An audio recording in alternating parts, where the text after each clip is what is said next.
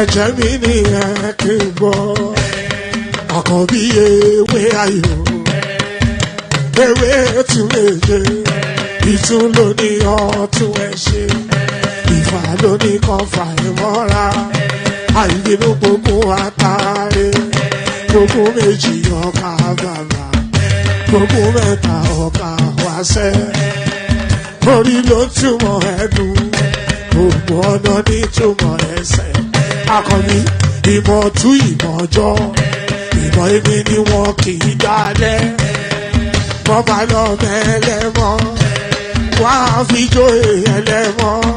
Akọni wọ́n bá lọ gbé fèrè, wọ́n á fi jóye ẹlòkò. Bọ́ọ̀wọ̀ wọn bá tẹ̀lé, wọ́n á fi jóye aláre. Àwọn mẹ́tẹ̀ẹ̀ta parapọ̀, wọ́n wá jọ ń pẹ́ mọ́, ẹ̀ẹ́mọ́ olóko jẹ. Wọ́n pa Akíntọ́lá, Akíntọ́lá ọmọ Ògún. Wọ́n pa Ìyọ̀dà, ọmọ Àtàràbọ̀bà. Àkànbí wọ́n pa Jíṣà Tàdàdẹ, ọmọ ọba Ìjẹ̀bú Mèrè. Aṣíwájú odò gbólùkẹrẹ, Ajagun lólòdì ọ̀run. Tó bá ṣe pé tìyẹ, tó bá ṣe pé tìyẹ, lọ bá ń darí jọ wí. Àpérò mi kún gbọ́wọ́, ọ̀bọ ti ṣìgìdì máa gbé, àgétì ló máa ń gbé, àyàn ti ìlàyàn ewúrẹ́. Ọlọ́run dákun má padà lẹ́yìn ẹ, kó má gbàgbé ọ̀rọ̀ tẹ́. Aṣíwájú Ọlọ́run dákun má padà lẹ́yìn ẹ. Akọbi. Ayandaba, ayandaba, ayandaba, ayandaba. Ayandaba, ayandaba, ayandaba, ayandaba. Atima ayandaba, ayandaba, ayandaba, ayandaba. Wanama ayandaba, ayandaba, ayandaba, ayandaba.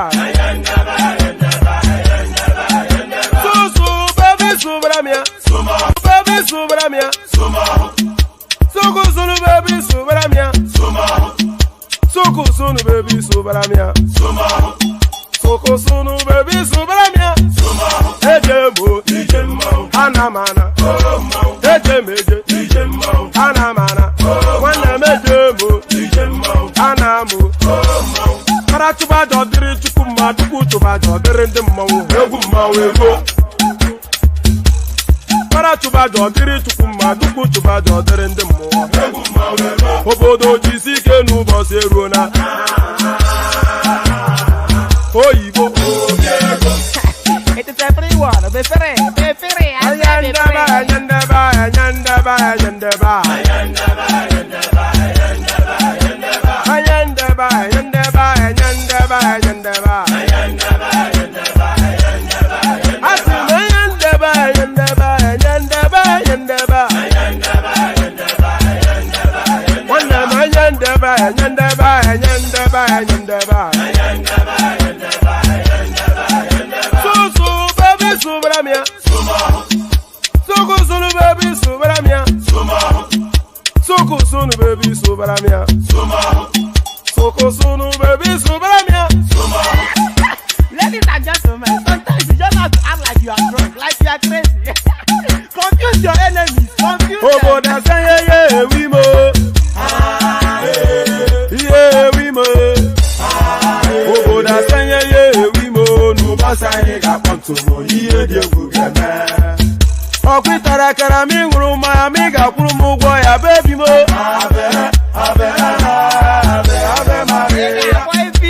Ayandaba.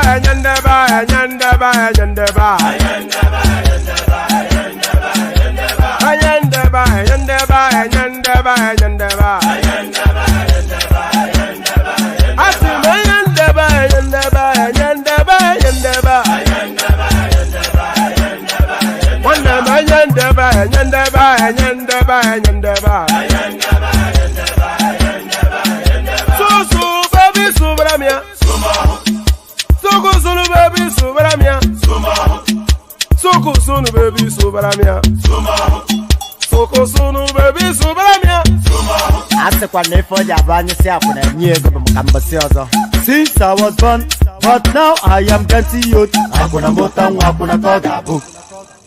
Well, here it is, South Africa, the new national anthem. What?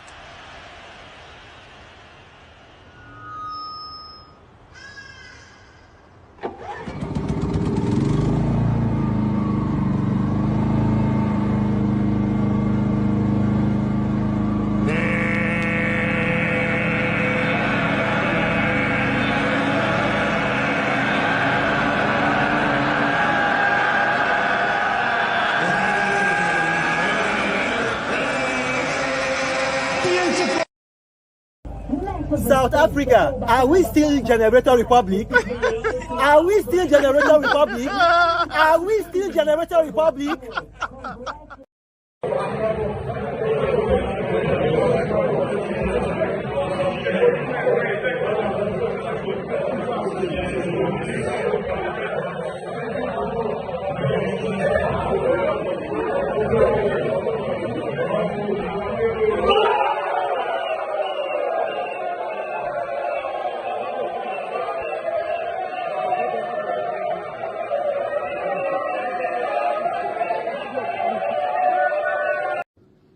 My fellow Nigerians, listen, first of all, South Africa, well done. The boys played a good game, but at this point, it's time for the boys to go to sleep. It's your bedtime. But you know, as you go to sleep, a song comes to mind. You have played, you have missed now, you have lost your breath, you need water. You have played, you have missed now, you have lost your breath. You need water, but if there's any consolation, it's Grammy water. But you know what? We'll be praying for you as you go for the third place, you know. But guess what, my Nigerians? God, no go shame us. God, no go shame us. We are taking the cup. We are bringing it home. Amen? We are the Super Eagles. We keep flying. I see you next.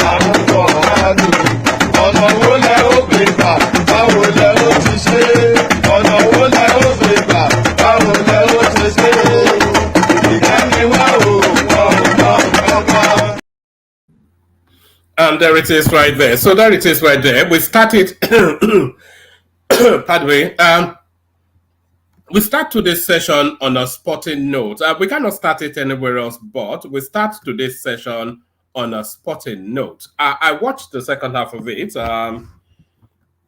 It was nail-biting stuff. Nail-biting stuff. We went and scored the second goal, which was perfectly legitimate.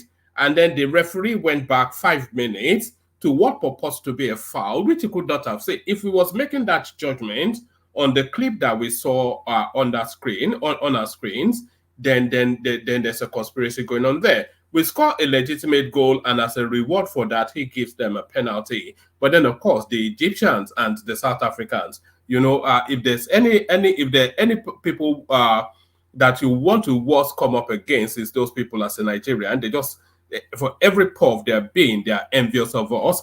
But there it is. The boys have done it. When we were discussing this match in earlier sessions, people were saying anything but penalties because their keeper was so good and ours was so bad. Well, there it is. The roles reversed. So there it is. The Super Eagles soar to new heights. That cup is coming home and is never leaving Nigeria ever again. So that's the Super Eagles doing us proud. So the Super Eagles doing us proud. Now you do me proud by clicking on the like button just as soon as you're coming in. Subscribe if you haven't done that already. Hyperlink that says StreamYard invites you to come and join the screen. So do all those. So click on like as a celebration of the victory.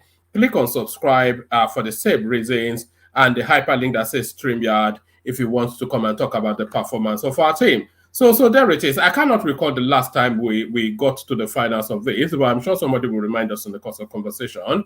But there is it. There it is.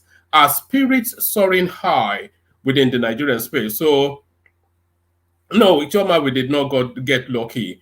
In the course of that game, we deserved to win it. We should have won it we were the better team all the way through. So justice was done. Even though the Egyptian referee tried his best to favor the South Africans, justice was done. So justice was done. Breaking Nigeria qualifies for AFCON final. And usually when teams start slowly in the way that Nigeria started, often they make it to the final. And we've seen the Germans do it endless times. They'll start in a very sluggish manner, the group phases of any competition. And as the competition progresses, they grow further into it. And by the time the competition reaches its crescendo, the Germans take the cup home. So that seems to be the trajectory. The Super Eagles have advanced to the finals of the African Nations Cup after beating South Africa on penalties at the Stade de la Paix in Ivory Coast. The Eagles took the lead after our skipper, William Trust Ekon, converted the penalty won by Victor Osimhen. South Africa star player. Anyway, we all watched the match. So whatever this is describing, we've already seen all that. So there it is. Spirits soaring high within the Eagles camp. So spirits soaring high within the Eagles camp, but will that spirit be sufficient enough to dampen this? Nigerians lament as bags of cement cost over 6,000 naira. So there it is. It gives with one hand and takes with the other. Nigerians have expressed their grief over the hike in the price of a bag of cement as it cost over 6,000 naira. Reports gathered by correspondents on all social media platforms revealed that a bag of cement now sells at the minimum price of 6,000 naira and more in different states of Nigeria. Nigerians who engaged the report, let's do that entirely all over again. Nigerians have expressed their grief over the hike in the price of a bag of cement as it cost over 6,000 naira. Reports gathered by correspondents on all social media platforms revealed that a bag of cement now sells at the minimum price of 6,000 naira and more in different states in Nigeria. Nigerians who engaged the report on all social media platforms revealed how much a bag of cement cost in their locales. Lamenting on the sudden hike, a Facebook user mentioned that he bought a bag at the rate of 7,600. I bought it for 7,600 today. The lamentations of Nigerians over the hike in the price of cement came barely 3 months after the management of BAU Cement PLC announced a reduction in the price of its cement from 5,000. Yes, I do recall when they made that announcement, and so what's now happened to that? Because that was barely 2 months ago. So a lot of these things they do it for the cameras, and they should hold him to this obligation. By the way, this Rabiu guy, the lamentations of Nigerians over the hike in the price of cement came barely 3 months after the management of BAU Cement PLC announced a reduction in the price of its cement from 5,500 to 3,500 per 5 kg bag. The company's chairman, Abdul Samad Rabiu, had disclosed plans to lower cement prices after a meeting with President Bola Tinubu at the State House in Abuja. About the same time, BAU announced its price slash. The Cement Producers Association of Nigeria also assured the federal government and Nigerians of its members' eagerness to support the federal government's infrastructure drive to reduce the price of cement and ensure its price stability. If the federal government will only revisit the backward integration policy of the late President Umar Yar'Adua on cement. The association also gave its assurance. And by the way, although I'm throwing missives in the direction of Rabiu, but of course, when he made that promise, the dollar exchange rate is has not gone haywire as it has now. So you have to factor that into their costing as well. So everything always revolves and ends up just about everything around the Nigerian economy revolves around the exchange rate. Right.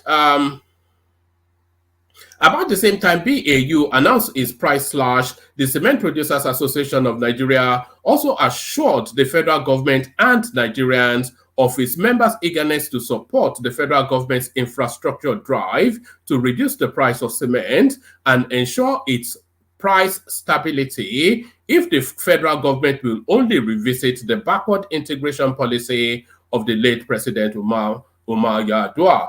The association also gave this assurance in a letter written to the Honorable Minister of Industry, Doris, whatever her name is. Fast forward to February 2024, Nigerians are still lamenting over the unstable and astronomical rise in the price of cement nationwide, regardless of the brand. James Obi reacted. Abuja 7,300. Our leaders are gradually destroying our only country, Nigeria, and we, the youths, just found our hands. Just fold. They wrote found, but just fold our hands and do nothing as if all is well. So what exactly can you do? You know, there's always an undercurrent of a dog whistle to this sort of a statement. Is it an invitation to take? You know, that invitation to take to the streets, it almost carries through with every criticism of the government. And the citizens are just so docile, and they are continuously inviting people to take to the streets. Well, every day is for the thief, but surely one day certainly will be for the owner. Another user, anyway, it goes on and on. In Kano State, 8,500. Also reacting to the huge difference in price of cement. It's terrible. Last week, 5,400, but it doesn't tell us where. 6,700. So on average, the price of I just bought for 8,500. I cannot believe this. Actually, somebody said they just bought cement for 8,500 in Yobe. I cannot and I do not believe this because they will price according to the locale. Nobody in Yobe State has the affordability to afford cement at 5,000, at 8,500. So that is to tell you then that they can price it at that somewhere in Lagos, Ibadan, wherever, Onitsha, but not in Yobe. Where is the economy in Yobe State that supports that price point? So I bet my last dollar that's a lie. I just bought it for 8,500 in Yobe.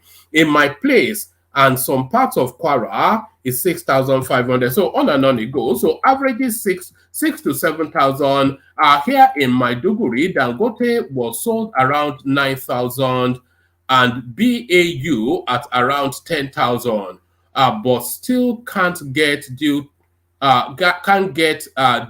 dealers hoarding. Due to dealers hoarding is what that means.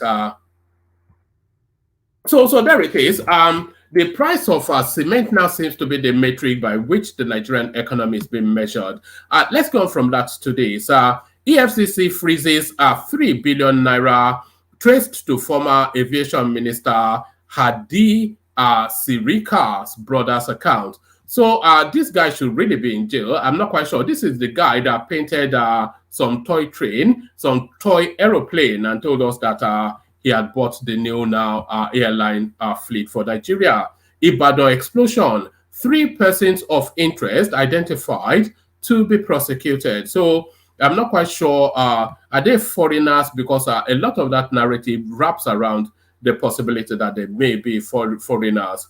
Oyo State government has identified 3 persons of interest in connection with the cause of the Ibadan explosion, which occurred in January this year. Fatai Owosheni, a retired commissioner of police and special advisor on security to the governor, who briefed journalists shortly. Fatai Owosheni, a retired commissioner of police and special advisor to the governor on security, who briefed journalists shortly after the presentation of the official report of the unfortunate incident to Governor Makinde, stated that the identified persons will face prosecution based on the investigation carried out. The report, it doesn't tell us who they are. I just wanted, because they speculate that they are foreign nationals and they are Chinese people. And then if they are Chinese people, then you want capital punishment to be applied to that. You can't come into our country and do that. So now, to resolve the food situation, our federal government to release food items from national reserves to crash food prices. So we've been speculating, we've been advocating to that space that the real thing that fixes temporarily a lot of things is for the food price to crash, the food prices to crash. If that crashes, then people are able to feed, and then they are then able to contend with other matters. But they are contending with so much, and on top of that, they're also contending with hunger. So that overwhelms. The federal government has announced that food items will be released from the national food reserves as part of the measures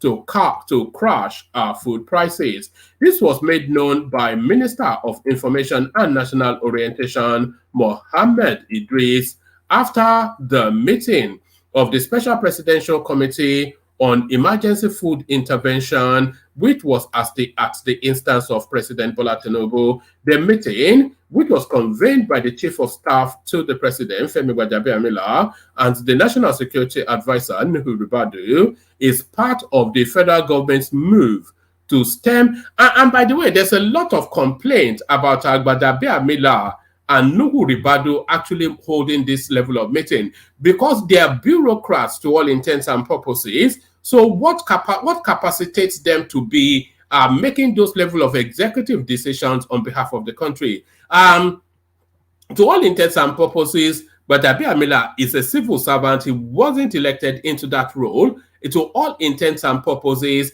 this guy is a civil servant. So why are they convening meetings and giving national instructions to ministers? This is a lot of people angered by that. Idris explained that major millers and commodity traders would be engaged by the government in order to make the food items readily available. So we just rounded, yes, the minister said, we just rounded off a meeting. It is a special presidential committee to address the issue of food shortage and lack of enough food on the table of most Nigerians. What I will tell Nigerians is that the president has directed that government needs to step in to stem this tide. Government will not fold its arms and see the way Nigerians are suffering in terms of the availability of these food items. It goes on. Now, some of this will involve unlocking the food that are available in most of the storage facilities, national food reserves around the country. You know that the Federal Ministry of Agriculture has some food reserves. They are going to be made available to. So why would you have food reserves and your country and your citizens are starving? It's just a farce. The government is also talking to major millers and major commodity traders to also see what is available in their stores, to open it up so the government will provide, so the government will provide some intervention, discuss with them, and provide some intervention to make food available to Nigerians. So yes, they are unlocking food silos, essentially, what that means. So this one now is an international story, but it struck me as curious. Airline announces it will now weigh passengers as well as their carry-on luggage. So this is happening in some Scandinavian country. Airline announces it will now weigh passengers as well as their carry-on luggage. So that carry-on luggage, by the way, is those are things that you put in the cabinet on top of your seat. Often they are never weighed, but it looks as though now some airline is making the move. An airline in Finland has announced that it will begin weighing passengers with their carry-on luggage to better estimate the plane's weight before takeoff. The controversial move comes from Finnish carrier Finnair, who told journalists they began measuring passengers departing from Helsinki on Monday, February the 5th. So far, more than 500 volunteer customers have participated in the weigh-in. Finnair, which services the United Kingdom with budget flights, noted in well, that's what they're doing anyway. Still, it's reading too funny. So let me just give you headlines and then we'll come into the room. No kidnapper or bandit can ambush me. So this is the Oluwo of Iwo inviting, as ever, a catastrophe upon himself. The Oluwo of Iwo, Oba Abdul Rashid Akanbi, has said no kidnappers or bandits can ambush or kill him. Addressing newsmen in his, did he actually call a news conference just for this? The guy is that ludicrous a person. Addressing newsmen in his palace on Wednesday, February the 7th, the Osun monarch said those who want to try such will be testing the efficacy of the authority that he is representing. Oba Akanbi also spoke against the killings of 3 monarchs in Ekiti. And by the way, another monarch was killed today again. Another monarch was killed today. So that makes, in Kogi State, that is, I don't know, man. There's an orchestration to what is going on. And we also saw the interception of about 150 terrorists that were being bussed into Ondo State by Amotekun just as early as yesterday. So essentially, the Northerners, they are trying to test the TINUBU administration. Oba Akanbi also spoke against the killings of 3 monarchs in Ekiti and Kwara State. He lamented over the degeneration of traditional stools by some monarchs. He said, no bandit or kidnapper can attack or ambush me, not on this earth. They can try it, then they want to test the efficacy of the authority that I am representing. Kingship institution is owned by God, and I am his representative. You can't kill me nor kidnap me, but once kings fail to acknowledge God, there will be a problem. So 3 kings have been killed, so why not you? It's just, this guy is just a ridiculous. It makes a farce out of the most serene and difficult, serious situations. Pardon me. There is no kidnapper or bandit who is born that can attack me in such a manner, nor war can conquer me. What is happening in Yoruba land to kings is not good at all. They are removing kings at will. So essentially, he's telling us that is inviting the bandits to come and test the efficacy of its ogun. So we'll leave that there. We'll leave that there, and we'll come into the room. Hopefully there are people there. So we'll kick it off. Let's play the K guys. Yes, let's play the K guys, and then we'll see where it goes. Hopefully it's not a funny little session, but we'll play the K guys, and then we'll see where it goes. First, the K guys. Only water, where they see my water. Oh yes, water.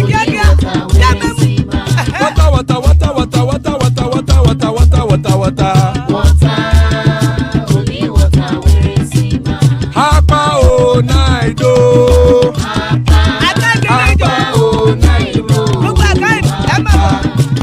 Papa, you don't come. Oh.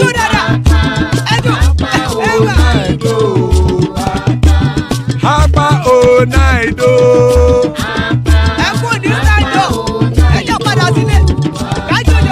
Oro kẹ̀kẹ́ ẹlẹ́mù yé o. Ilé ṣọ́bí àkẹ́kẹ́ rẹ̀ ẹlẹ́mù rè o. Bọ́bí Master kẹ̀kẹ́ rẹ̀ ẹlẹ́mù rè o. Chifu Wẹ́lá tí kẹ̀kẹ́ rẹ̀ ẹlẹ́mù rè o. Eruku lẹ̀lẹ̀ ẹlẹ́mù dé. Eruku lẹ̀lẹ̀ ẹgbẹ́ ẹlẹ́mù dòde ojàre o. Eruku lẹ̀lẹ̀ Ghana ti dé ẹgbẹ́ bọ́ọ̀dì o. Ọmọ ẹlẹ́yẹ ẹ̀yẹ o ó dìlé o. Odúyẹ̀lá ẹ̀yẹ o ó dìlé o. Petrosonama ẹ̀yẹ o ó dìlé o. Petrosodúnkẹ́ ẹ̀yẹ rẹ̀ ó dìlé o. Ẹlẹ́kọ̀ ọ̀run mú ìní o.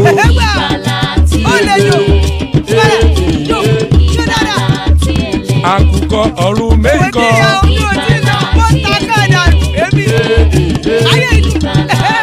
Ikú kò ní ríwà gbéṣe o.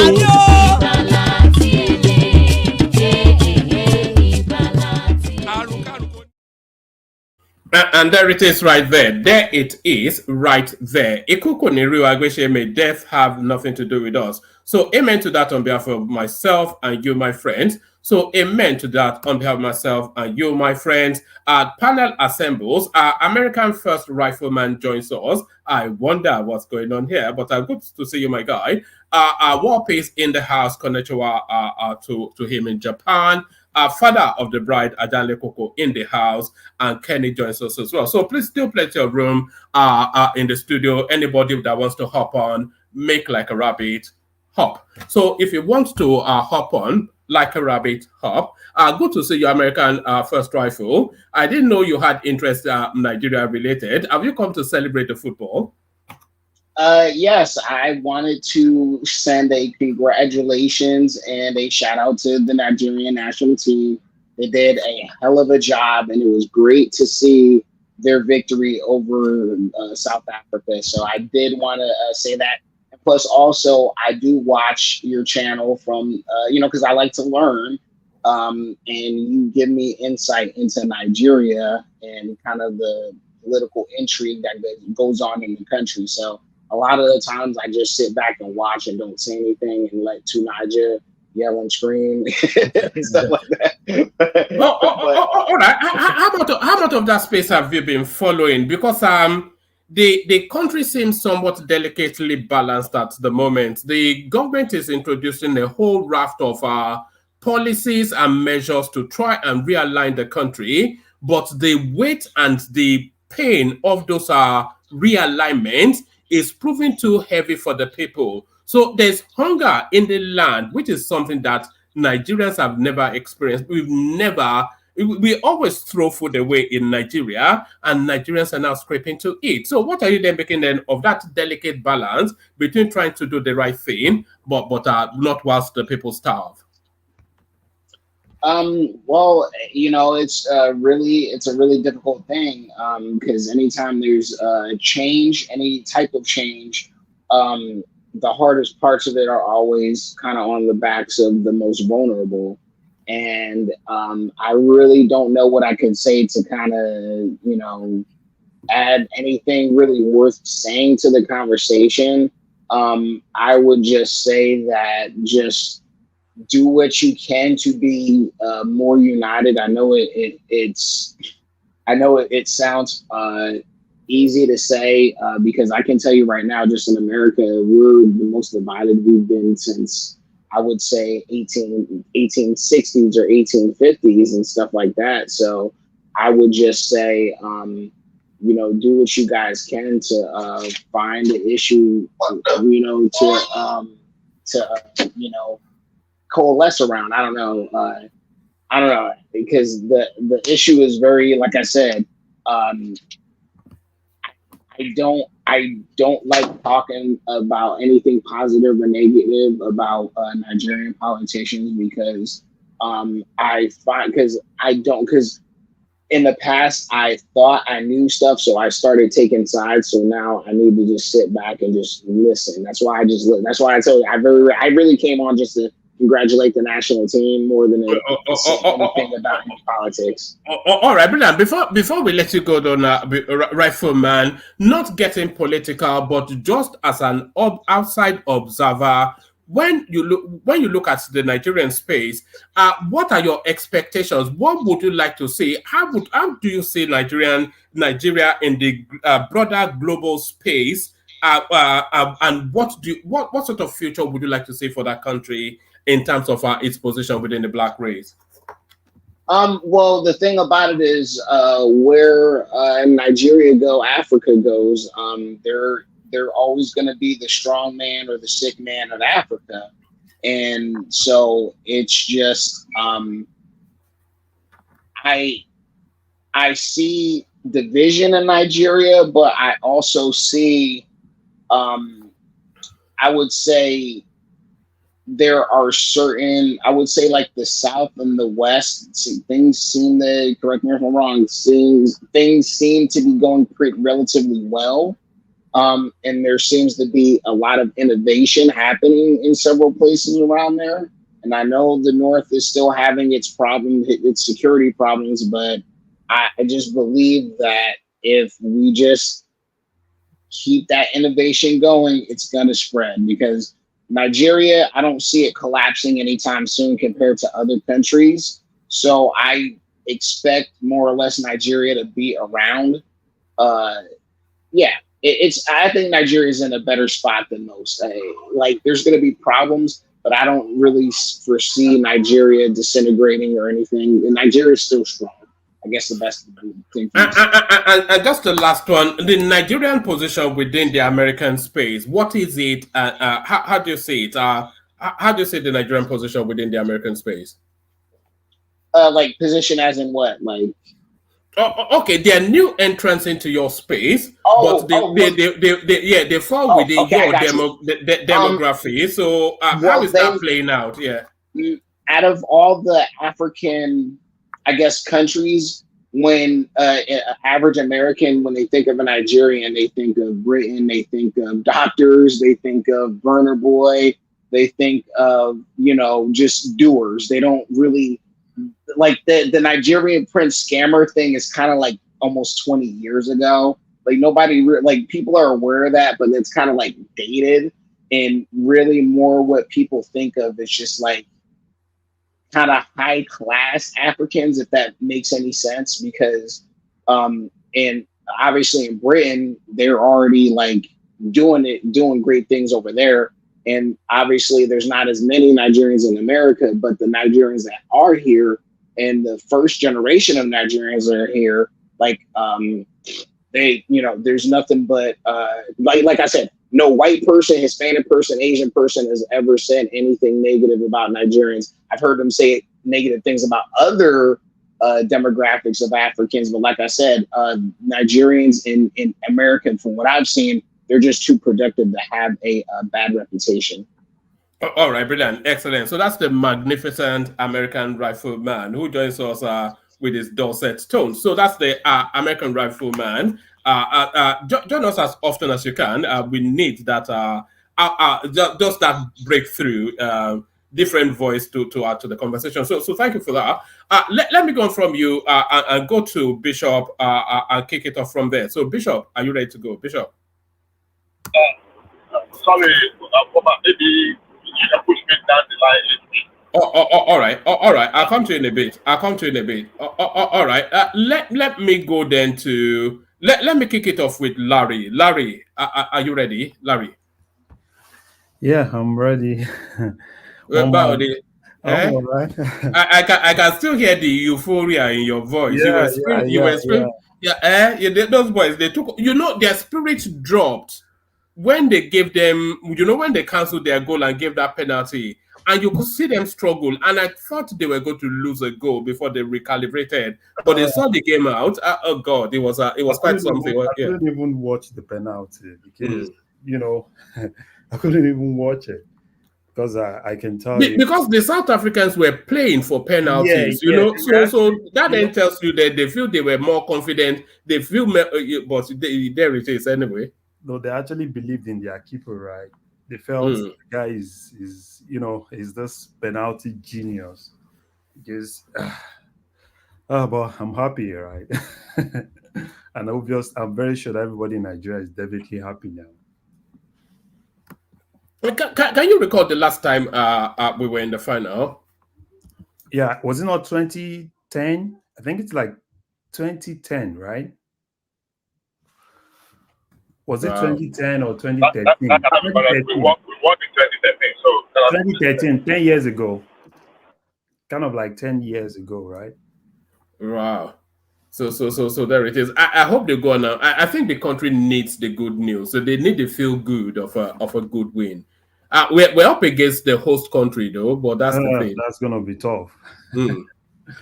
It's gonna be tough with you're playing against the host country, the fans and everything. So it's gonna be a little bit tough. And the pressure will also be on the officials because they usually go in favor of the in 50-50 decisions. They usually go with the home country. Yeah. And even if you look at the journey of Cote d'Ivoire to this point, I think to me, right, I've seen several instances where I just felt, the officiating has always been favoring them, particularly when they played with Senegal. Yeah, I thought, to me, I felt, Senegal will have actually won that match. All right. If they go on and win that cup, how do you think the TINUBU government are going to spin it? Bros, don't even go there. They will spin it nothing to no end. All right, let's get to the politics of it. What are you looking at in the politics today? What caught your attention? It's a lot, but probably you can actually be my guide and just talk to one or two things. All right. Let me kick it off with let's kick it off actually with the price of cement, which has now gone to 6,000 naira a bag. We had conversations around this yesterday, and we were speculating as to we were speculating as to who can afford to build a house in Nigeria now. So I'm watching the comment section as I'm talking to you. Yes, we were speculating as to who can afford a bag to build anything in Nigeria today. What are you making of this headline now, Larry? Oh, I think it's really tough. It's tough for people in Nigeria. We need to be very candid with ourselves. It's really tough now. The only people that you can actually see, building now, are basically probably politicians or probably those that have actually had enough money stacked up somewhere. But in most cases, when it comes to building, most cases I used to, look at a normal civil servant in Nigeria. Will a normal civil servant at the end of 35 years be able to build something good for himself? But with the way things are going, and at the end of 35 years, it's getting more difficult to at least have a home of their own. And I think at this point, it's a lot of things that needs to come into play. Even though some of the key players in that industry have been trying their best, particularly Boa has actually been trying to see how he can actually get this. Yeah, but did he crash the price of they are not saying it in the shops now. So in fact, somebody was saying that his cement is more expensive than Dangote's where they live. No, I don't think so. I think the major problem is transportation, right? I think he tried, right? He tried at a point, particularly when you want to get it from the factory. But if you factor transportation into it with the fuel price and everything, if you put everything together, that's why you're having this increase. So I think they've actually done much because most of the things they actually use are basically in Nigeria, and it's not like they are importing things like that. But I think it's the transportation. If you factor the price of transporting things into it, so definitely go home. All right, brilliant. And the government releasing food from the national reserves. I didn't even know we had a national reserve. Yeah, But we do. if we do have that, then why have they not released it earlier? As people have been priced out of their ability to the capacity to eat. No, I think they've actually been releasing it, right? They've been releasing things from that reserve. But I think what people need to know is just that federal government cannot do everything. We need to start looking inward and start holding some of the state governors accountable. Look at what happened even in December, right? There are rights and everything that were released, through the National Assembly. And at the point before that time, there are things that were released through the state governments. And a lot of all these governors, I'm very sure, look at what they did during COVID-19. Even when things were released to them, some of them kept it in their warehouse. Not until people started looking for those warehouse and boggling it, that was why they started sharing some of those things.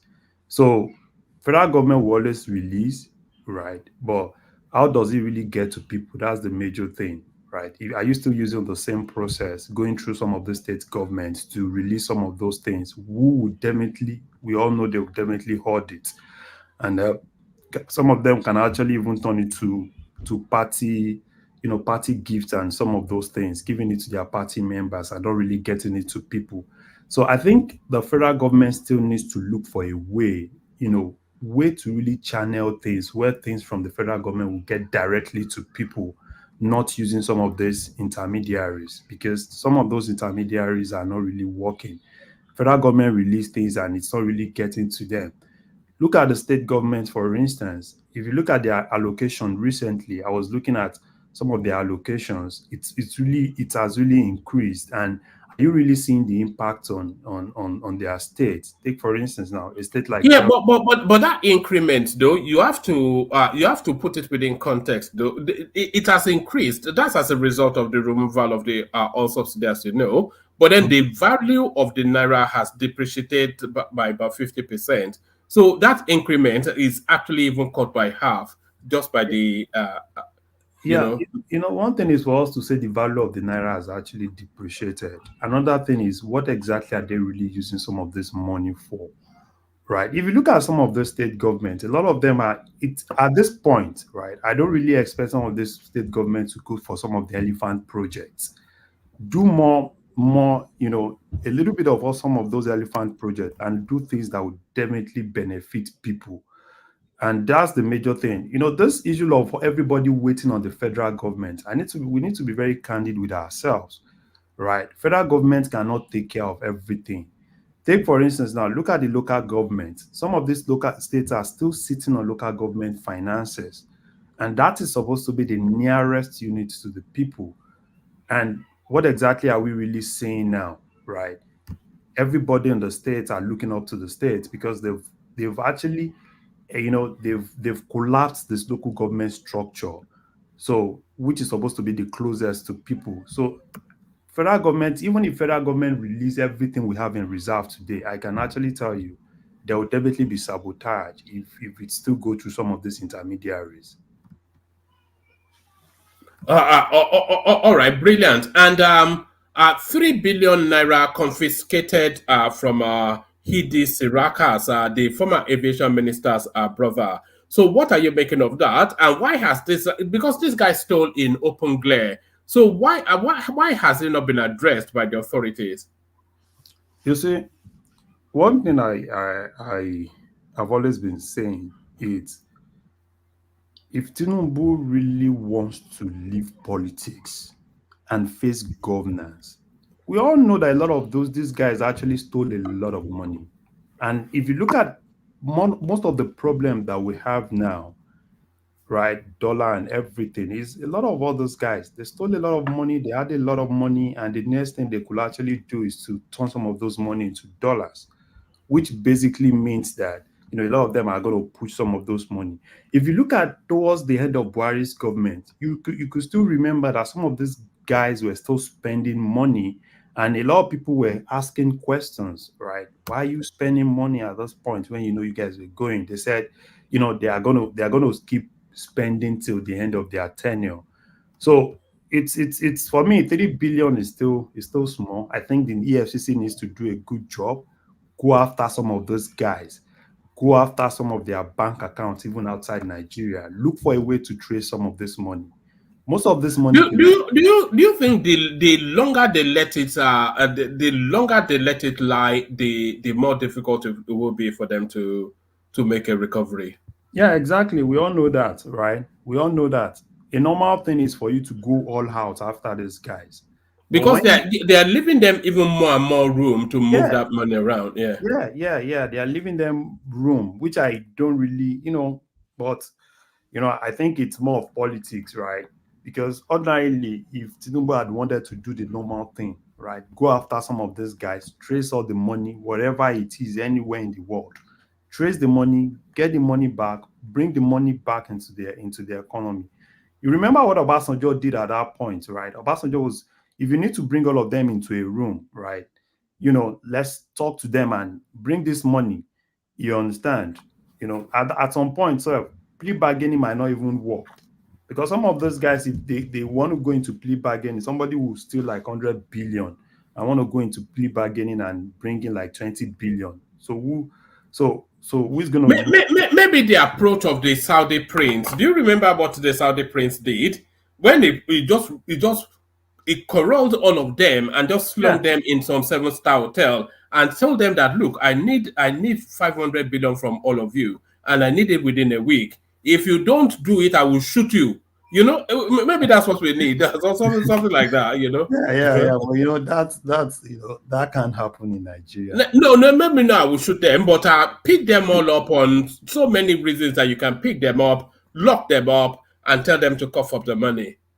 Yeah, I think the major thing is it's based on the kind of like getting EFCC to that point that EFCC is independent and EFCC is ready to run after the money. If EFCC wants to run after the money, they can easily do it, right? Just ensure that you are able to really, use the bank system, use international community, trace the money, right? I know some of them can actually, if you give them time, they will look for those tax haven and look for a way to take some of those money to Bahamas and some other places like that. But at this point, I think it's more for EFCC to do their job, trace our money, get our money. Even if you ask people, right, a lot of people know what's actually happening. Take, for instance, look at how much they've actually collected from this former Minister for Humanitarian Affairs. It's Sadiya Farouk. Is she in custody? No, I think they've collected over 30 billion from her. I think they've collected over 30 billion from her. I think for Edu, they've frozen some of these accounts. There are some accounts that, they were using and they've frozen some of those accounts. So, and I think there are still several other people that they still need to go after, right? People like Malami. There are a lot. Go after all of them and look at what they've done. Look for a way to bring the money back. If they have the money in dollars, let's get it. Let's look for a way to bring some of this money back. That's what we need now. Larry, can I interject? Yeah. Yeah, that lady, Farouk, she's on bail, but they had her passport. She cannot leave the town, but she has returned the 30 billion that caused problems between her and Edu. But there's still under 40 billion that is outstanding that she also returned. Yeah, that's what I'm saying. From that, I think from the secretary of something that one is 40 billion is that one care. But again, it baffles me and it pricks my soul that people like Bosunto Ojo is still working freely. How do you mean? He's involved in all this. He's involved in all this proceed. And when I was arguing that I was talking to my learned lawyer, Ogbeni, and I was trying to argue with him that day to put a point to him that there's this thing have been established, conflict of interest have been established. And people were arguing with me, no, there's no conflict of interest, he didn't commit any offense. And how come you don't commit any offense? You are facing ICPC, you are going to the ASO Rock to defend yourself, the ministry, and the company, you said you have relinquishing your, I said relinquish or release your, how would I use? No, it didn't commit it didn't commit an allegation. An allegation was It's not made allegation. now. It's not allegation. You can't be calling allegation of billions. It's not allegation. It's proven. Just that they're suppressing it. If they go, through. Me, I'm not even, for me, right? The people that I need for them to go collect money, this everybody that served in Buhari's government, because those are the people that we can pursue now, right? Before they take that money. No. See, there's something going on. There's leakage going on. If you don't block this leakage, the corruption will not stop. Everybody's looting, mass looting. Mass looting is going on in Nigeria. We must say the truth. Well, I'm tired of. Who's going to collect all okay, money? No, what's the problem now? Is the Nigeria now is in between budget. Sure, you know that they're in between budget from the old budget to the new budget. So everybody's trying to loot and everybody's trying to hide from the old budget. Not even the new one now. The new one is not in circulation yet. Everything they are spending is from the old budget. So anything they take now, you can't account for it. It will be carried over for recurrence and expenditure and recurrency. I call it recurrence and how they call it. That which makes budget too fast. So are you saying they should leave those Buhari's guys and start? No, both of them. They should pursue because those ones cannot easily run. I didn't call all the ministers. I didn't call the ministers. I said both. That means Ministry of Immaterial Affairs. That's Farouk. Have a co-partner they're looking for. Better do. And Ojo, I call it Ojo.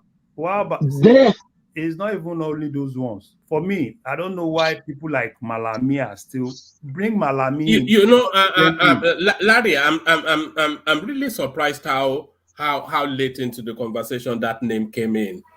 If you get hold of Abubakar Malami, you probably recover at least 20-30% of what was looted. That guy was the chief looter now under Buhari now, Abubakar Malami. There are a lot of those guys. Bring those guys in. Bring Tunde in. Where is Tunde? So hold on.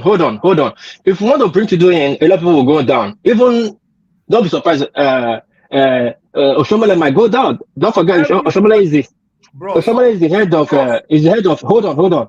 Oshomole is the committee, the Senate committee of Ministry of Affairs. I don't know, or the position that Tunde is heading. He's one supervising it. Now, if that money, no. It means Tunde Sabiu, the one under Tunde Sabiu. I don't have any. No, I know. I'll go to Tunde Sabiu. I'm talking about just the five something million. Now, if you really want to follow it, trace it, you will see that there's so many people hand will be caught in the cookie jar.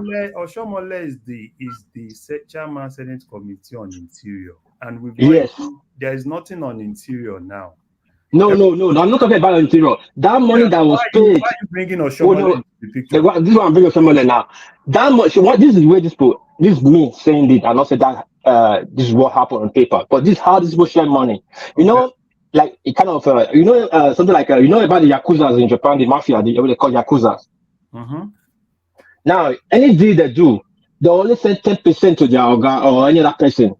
That they'll send it equally. Because when the deal gets fucked up, it will involve all of them, and those people will always come and defend them. Yeah. Where does this concern Oshomole? Then I'm coming now. This is how this push Sherman. I'm saying there's no way that 500 million that you're accusing Ojo for. How? Oshomole do not have a little cut from it. They said among themselves. What 500 and what are you talking about? The consortium fee they pay into his account now. They pay to him now. The company that they said he's no longer the chairman of the company. Yes. That money. What money? Yes. If they really want to investigate it, you find out that they have shared that money among themselves. No. Hold on. What are you saying? Okay. That money was a consultancy fee. And yes. there are receipts to show that the activity of the fee was carried out. The only thing that you can accuse him of is leveraging his relationship with Better Edu to get a contract for his own firm, using his colleagueship within the government in order to get a sweetheart deal. It wasn't stolen money. What are you talking about? Exactly. What I don't understand is I'm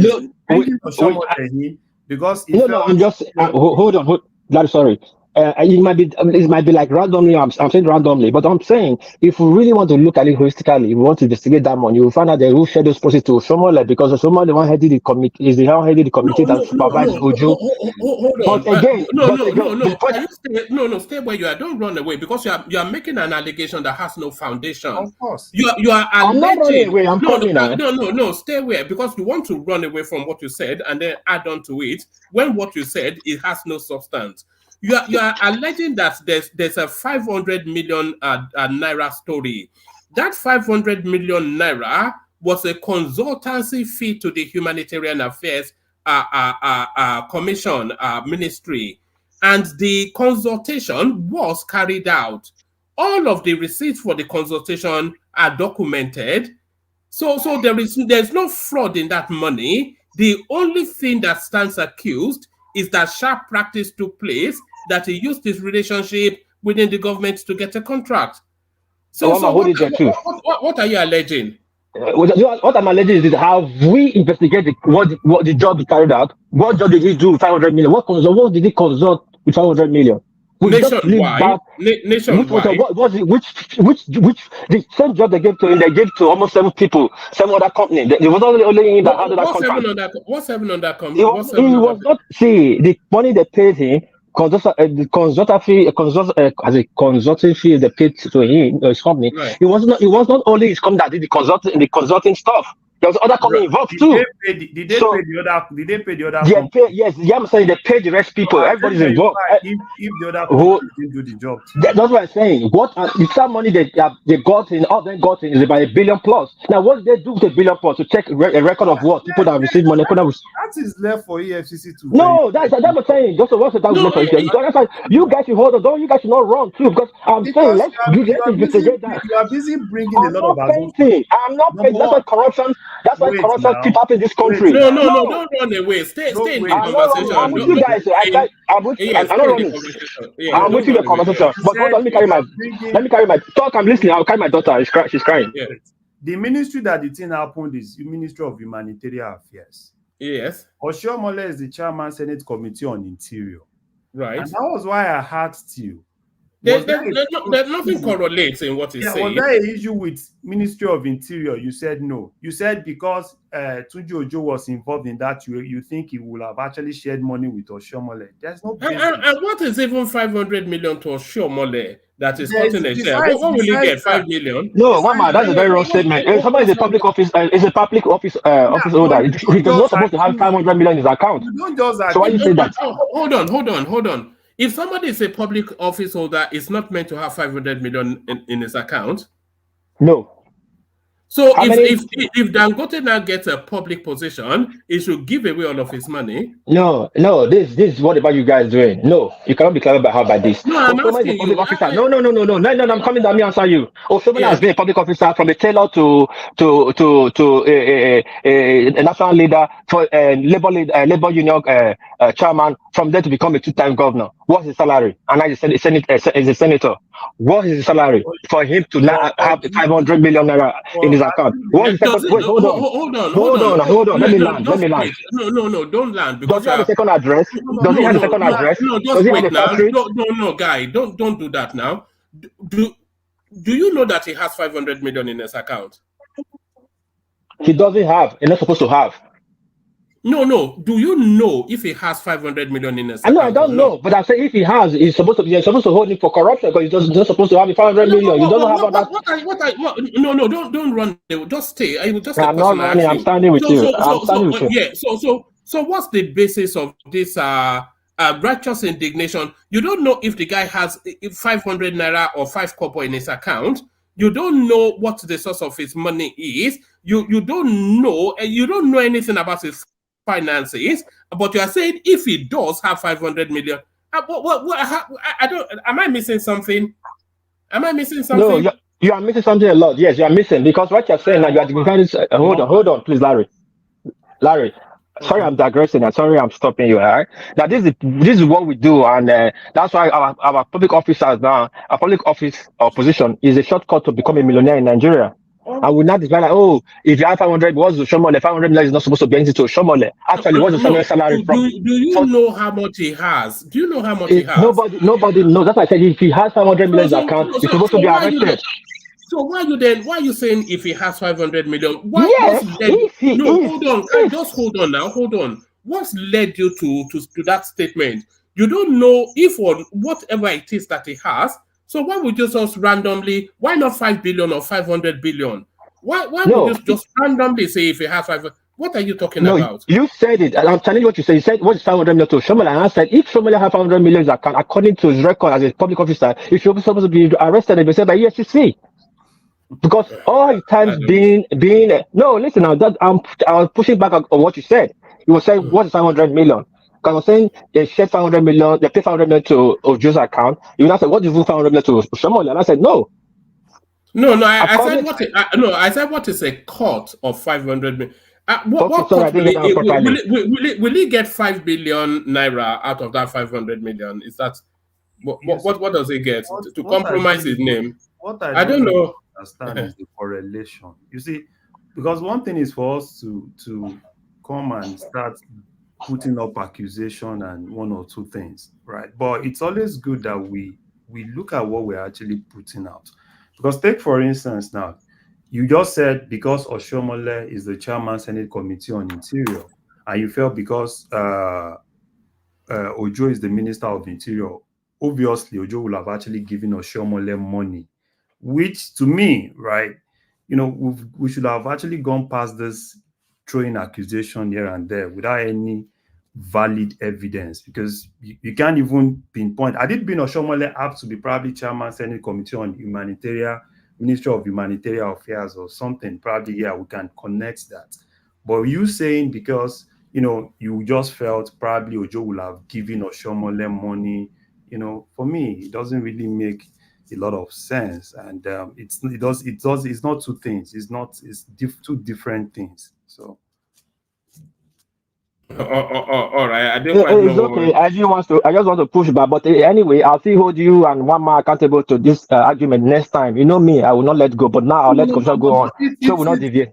No, it's good to hold. But what I won't do is to start putting out accusations when I don't. I'm not accusing. If you say I wasn't accused, I say if we have to look at it holistically, we found out that Oshomole is involved. I didn't say directly is involved. Because everything we say just assumption, but which we see happen every day in Nigeria. Involved in what though? The Ministry of Humanitarian Affairs, they found the need. We have to go and look at the details of the contract. Now you are pushing that space, but they are awarding consultative contracts to carry out a piece of nationwide work. A company owned by the Minister of Internal Affairs, whatever ministry is, they bid for that contract and won it. So I mean, what? Don't worry, we talk this matter. The session is just starting. We'll have a day to really talk about this matter. But let's go to the next topic. All right. So I hope you understood some of that, Larry, because I didn't get most of what was being said there. Court orders Nigerian government to fix price of petrol, other items. So, what does that even mean? I saw this. I saw it, I started laughing. You see, court fix what? How can government fix price? I don't know. At the point they were saying fixed price of rice, you fix price of tomato, fixed price of this. How is it possible? Do you expect government to now go out, right? To now say, okay, fine, you, madam, selling rice. Okay, this is how much you should sell it, right? Is it possible like that? Is the court ordering the government to reintroduce fuel subsidy? Is that what? Because that's the only way they can fix it, isn't it? Is it a court order to reintroduce fuel subsidy? Those are courts. Sometimes you just laugh. You understand what I'm saying? And you just laugh because most times I think, look at some of those judges and you ask them, do they even listen to themselves? You understand? Or because everybody you go to someone comes to court and say, okay, fine, you just come, you deliver a judgment. Because in actual sense, this kind of judgments we all know it's not even possible for anybody to implement this kind of judgment. Had it been government actually have their own, probably government have their own reserve where they sell their things, they could actually say, okay, fine, we're going to fix this price. So if government now come out tomorrow and say, okay, fine, everybody's selling beans, right? So this is how much you must sell your beans. How is it possible? Is it government that actually, that actually bought what they are selling? It's not possible. I don't know, probably during military, right? Probably, you could go to market and take soldiers everywhere in the market and say, okay, you must not sell this above this and some of all these things. Sometimes some of these judges, they are just too funny. Because this is not, it's not a judgment that can actually be implemented. It's just, I think probably you could just say, okay, fine, probably government can look for something to do, kind of like help people in the market, people selling some of these things to reduce their prices. But fix, it's not possible. All right, let me take you to this space. When I saw this, I thought I'd just bring you guys are making of it. Airline announces it will weigh passengers as well as their carry-on luggage. So this but I can see a sense in it. So because I've sat next to some awfully fat people on the air. It's an uncomfortable journey when you're sat next to. You can't cross over them to go and use the toilet. What are you making of this as an innovation to the space? No, this one cannot fly. It can't fly. You understand what I'm saying? It can't fly. Because even if you try it, right? You can't try it in America anyway. That's what I'm saying. That litigious. If you try it, right? They can cancel your airline because you start seeing cut. America, there's a lot of obese here, right? Immediately you say that, you know them, court cases and everything will start flying. They can even by that cancel that particular airline. You want to start weighing people. So obviously, probably someone that is slim will pay lower or what. Oh man, I mean, some of all these things. Sometimes it's just good. You read it and you just laugh. But there be some sympathy for it though, because no sympathy. Which sympathy? No sympathy for it. And they want to start weighing your hand luggage as well, which a lot of people use. They can actually do that because obviously, there is actually limits to what you can actually carry, right? Like in some airlines, right. Most cases, probably it's just your handbag. Extra luggages, sometimes you just have to pay for it. So, which is actually obvious. It's even when you are booking, you see some of those things there, right? That you can't even, extra luggages would definitely be. They have to you have to pay for it. But still, there has to be that, that small bag that you could actually take into the plane. So, which is not chargeable. So, but I don't know how they want to go about it. Everybody is, you just bring a lot of things. Let them try it with international flight and see if it's going to work. Not if they can try it with international flight and see if it's going to work. Well, I think it's an international flight though. It's Finland is the Finland-London route. Finland. Okay, Finland-London. They should try it now. I don't know about anything in Europe. I don't know, but I know it can never work in America. So Europe, I don't know if they allow it. Good. Probably it's a way for them to reduce obesity, though. Yes, people will start becoming self-conscious just about the plane. Naira gains 4.49 in 1 week, driven by CBN policy. Have we seen the apex of this? Have we seen the height of it? Have we seen the Naira bounce back? We've had so many false dawns. Are we now about to see the Naira now starting to put up a fight?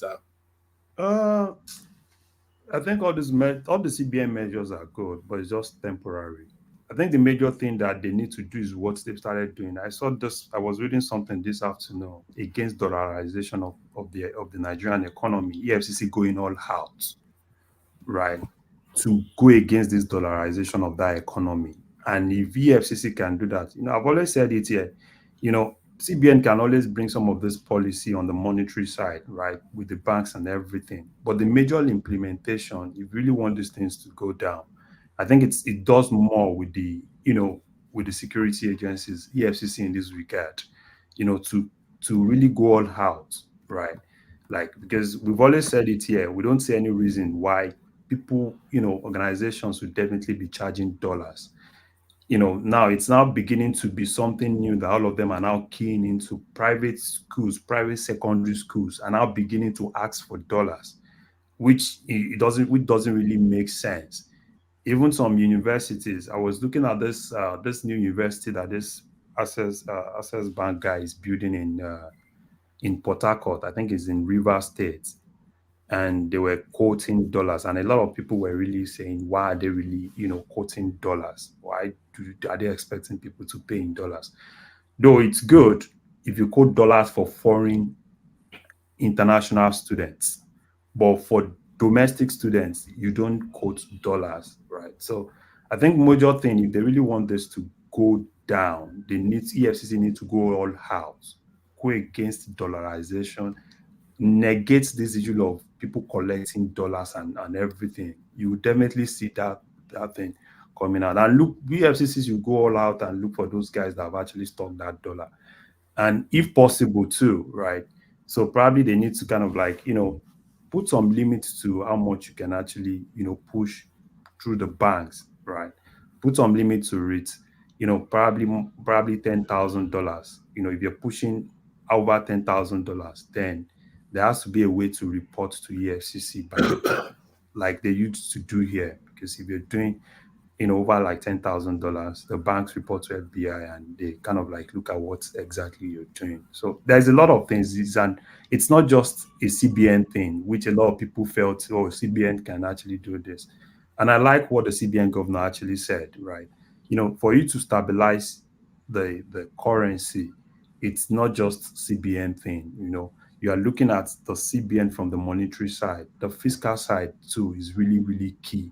So, and I think they all need to work all hand in hand, which I'm not really seeing, because I saw some lapses in that particular conversation where the CBN governor was more like, yeah, some things are trade policies, some things are fiscal, and it's not really monetary. He's not expecting people shouldn't expect him to do their job for them.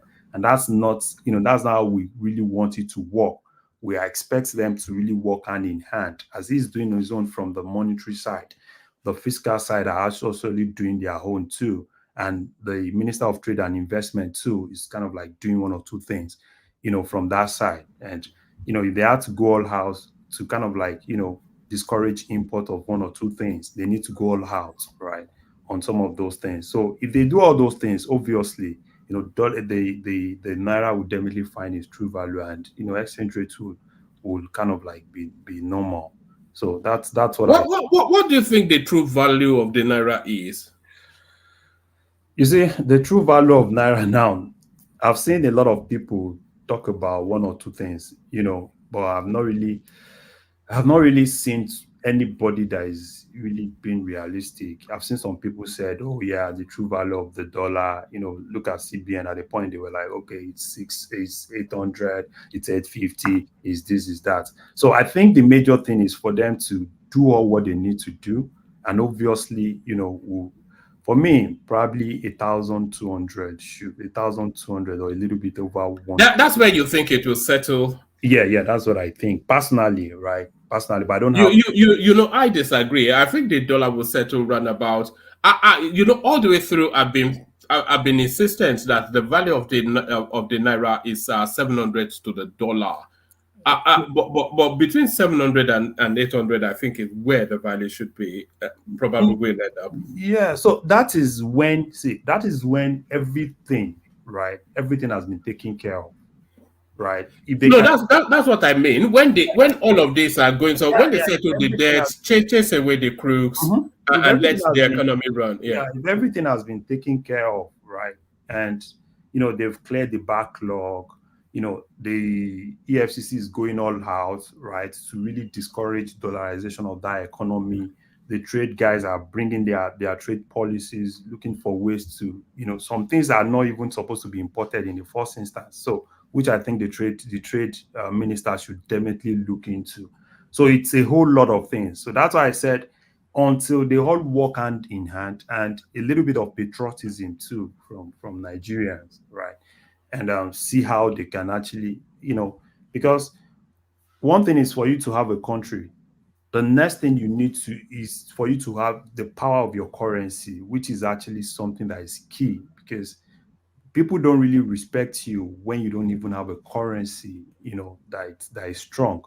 So it's a whole lot of things. The government is going to do its own. The business people are going to do their own, being patriotic. And at the end of the day, if everything works out well, so obviously it will definitely, one way or the other, go back to that value of probably like 750 where it was then, right?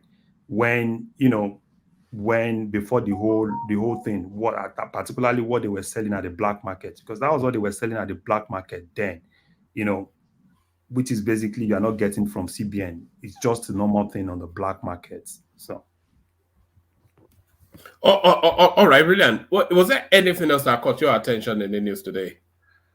Oh yeah. I think I'm good, and congratulations to Nigeria. And obviously, I just pray we are able to really, finish it and finish the whole thing. There is a sense that we are going to win that cup, There is a sense, but I think people should just go there with her. Maybe they're no grief for anybody. Yes, no grief, no grief for anybody. Yeah, so that's brilliant. Let's go on from you, Larry, to Bishop. See if he's ready for us now. Bishop. Woman, no. The network is still. I will see. I will indicate when in a good place. Just go ahead. All right, brilliant. Let's go to Ajale Koko then. Let's see if he's ready. Ajale Koko. All right. Ajale Koko is not ready yet. So we go on with you then, Larry. Or we could just wrap it up. Let me come in there. I mean, I just don't want that fluctuation when the network is bad. So if you are hearing it's only you and Larry really effectively here. So we'll see how we go. Good evening. I mean, everyone, good evening. If you are listening to us, please come join us. Let's have a robust conversation as usual once again. So thank you very much. So let's roll. Well, let me start from the football. I mean, I managed to catch a glimpse of it, even though I was emotional. I want Nigeria to win it. I don't know what happened. The goal that was disallowed, I was really kind of surprised. And just like you, I listened to some conversations before about if this man gets into the net, how that we are out automatically. So even though I don't know the basis for that argument, but I was a little bit apprehensive. Why did we consider go? 1 minute it was 2 goals, and before you know it, one goal disappeared to 1 the game, and before you could say Jack, there was an equalizer. I said, what? How? But then I think all is well that ends well. Cote d'Ivoire, I think we'll beat them again. We've been at this stage before. I can't remember which match. I think it was Tunisia or which Nations Cup edition was that we were in the same group. I think that team beat us in the opening match, but we now met again in the finals, and we were able to carry the day. So in this case, we beat them in the group stage. You remember Cote d'Ivoire was in our group. Am I right? Yes, I think we beat them 1-0 or something. Yeah, we beat them 1-0. So if we beat them once, I'm sure we'll beat them again. I mean, not even with the morale of the boys. There, from the little I was able to catch a glimpse of, there were a little bit disorganized at some point. But I think, by and large, I think we played the better game. I really want to see the playback to see how would you have to go back, how many minutes after they have scored to go and cancel the goal. Not immediately, not as a result of and then I want the penalty. I don't think I've ever seen it in football before.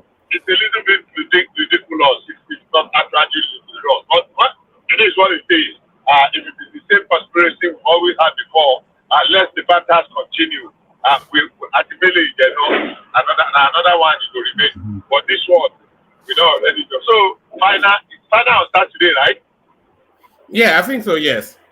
Yeah, final on Saturday. So let's roll as we used to do. Maybe we have a little bit of break from the usual lamentation of Sodom as we are always been having. So let's see how it plays out.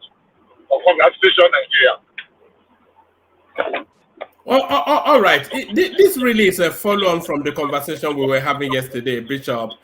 So the Tribune has done an audit of the price of a bag of cement in Nigeria, and it averages about 6,000 naira. But then they reminded us that BAU, they actually promised that they were going to be price pointing it at 3,500. So what are you then making then of Nigerians being priced out of the capacity to be able to build? Unfortunately, these are the dark realities. Now, cement is one commodity among several other commodities in Nigeria. And every commodity in Nigeria has been affected one way or the other. Cement is not an exception. I am not saying it has to be so. But it is a commodity, it has factor and cost of production, and the cost of production somewhere along the line has been affected and it's gone up.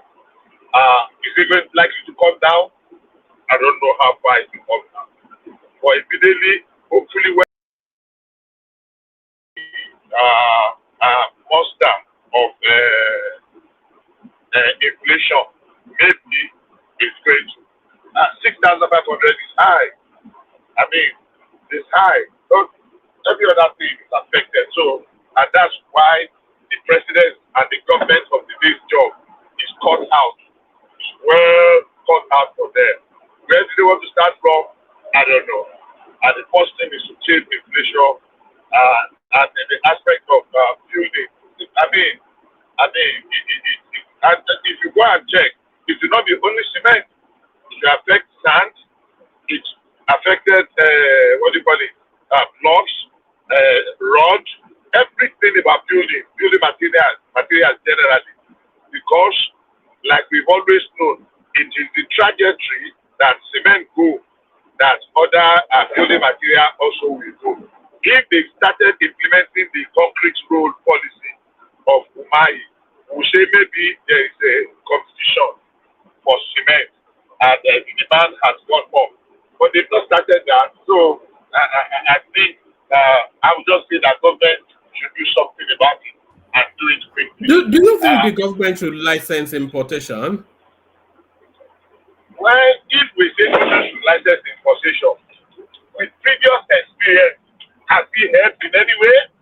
We had a debate about, if you remember, about government opening up the border so that grain can come in. When people were crying that rice was expensive, and people were saying, oh, let government open, so that if they flood, you said so too, that if they open the border and they flood the Nigerian market, the price will go down. And I was against it. I remember that, look, how much are they going to buy it? People will make profit. People will profit there. Now, they did that, and everything is still where if not worse. So for me, because it's not like that it's cut, it's just that the cost has gone up, either as a result of production. Because if it is cut, it can get the price will go up. But the other factor that can drive cost up is the cost of production and inflation, as we have seen and we have still seen. So it might not be a valid argument that if they open the border, but if they experiment with it and it works, why not? If they experiment, okay, let's bring in bulk cement, maybe not packed cement. Because because there seems to be so many cartels within so many industries. If Dangote and BAU, if they agree on the price of cement, then that will set the price no matter what. There's not sufficient enough competition in that industry. And the only really thing that can push even more competition is importation. That in itself dangerous, and I'll tell you why. If Dangote and Bua sit down, you are saying you actually it's PUA. If Dangote and Bua sit down and decide that, okay, let's crash the price of cement, that would be too dangerous for the industry, because they're going to run some people out of some smaller manufacturers, cement manufacturers out of business, and that is not good. That is of fear. That's of fear. What do they call it now? Price gouging or something. What is the name they call it? I mean, that means they are undercutting those other producers, and those one will run out of business, and it will be detrimental. You know, so they will survive it because they know that immediately we are able to run them out of business, we will not leverage on their absence and expand our whatever, and that will be too dangerous. We'll be laying a very dangerous precedent. So for me, yeah, the competition is not. Let anybody that wants to survive. People will go and look for a buyer that can better the next. I mean, a seller that can better the other seller. Even if it's 10 naira, even if it's 20 naira, and there are people you will give incentives to. That okay, don't worry, if you are buying up to 500 bags or 600 bags or what, we will deliver free for you. We will bring it to your doorstep and we will deliver for you. You know, and they tell big consumers that okay, we're not going to sell you bags. If they are buying so many tons, we'll give you in what they call this jumbo bag ton, and we'll come and deliver for you. You know, that bag it will reduce some cost of packing and shipping, and so it's unfortunate, but that's the reality we have. And can government force it down? That let's add it, join it to Femi Falana suit against the Justice Alagwa's court. Is Falana suggesting that we go back to the era of price control, whereby government, some people will set up a task force that will be going about with Koboko to force people to say, come on, that's really, really ridiculous. When somebody don't get something to do. You know, I'm laughing because, you know, when I saw that thing, I was just laughing. I said, you know, some of all these judges that even give some of these judgments. I mean, even look, yeah, the judgment apart, but even Falana that instead the suit itself. What was they expecting to that federal government should force the price of bicycle should come down, and the price of bicycle spare part, the price of motorcycle and the motorcycle spare part, the part of motor cars. You know, a lot of what Femi Falana does, he does it for the cameras. A lot of it is attention seeking. Yes. If the government forces down we're saying we're running a free market economy, and people are importing these things and putting their margin on it. So if the government wants to set the price, so who's going to buffer then the cost of importation and the profit margin of the entrepreneur? So that is then essentially is going to court to ask the government to subsidize the living standards of people. Then, I mean, when I first had it, I thought you would add that government should regulate the price that lawyers attach to. You go to some lawyers, they can't regulate that one. But personally, right? Personally, in terms of lawyers, that for me, that I respect, Falana is not there. It's not there. I think, like you said, he's always looking for. He's a Nollywood lawyer now. It's an Instagram lawyer. You know, he's an Instagram lawyer. He's just, you know. No, it's an Arise and channels and what do you call it? AI. Just from one of camera to another. Sometimes are you guys serious? You're calling Falana Instagram lawyer? Are you guys? Yes, Pepe Rempe lawyer. Yes, you guys are just trying to mock? Are you mocking yourself, or who are you guys trying to mock? If there's somebody, are you guys trying? Are you mocking yourself, or you? What are you guys? Hold on, Bishop. Constitutional lawyer. Hold on, Bishop. One of the best, or even the best constitutional lawyer in the country. Instagram lawyer. Hold on. Leave you guys alone. Yes, look at that. Leave you guys alone with your noise making. Baba Salah. What's the difference between Falana and Serap? because he has turned to is it Serap or what's It's a rap now. It's a rap. yeah, there is always everything cut and cut and cut and cut and cut. There are several cases that Falana can look into, not others, because every time is sometimes, people like take for instance now Serap. A lot of people don't even take them serious because it's a normal thing. Oh, we sue, we do this, we do that. They are always giving 7 days ultimatum and they say rap. Serap that was going to sue Buhari for using toothpick. Now, how can you be mocking Nigeria with toothpick when Nigerians are hungry? Bunch of.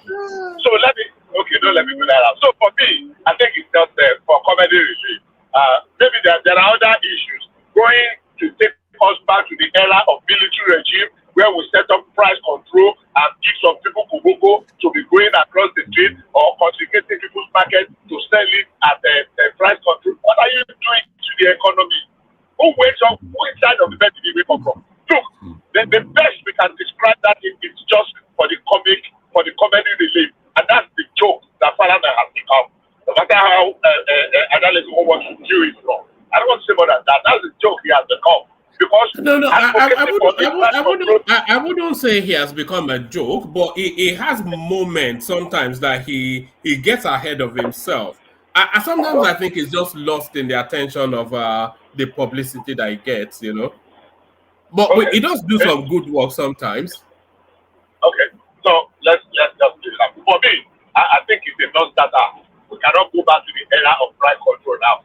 You go and tell Omoyibo that know how much he has spent to import his specially used paper from Japan or from America and tell him what are the parameters? What yardstick are you going to say? Okay, your brake pad must not be more than 400 naira, or your headlamp for Mercedes 2022 must not be more than 30,000 naira. What parameter are you going to do? The parameter is just what parameter? So that's why I think it's so. There are some cases you don't even expect to see coming from senior lawyers like Falana. So there are some cases that you just look at it and you're like, yeah, if it's one of these I want to be lawyers that is trying to pursue cases like this, yeah, you just look, okay, fine, this one is looking for publicity.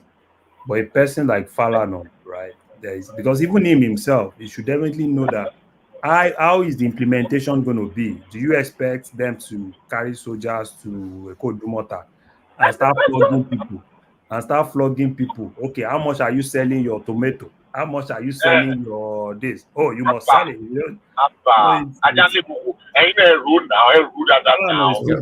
It's bigger than all those cases, which I think it's so for me, that's my take on that. What else? All right, let me take you to SIRIKA. They've frozen 3 billion naira in an account belonging to his brother. So it brings back that question then that a lot of the marquee names that have corruptions written all over them in the last 8 years, they are still walking the streets free. I'm talking about Abubakar Malami especially, Sadi SIRIKA, even more so. A lot of them. There's one guy, Umar Gandu, who was the sub of Abubakar Malami within that Ministry of Justice. Just so many of them.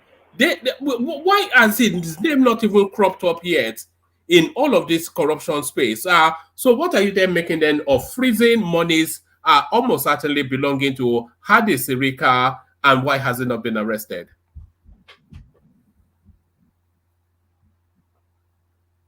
All right. Did you lose him? No, I think he's having a systems issue. Oh, okay. Are you there? Yeah, we can hear you now. Oh, okay. Maybe I did for a moment. And the network is okay. It's not as good as that. Anyhow, let me just continue before I completely run out. I will put this at the doorstep of TINUBU squarely. Before I say that, let me tell you, back. There is no system in the world that puts every criminal behind bars. It is the ones that you catch, you make the scapegoats out of them, especially the ones that are so clear. Now, this is my work. If TINUBU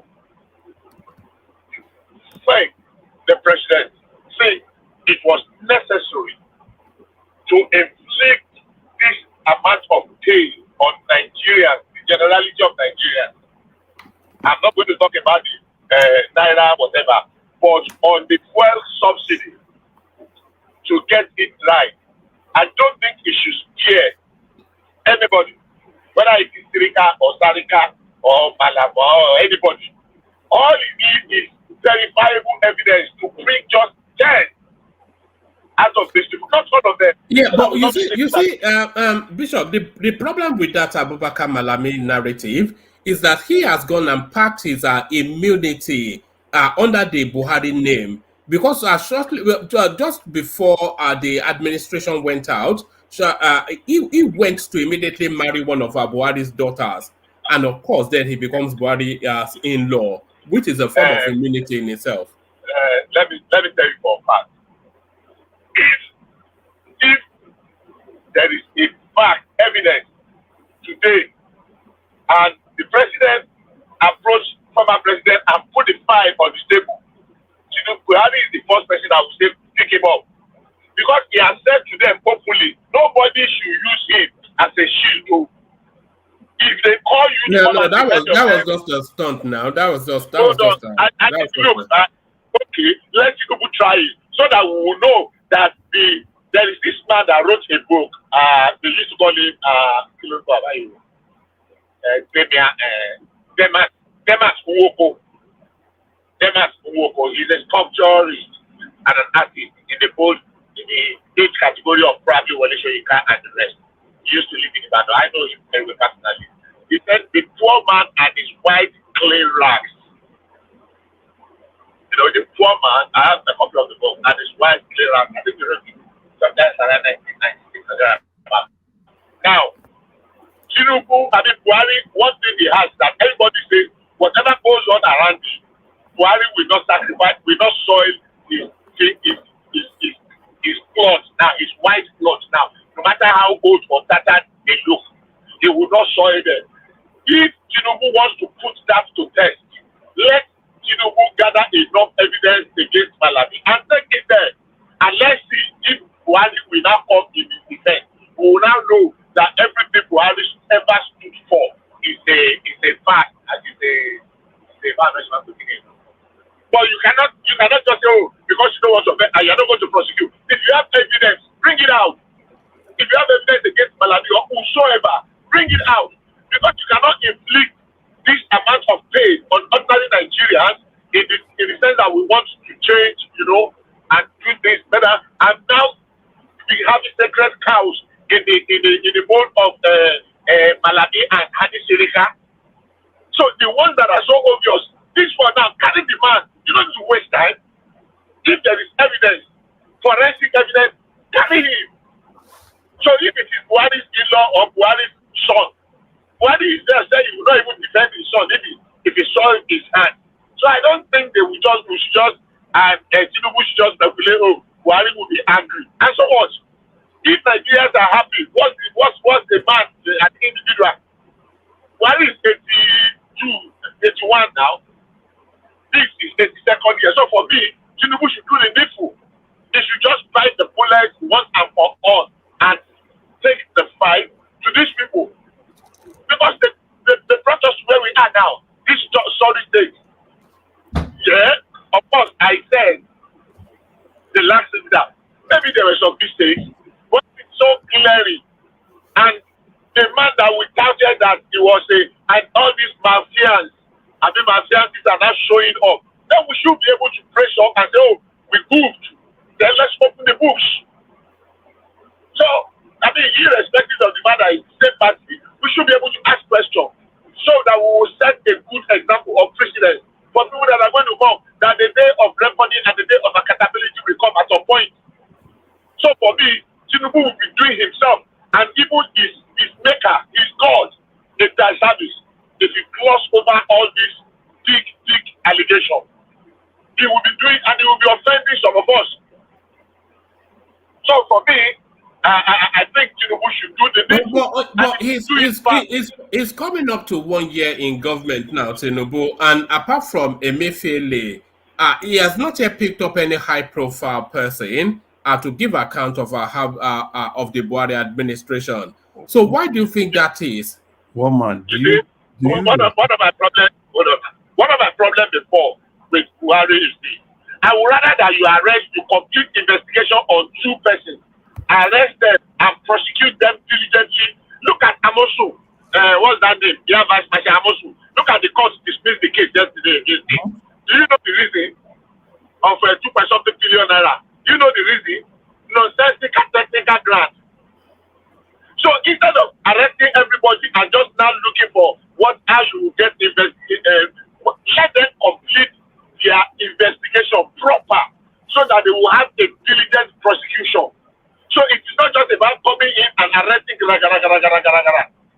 Eventually was a flight risk. He was almost going to go out. So maybe, and there were 2 clearing. I think he became a little bit careless in everything he did. I think he became, reckless and the rest. So he was leaving trails everywhere, footprints and fingerprints everywhere. So for me, if they are still investigating, let them complete their investigation. If it is only 2 they are going to arrest, let them arrest them. We have cases that have lasted 10 years and they cannot get anything out of it. 10 years. How do you prosecute the case for 10 years? And at the end of the day, the case was done for very flimsy, nonsensical excuse. So for me, I'm not really too much about the time, but the diligence is how proper that investigation is. But I bet TINUBU should do something about these people. Even if it is one at a time, pick that one.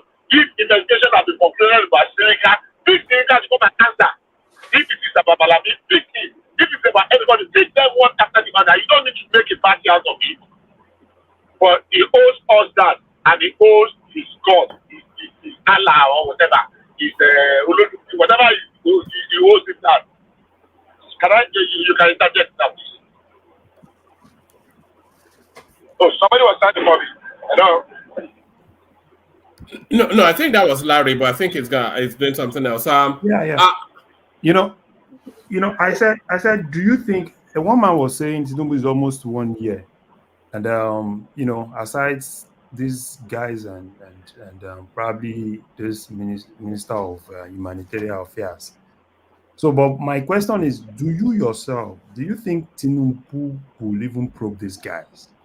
I don't think it can, because it's too enmeshed in the that's why, sometimes an opposition party was what we really needed to take over from Buhari, because the moment his party takes over, then they get away with all the crimes they committed. Exactly. Do you want me to answer you? Yes. TINUBU will do it. It will do what? You said, can they prosecute SIRIKA, right? No, it's like, can he probe the Buhari administration? He's not really probing. He's going after Emefiele for obvious reasons, but he's not really going to probe Buhari's administration. No, you cannot probe. Probing the administration will be a little bit too free. So, how do you call it now? If there are allegations and they are able to trace money, just do it on it. If you say you are going to probe Buhari and the same administration are going to probe, you are just going to throw spanner in the wheel of your own progress. They are going to destroy your own government. No white man will say, oh, what I want to do now is to probe my predecessor. I don't think that would be helpful in any way. Sorry, why would it not be helpful? The Buhari administration is one of the most corrupt in the history of the country. Snake swallowing whatever it is, all the atrocities of hold on, let me make the point and then you can disagree. All the atrocities of Abba Kyari, all the atrocities of Fantua, all the atrocities of Abubakar Malami, all the atrocities of just so many atrocities that played out in open glare. So all of these things, they played out in open glare, and the country wants them investigated. Okay. So I just want to correct something. You use an example. Just to set the record straight. Snake swallowing money did not happen under this Buhari administration. It happened in 2012 or 2013. Just to set the record straight. So there are too many examples that you can use there because that will just be an easy way for somebody to punch your argument. And having said that, What I'm saying is this: TINUBU and Buhari are the same party. That's You you see, cannot it's link good for one. them. Do you think that is good for the country? It's good for them because they Let are me the same finish. party. I respect this man. This No, what, you what? Sorry, Bishop. Yes, Larry, that's why it would have been ideal for if there was a viable opposition. I would have preferred that an opposition party take over from Buhari, because as soon as Tinubu came in, we all know that they will get away with their crimes. When Buhari came in and everybody was shouting pro Jonathan and pro Anya, what came out of it? Did he pro Jonathan and station? Were there no high level stealing under Jonathan administration? Did he probe it? That's the question. Did he probe Jonathan? Did he probe even this guy ran away? Dazuki for years. It was this same Valano that was shouting fundamental human rights, fundamental human rights, fundamental human rights. Did they get anything out of it? It just ended up becoming like Please, can I interject? Your system is a bit grainy somewhat. Interject, but make it brief. Yeah. Okay. The reason why it was difficult for the Buhari to probe Jonathan regime because most of the criminals in PDP actually flushed out of PDP and joined APC, so they were being covered. That is one of the difficult tasks for them. Okay, so this guy flush out of the Datuki flush out of the from the PDP. How many people that held position there that came out? I mean that argument is what do I call it now? That argument is not. It's just the amount of distraction is going to cause. Because we've had some people say, oh, just ask them to bring the money and forget about prosecuting them and the rest. They try, nothing works. So for me, my view, I feel saying you want to probe the immediate past government, which is your own same party, will be a distraction, and everybody will now hide under that cloud to escape justice. But if there are evidence, like the case immediately, bros, do you think there are no evidence? There are what? Do you think there are no evidences that they can That's what I'm saying. If there are evidence against the individual that participated those crimes, no, you are missing it all. If you let me last my thought. Okay, wait, let's look at one thing. Pick a ministry, right? Look at everybody is shouting humanitarian affairs, because we'll see how brazen those people were, right? How they were just spending and everything, no account for anything. The sharing money and everything. Now, that is just, let's put that aside. Pick any other ministry, right? Money were being pumped into these places, and these people were just basically spending money anyhow, without even doing anything. There are several contracts. If you just pick each ministry, look at what they've done with contracts, you will pick a lot of things. It was just more like, look at the whole thing. Everything that was happening in CBN then was basically almost every Tom, Dick, and Harry was having ability to get dollars. I still remember one of my friends during the Mayfield's period. What those guys were basically doing in Abuja is, they just ask you, right, do you have a company? Can you do one or two things? And at the end of the day, you go to CBN, they will, one way or the other, they will approve that 1 million for you. Collect 1 million and take it to Wuse, and it was so really crazy then. So, but for me, I know Tinubu, he has a lot of information, he has everything. EFCC has a lot of things, rather than them running after Yahoo boys, we want to go and bust one Yahoo boy and all those things. Collect our money from these people. We know, even we ourselves, we know these people have taken a lot. Imagine you were in a government that was basically just printing money without anything backing it up. Do you know how much these guys printed and shared? Ways and means, everything. They were just basically printing money, sharing money. And you're saying that government, there is no evidence. There is a lot of evidence. All the money they share without ways and means. Where exactly did that money get to? Which contract do you use it to finance? I'm not asking a country where people are they have that effort to print money the way they like. Okay, hold on. Hold on. When we have conversation, let's try again. You just said something now that I never said that I do evidence. Did I say that? No, you said no. What you said is if they have evidence. I mean, I'm saying there are a lot of evidence, even with our outside. No. That's where you are. That's where you got it wrong. Now we are having a conversation. Now I am saying every evidence they have against individual in the ministry, because technically what is happening already is proving the Buhari administration. If you are proving 2-3 ministry, you are proving the CBN. Technically, now it is based on what facts available, evidence available. We don't want to go on the one that you will just arrest people and you will keep them and we will start a trial and you will be paying lawyers billions and billions, and after 10 years, some lawyer will have fed fast and there will be no conviction. So, saying you're probing a government, the past government, is a little bit too loose. Where do you want to start from? But if you are probing the CBN, you are probing 2, 3, 4 ministries, you are already probing the administration. It is just that the headline, the sensationalism that, we are probing the past administration, is going to throw clogs or spanners in the wheel of the government. It's going to cause a lot of, but if they catch you in one ministry or in one department or in one agency and they say, come and answer to these things, that is technically probing the government. It is not until you bring Buhari and say, okay, Buhari, come and sit down. No, every ministry, every minister that served under him was a part of the government. If there is evidence today, some evidence will still come up tomorrow. That's what I'm saying.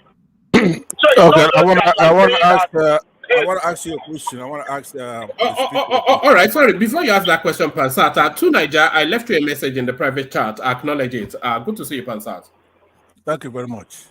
Hello, everybody. The guy who's speaking right now, the last speaker, Bishop. Do you know, Bishop? Do you know how much money has been recovered from Abacha?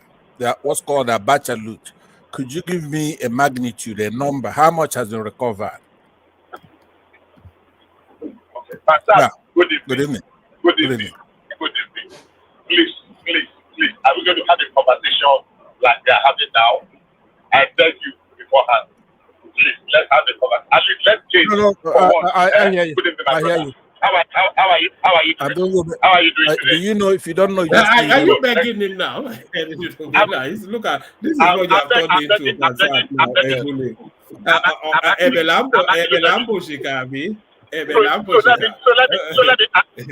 So let me answer you. Abacha died,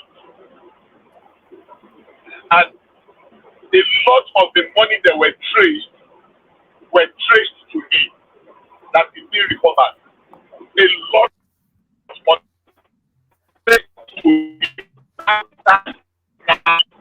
You're breaking up, government. Sorry. Okay. Do you know how much has been recovered? How much has been recovered back? Forget about how much is out there or whatever. Do you know how much has been repatriated back to Nigeria? Do you have a figure, Pansat? I do. I have a figure, but if he doesn't know, you tell me. I can work on it. Huh? No, you don't have to work on it. If you don't know, just tell him you don't know. I have a follow-up. That's why. I will tell you. Then I'm going to ask you a follow-up question. Now, it's $4 billion in cash. Okay. $4 billion in cash. I said dollars. $4 billion, and then $2 billion in assets have been recovered from our battle loot from 1999 to 2023. Now, the question I have: do you know who Bagudu, Abubakar Atiku Bagudu is? Is that not the minister of something or the other? The minister of defense? No, that's the minister of planning. Budget and planning. Yeah. For who? For TINUBU. TINUBU. Right. And that was his bag man. That was Abacha's bag man. Yes. And the U.S. government made a deal with him where he gets to recover over $140 million, right? Yes. He actually sued the U.S. government to hold on to monies that he stole with Abacha, this TINUBU's minister. Exactly. And France has a lot of that Abacha's loot. That's why TINUBU is going to, well, I'm assuming that's one of the reasons. France has a lot of Abacha's loot that's already been identified, right? So what you have to understand is that it is silly for us to, I'll conclude with this and give him back his time. So I wait for my turn. The point I'm making is that I don't even think it makes any sense to start accusing anybody. You see how Bishop is saying, where's the evidence? There's a lot of people from my section of the country, including the South, and a lot of women, they go to court to prove their innocence. Nigeria doesn't have the habit of saying, let's go and find the evidence, and then we can then accuse you, and then we'll go to court to prove, so you could tell it to the judge. All these Northerners and all these Muslims, they litigate their own case in the newspapers. You basically have to convict them before you charge them, which is okay if it's the standard. If you have to have evidence before you accuse, it has to be nationwide. You can't be going after Mayfele, for example, and then go and let him tell it to the judge. While Buhari is running around, Bagudu is running around, TINUBU is running around, all right? Appointing somebody that corrupts. I'm telling you, Bishop, if I'm you, I will never open my mouth in the public. I will not do it. I'm telling you. The point is that if somebody's rotten to the core, it's TINUBU. That's who's, you cannot come here to defend a guy like that and then have some kind of what do you call it? You can't have face if you do that. You don't have to do that. Don't defend him because, number one, he's not a Yoruba guy. He's not a Nigerian. He's very corrupt. He's illegitimate because there's no respect in what he's doing. You cannot go appointing somebody like Bagudu to be in your cabinet. And then I agree with that. There's no departure from what signal does it send? Somebody that was openly prosecuted for links to Abacha loot are clearly corrupt, and the Americans established that, widely known. They recovered money from him, and you put him in charge of budget and planning. What does that tell us? I mean, it just tells us. Carry on now. I'll come in at my. It just tells us that TINUBU is more of a politician than a president.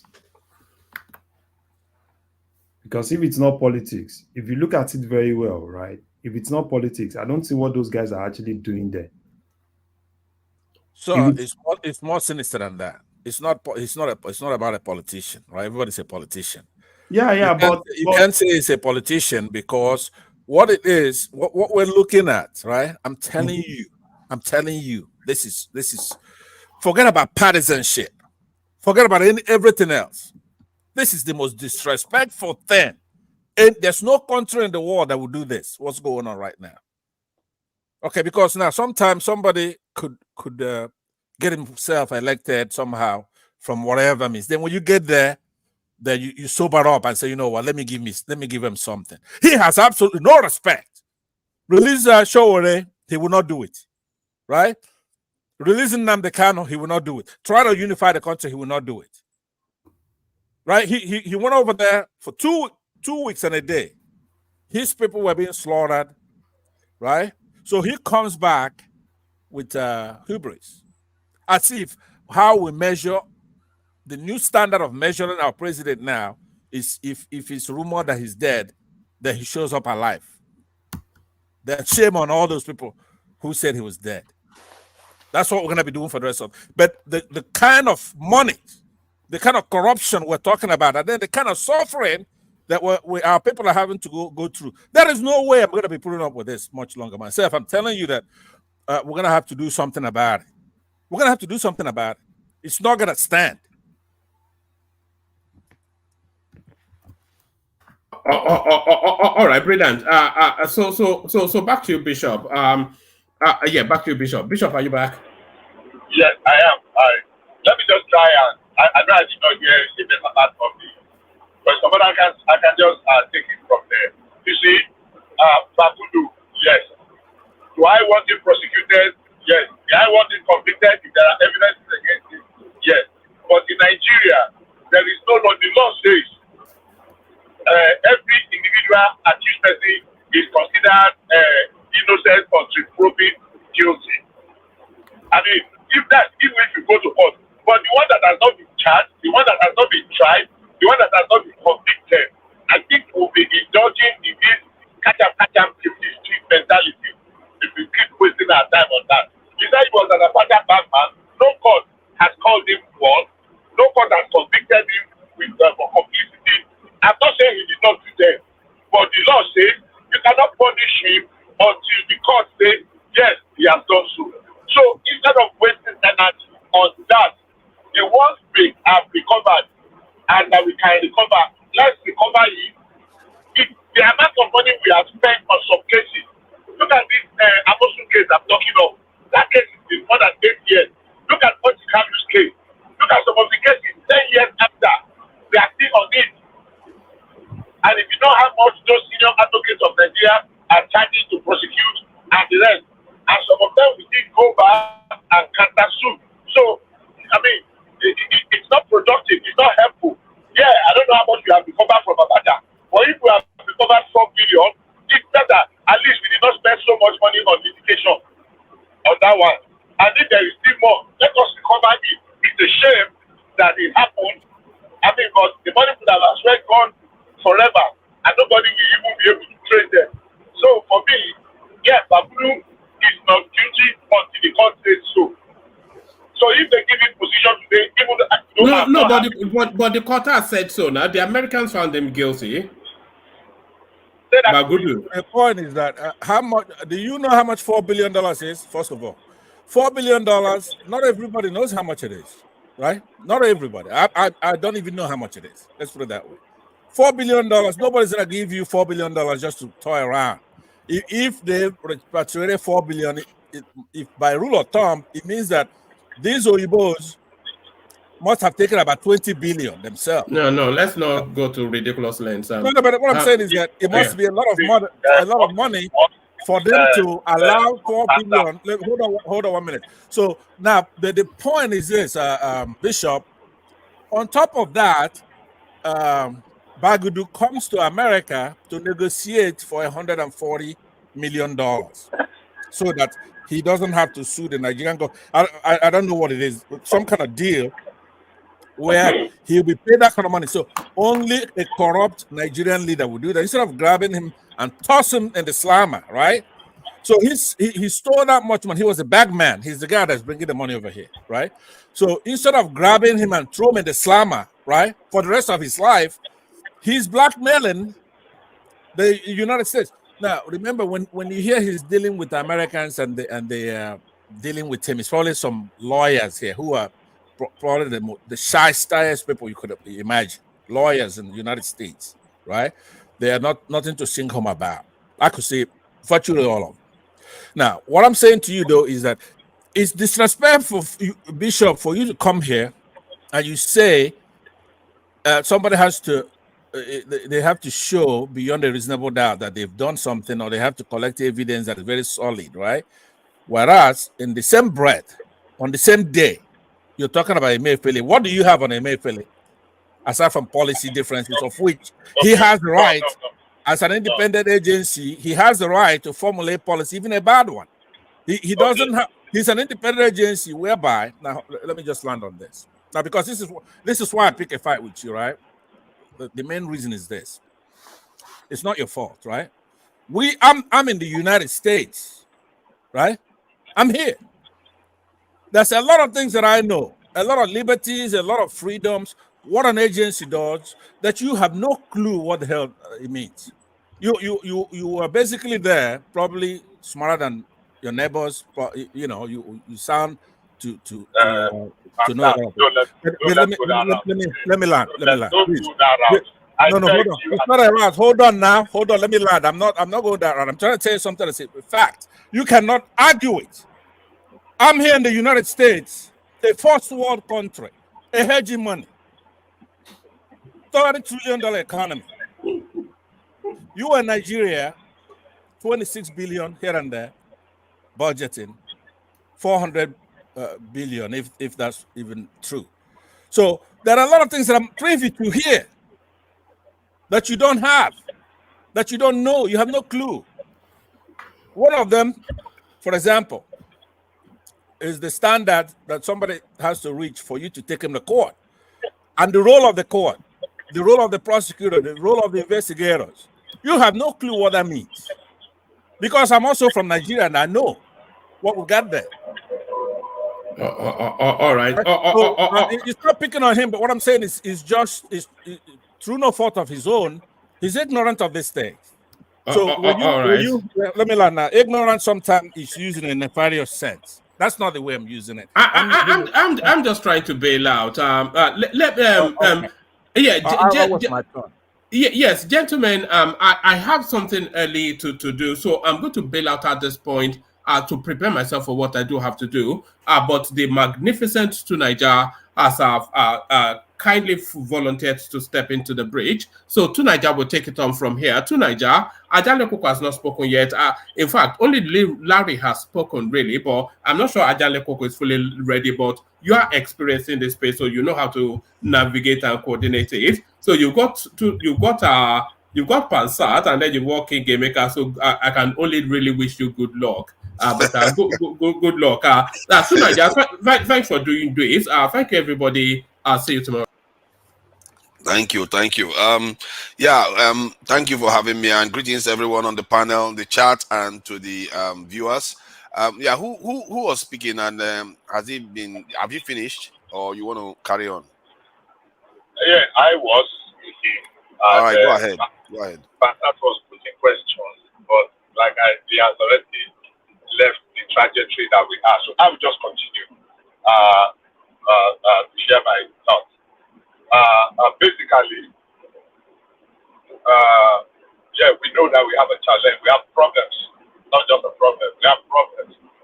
We're talking about corruption, probing previous government, probing some individuals that they found to be to have compromised or to have abused their offices. And I said, look, don't just go and announce for the headline day that, we want to probe the previous administration. Through every individual that you have evidence, you have been able to assemble evidence against to come and give account of their stewardship. Now, Pastor gave me that I said that immediately is answering. Yes, at the moment, there is evidence that he compromised his office and he is being made to answer questions. If that tie turns tomorrow and there is another person, so be it. I don't have a dog in that fight. Don't be any Balami, don't be my papa. SIRIKA, don't be my cousin, don't be my uncle, don't be my anything. Even I don't have anybody. So if there is enough evidence, which saw what happened in the city, we listened to the new CBN governor talk yesterday. That alone is a big indictment. We know about the ways and means. We know about how dollars were being allocated to people, whether it is necessary or not necessary. They said we have 7 billion backlog. The CBN said they did a forensic audit, Deloitte and whatever, and they were able to discover that 2.5 of those 7 billion were just funny. Some people that did not even apply for the dollar they were allocated, some people applied for, they were given more than they were. Let somebody answer for that. So yes, I will say to you, today they told us that there is enough evidence to put a Mesiele on trial. So let him face his trial. Let me Tunaija, just 30 seconds. I think it's a fair point, that he's wanting to find people suspicious or want to charge them with something, but they don't take them to trial. The same thing is happening with Nnamdi Kanu now. So please go ahead. Bishop, here's what I want to do. Maybe you and I, we could get along, right? If on one condition, here's what I'm saying to you, right? Like the statement you made now. Sorry. Just hold on. Co-host, please show your face. I've been given a heads up that there are some spammers going along. So just show your face so that I can let you in the co-host. All right. So, Bishop, this is technical, but it's the fact. You just have to check it. Now, when I give you these corrections, all you have to do is go check it. If it's true, then let it reflect in your attitude. The central bank is an independent agency. It's not with the executive. It's not with the legislature. Of course, it's not with the courts, right? So that CBN governor has independence. He could formulate any policy he wants. The president doesn't have to like it. And it takes a lot to remove him. You need 2/3 of that Senate to agree to remove him, even though the president appoints him. That's just the way it is. That particular Emefiele has independence. Now, they could be harassing him, doing all this stuff. Eventually, when he goes to court, at some point, he's going to be let go. Because those are policies that they try to charge him with terrorism, believe it or not, with gun charges in the beginning. But because he's from the Southerners have been removed from the Southeasterners. Therefore, anything happens to their people, like when they elect somebody, even Jonathan or a Chief Justice on again, the Yorubas go and remove him from office. Let me just land on this. Therefore, what I'm saying to you is that there are a lot of people who did a lot of bad things, a lot of things that are under suspicion, a lot of, including Buhari himself. Do you really think Emefiele could do anything without Buhari's approval during that stuff? He won't be able to do that. So that's what I'm saying. The last person that should have been even arrested is Emefiele, because constitutionally, he's an independent agency, completely independent. He doesn't have to do anything Congress lacks as far as fiscal policy. He's in charge of monetary policy, and he's independent. And Buhari or TINUBU, none of them should lay a hand on him, period. I have a problem with your line of reasoning. Now, as far as I'm concerned, Bishop, your audio seems to be like you're coming from some kind of monos microphone or something. I don't know. It doesn't sound right. Are you far from the mic or something? I'm not far. I'm using my. But we are hearing him now. We can hear him. Yeah. Okay. Go ahead, Bishop. Go ahead. So what I'm saying is, I'm just going to address what Pastor. I'm not putting sentiment or emotion. The fact that CBN government is independent does not mean that there are no rules that guide its operation. And if he has been found to have worked outside of those rules, all they are saying is that come and have your day in the courts. Look, they're putting this sentiment of witch hunting because it's from the south or from the moon or from the head. It's immaterial. And if we are going to move ahead as a nation, we just need to transition this biases. I don't care who the person is. If he has been found to have compromised his position, he has used it wrongly, so that he is an independent organization that can formulate policy. Does not mean there are no rules guiding that establishment. And it's before the courts of the land. Nobody is saying, well, no, let me tell you how that works, okay? Let me tell you how it works. I was going to tell you how it works, so that you're saying there has to be. Just hold on, Bishop, hold on.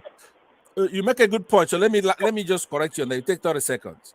When somebody is an independent agency or somebody's president, right, it doesn't mean they could do whatever they want, just like TINUBU, for example, right? But you cannot go and charge him with a crime.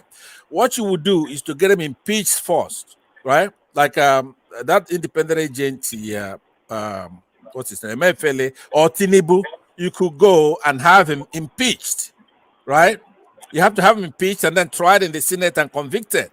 See, TINUBU is not, or the governors, they keep saying, oh, he has immunity.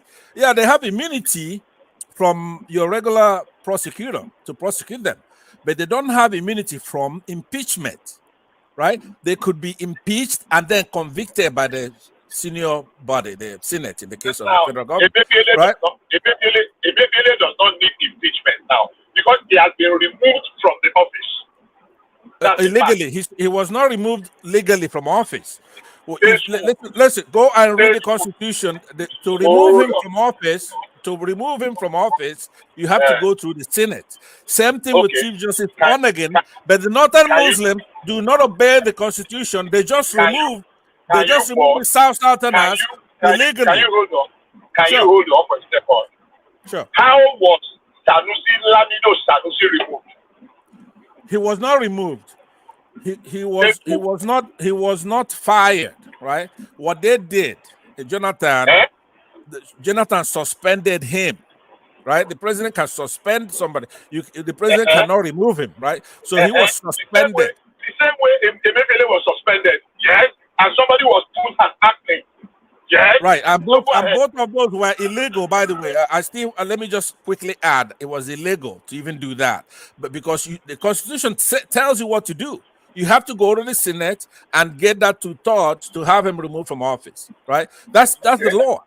Okay, but if there's some kind of emergency, I think we are discussing the minutia of these things now. The idea is that, from what I've observed anyway, Nigerian corruption, whenever they are fighting corruption, it seems to be politically motivated, for one, and religious motivation. Also, they also tend to not even prosecute it. So they hold, basically it's a kind of hostage taking situation here, where you kidnap people, say you charge them with something, and you just hold them for political reasons. This is the situation Nnamdi Kanu is in right now. And the way that's what Emefiele is. Hold on. They are not trying anybody. They are not taking anybody to court to actually try them and convict them. This is not anti-corruption drive. That is the most pedestrian argument I will ever hear, and it is a shame. Of course, you are going to say that when it's actually real in the real world. How can you call it pedestrian when what I'm saying is more real? These are not being charged to court. It is very pedestrian, and it's a shame that we'll be holding. We call ourselves elites. Come on. Don't do that. You are just being facetious now. Have they taken Nnamdi Kanu to trial?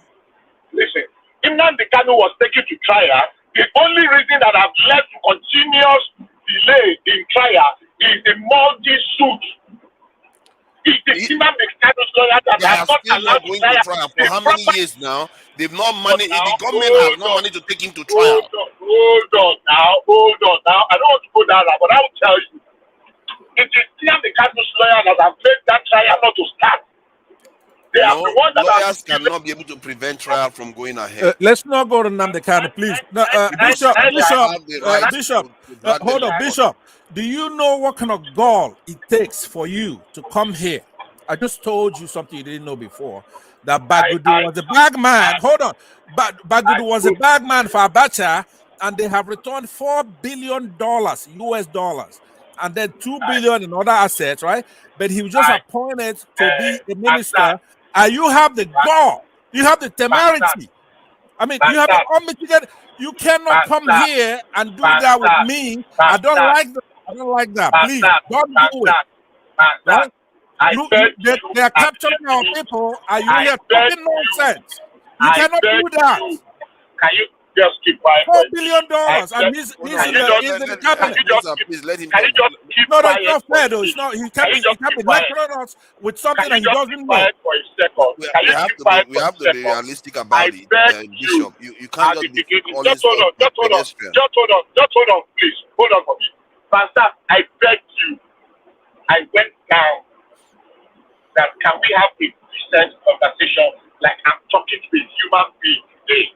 But you have just proven that no matter how much you dress up a pig will always remain a pig. And that's what you are, sadly, unfortunately. You are a gutter person. And no amount. You are not making a specific point. You are just making side points. Let me finish. Keep quiet and let me finish. Tell us what justice you believe is going on in Nigeria right now. They just told you to keep quiet. Why don't you remove him? You have the button. No, it's you have okay. a button? I think you don't have a button now. With this stand. I don't own his man. Please, Pansa, let him not own his man. He has the right to say what he wants to say. Please go ahead. With you, like a human being.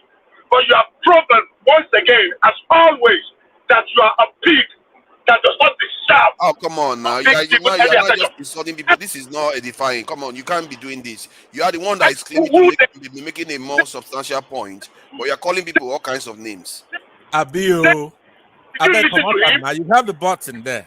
Okay, I think. Did you listen to him? I listened to what he said. He talked about bagmen and talked about why they are being appointed into office. So how is that something for you to start using the kind of language? I didn't say anything. Sorry. Hold on. Let me just Adewale, if it is you, please show yourself because I've been given notice that some people are spamming the channel. So. You think I've been listening to that trash? All right. That's Adewale. All right. Take it easy, Bishop. Your audio is not very good. Looks like it looks like Adewale for sure. Yeah. I think this discussion is a little bit can you tell Niger to remove Bishop, please? He's abusing everybody. Answer, don't do that. I think this discussion is a little bit redundant because both of you don't seem to be seeing eye to eye at all.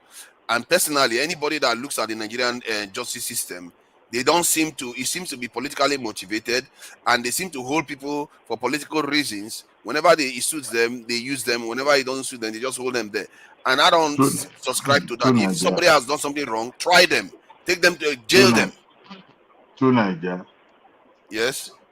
Anytime I see Fansat on the show, I will say an extremist has taken over the show. But thank God you come to the rescue. So I saw Fansat speaking earlier. I was like, oh, the extremist is here now. Even in the face of victory, this man was still in the dwelling in that mindset of his. Even when the Super Eagle was winning, it was being negative. But I'm glad you're here. Mm-hmm. So it was being negative when the Eagles were winning. Okay. I think that match, at least thank God that Nigeria won anyway, because when I was watching the penalty, for once I felt my heart shaking all over the place. I didn't like that. Football has a lot of tension in it, I tell you. Okay. Can you imagine the referee, the Egyptian referee? Boy, something else. You always get these things. You always get these things in football. It never ends in football. Okay, so I don't know. Actually, I wanted to change this topic a little bit, mix things up a bit, because I tend to like to discuss some of all this fundamental stuff. This morning there was this discussion that was going on most of the media. Really, I don't know who raised the topic that Nigerians spend $40 billion going overseas for education and healthcare in the last 10 years. I think 2010 to 2020 is what they were referencing. I don't think they included 2020 to 2024. So, and the kind of money we are spending going overseas for education and treatment shows that the Nigerian systems are not functional. And if you look at this is one of the reasons why I was very furious with the ASU strike. Because when I witnessed it last year, I was like, how did Nigeria not pick up that this is destructive to the nation? Like, there is only if you strike for 5 days, 1 week, that okay, fine. But if you strike for 9 months, you are destroying that nation. You have turned to an enemy of the state. Nigerians didn't pick up on it. When they listed the amount of strikes ASU they had in the last 10 years, that during that period, people spend $40 billion overseas. It's like any reasonable person can't have their children go to school in that kind of system. 9 months strike, 6 months strike, 3 months strike, 2 months strike, 9 months strike. It's like, what is that? You are destroying the country slowly, claiming that you are trying to help the people while you are actually destroying the nation that is supposed to care for them. So that problem is part of some of the stuff we see in Nigeria where everybody goes overseas. TINUBU just came back from France. This is why our nation is not producing anything. And I saw another devastating report the other day about Singapore, the export Singapore does versus that of Nigeria. I think if I read the numbers right now, for me, it just tells you what is the damage that is going on in our country. The Singapore's export for 2021 is $351 billion US, while that of Nigeria is 44 billion dollars. It just and that is oil. Most of that is oil.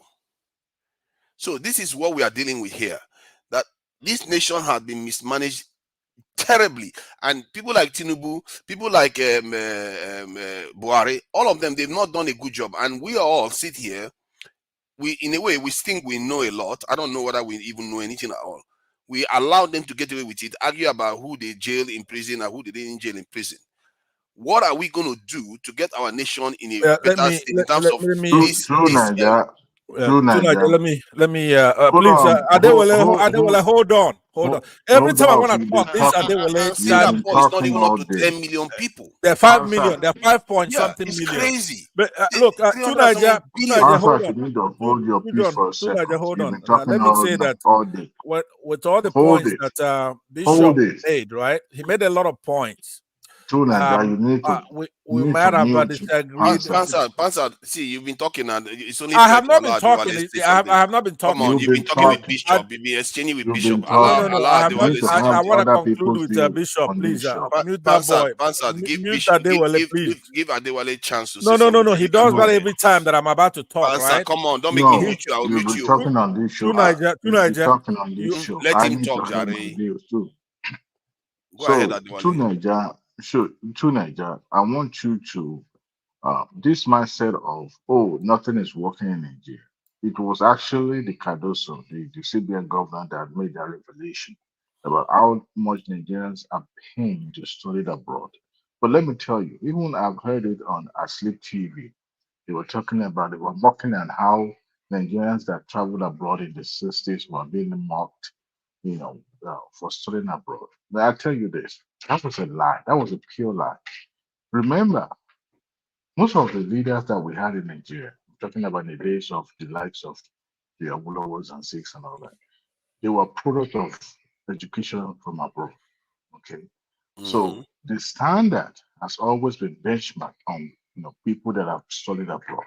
And I tell you this, the products that came out from abroad have always been better than those who graduated from Nigeria. However, if you bring it back to what we now have, I don't see a reason why federal government should continue to subsidize people, paying for their education abroad. It should be a thing of luxury, of personal. They should be taxing them even. Exactly. Federal government should not be subsidizing. The way the CBN was doing it before, where, people studying abroad, they were giving them from I&A windows, selling dollars to them, should be scrapped. For God's sake, public school has been bastardized to the point that nobody even wanted to send their children, their words to public school. Just also done. Lobito, if you are a member of EDAS, you have to show your face. We are worried about spammers. Show your face, then I'll let you in on the panel. Sorry, Adewale, please go ahead. Tunaja, you two, you have not been regular on this show. Because you're regular, you will see that my logo has always been like this, so it's not been regular. However, in Nigeria, the leaders, or should I say, the politicians or the elite, you've always been. Yeah, if you have about tea, show your face. I don't think I can let you in without showing your face. If it is Baba T, it is Baba T. No other person is Baba sure? T on this show. I can assure you that. You came in with Lobito. Okay. I can assure you. You know what? Tonight, you are too many for being cancelled on this show. I mean, okay, keep playing. Okay, go ahead. Okay, I have to be sure now. So going forward, for Nigerians to be paying $40 billion to pay for the education abroad is a slap on the face of all Nigerians. I'm a product of public education, and I know what I acquired while I was going to public schools. Now it is no longer a fad. Everybody wants to send their children to private schools or send them abroad. Listen, we are playing with fire. Because a time will come in that country where sending children to go acquiring education, because what we term as education is just sending words to school for them to study and memorize things and all that. But the market for those children being churned out years after years will now be available, because what we have. I came to the United States, right, as a product of public school. My brother, and I got a job.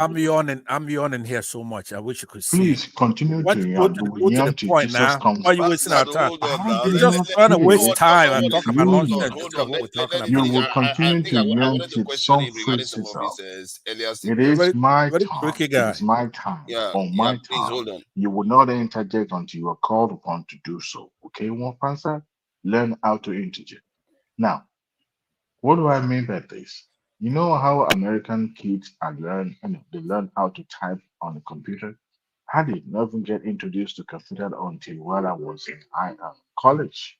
I have no idea what computer looks like. And I must say, all right. But you see, when you get a job in a public place, even a private enterprise, you have to learn how to type, and they have the way of learning how to type. I didn't learn how to type just that. I didn't learn how to type, on a computer. But that became my a problematic for me. I have to go and learn how to type faster. Not that I don't know how to type on the computer, but in some of these schools, they've been introducing the students to how to type. So when you have people going out of public school in Nigeria that have no idea how the computer look like, it becomes a problem for them when they get out of university or colleges and they can't find a job Yeah, because they can't but compete. Dewale, does that Hold on. is that not a question of improving the Nigerian education system? I think your very No, you earliest see, premise. even So I wanted even to ask you a question. even Hold even, on. even You the made government. hold on now, hold on. You made an earlier premise that our leaders, our early leaders that schooled overseas had higher basically they are of higher quality based on because they schooled overseas. That what that should be crying out for was improvement in the Nigerian system, not to ship our people further overseas. It's like saying that Nigerians don't do enough export, so let's No, no, import no, more. no. Don't get me wrong. You see, education is beyond, calculus or any of these things that we learn in school, those theoretical stuff. Education is even more of the exposure that you gain when you are with people from a diverse background. That you'll be able to understand, the dynamic of what education is all about. Because look, we're all different. Our learning process are different. Okay. Now, when you get exposed from the younger age to what is being obtainable outside your domain, you get to have an open mind to embrace things that are new. But when you are Yeah, close-minded but because you're hold on, limited, hold on. You see, I get what you are saying. Exposure to something outside that is probably more advanced is a good thing. However, how many of those people that are exposed actually go on to offer value to Nigeria? Very tiny. And in reality, we are losing a lot of resources and a lot of brain power sending these people overseas. So you have to appraise that aspect of the equation because it's not only just exposure. If you look at most of them go on to work for the West. That's what they I do. mean, They work for the West most of their lives. you are right. You are right, to Nigeria. You are right. Even within the country, people don't want to teach where they are on NYSC program. They want to go to the bank. They want to work in a oil company. They want to be in a place where they could be placed for employment or position themselves for employment, right? But the impact of NYSC is to give back to the structure that built you, and people don't want to do that anymore. Now, what am I saying is this: is that if or going forward, because government cannot stop people from sending their children abroad to go to school, but like you proposed earlier, there must be a price to pay if you are going to jettison the local content and sending your kids abroad. You are going to pay the premium. Number one, you can either tax them or not allow them to have access to FX, through the bank system or the government system, but let them go and access their Exactly. They're own also FX. draining the Nigerian FX as it is already. The little FX they are draining it too. Exactly. So if you are going to be able, if you are able to pay the premium, that's fine. It's your choice, your prerogative. But if you are not willing to put that tag, that premium tag on that, that sherry on top, then you have no choice than to send your children to the local school. But not just the local school. government. I think the public school was open to the the federal government allow private enterprises to have their own school. I think it started from the era of was it Obasanjo? Naja, how much time does Adewale have? And I am not so sure. Yeah, But what is Adewale sure? tried to round up so that the He's not talking about anything. He's just blabbing and talking and talking. Walking on molasses. It's It's a just shame. annoying. I don't. Why you guys? You're not annoyed about that. Listen, I can see Adewale has a way of frustrating anybody that has a point to say. listen, But Adewale, I don't please have I have don't I mercy don't upon have us time and for just try those. to round up. I don't look, I'm not a very how do I put this? Look, I'm always positive in my mindset. But Pansat today, look, I'm not gonna come at you because I don't have time for you. You always come to the platform with a negative mindset. Look, I don't have time for that. I want to hit it that bull's high. Look, it's not just about discouraging people What is the sending their topic? What are children you to abroad. talking about? Please, Indulge me. can you pipe What down is for the a minute? subject? What are you Can talking you about? pipe low for a I have minute, no idea what please? you're talking about. What are you talking about? Can you Tell be me. mute for Pansa? Can you be Okay. quiet for a second? Okay. The Go ahead. audience that I'm talking to, they understand what I'm talking about. It's only Okay. you that need to You're unhappy have about a Nigerians going listening space. abroad to go to school. Is Now, that the topic? What to is it? What's the Nigeria and topic? others on the platform that are listening to me, it's not just about encouraging the people sending their children to abroad. The federal government should find a way to discourage, number one, by putting that premium on those people sending their kids. But the local schools that we have, which more or less 80% on the hand of the private individuals that are establishing school because that is a hot cake right now. I want them to also discourage by pumping money, continue to refurbish some of the public schools that we have and pay the teachers well enough be equal to what is their counterpart is being paid in the private school, so that will discourage people from sending their kids to the private instead of the public. You see what I'm saying, tonight? How I about the don't. strikes? I, How I about don't. the I don't see. strikes? I don't That see what the you're saying. the, I don't the see. increase strikes that keeps it, happening. Then how about the strikes? because what are they agitating for? Most of the time, it's always about salary increment, the But condition don't of you the think that they teachers. should outlaw prolonged strikes? It's not about outlawing. If the federal government meet them in the middle of what they're agitating for, there will be nothing Yeah, like but strike. you see, the truth is that I feel like there are elements in the country, whether The wittingly teachers or need to be unwittingly. Let me compensated make well my point. enough. It's a very, very quick one. To Nigeria, Whether you're a wittingly moderator. or I have, unwittingly, I no, have. I'm trying to question your presumption. So Okay, that's I'm trying to get. So, there wittingly or unwittingly, there are actors in that country that have put themselves in a position to paralyze the education system. And the reason why I say that it didn't start from Buhari, it didn't start from Obasanjo, all the way back to Abacha. They were already striking like this, and they've been destroying the education system systematically on and on. And while they do that, the people they are actually depriving education are children of poor parents, because the people that are of well-off parents, they will take their children and put them in private institutions.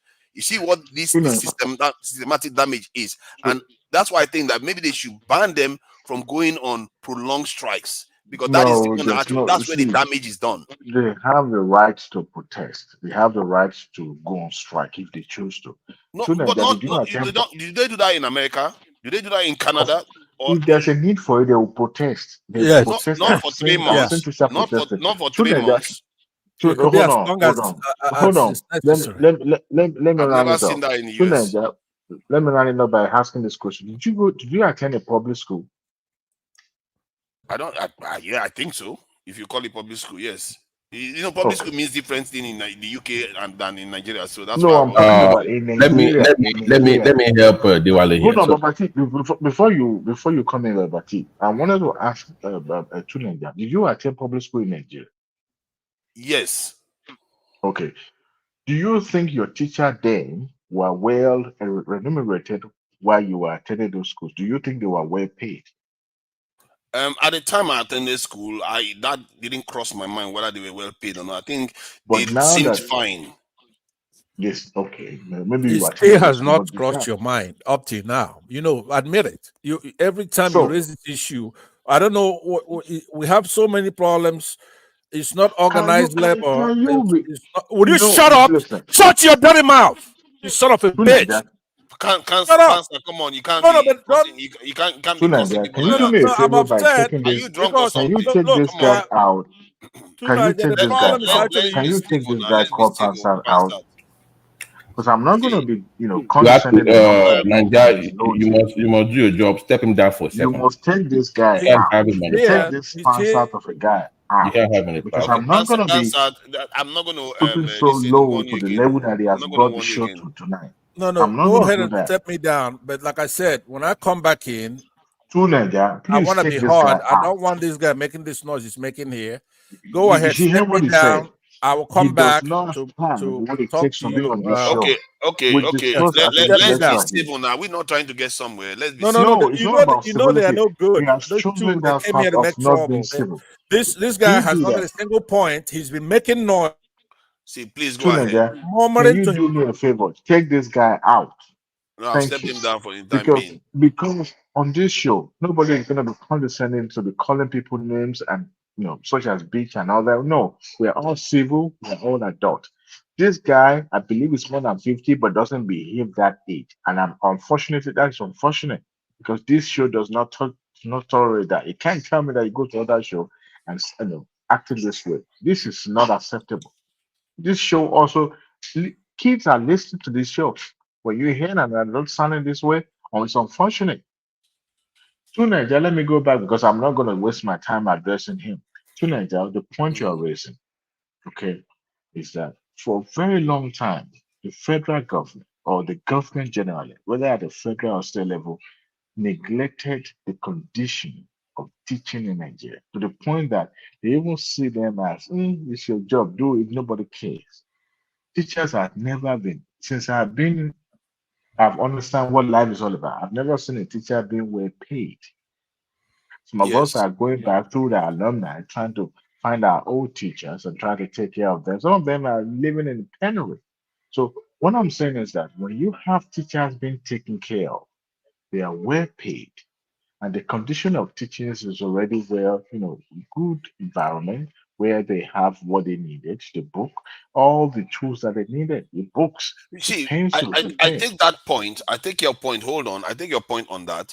But if you look at, you see, this is why we have to sometimes compare people's realities. You see what I mean? So if you look at in the West now, like in the UK now, if you come to the UK and you ask whether the teachers are well paid, they'll say no.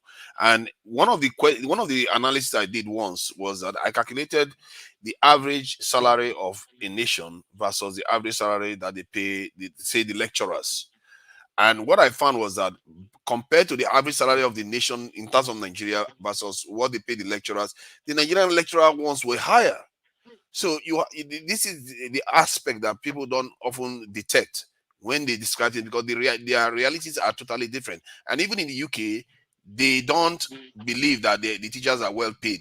As a matter of fact, it's just that is rampant. That's everybody agrees with that. So in Nigeria, the same thing is happening, but the strike level in the UK is different. And the damage those people are doing to the listen. Can you imagine if for me, when I try to rationalize, I ask myself, all those soldiers Boko Haram was killing, some of their children were trying to go to school. Why these lecturers can you hold on a going on second? strike? What leverage, if you don't support the strike or the movement, what leverage do they really have? Okay, you see, sometimes you don't have any leverage. Even if you don't have any leverage, it still doesn't mean you destroy the goose. Because it's like saying, just because you're not getting feed for your animals, your livestock, doesn't mean you should starve your livestock even further, because you're killing the education system that is supposed to actually build your own career too. So, and the nation is a kind of entity.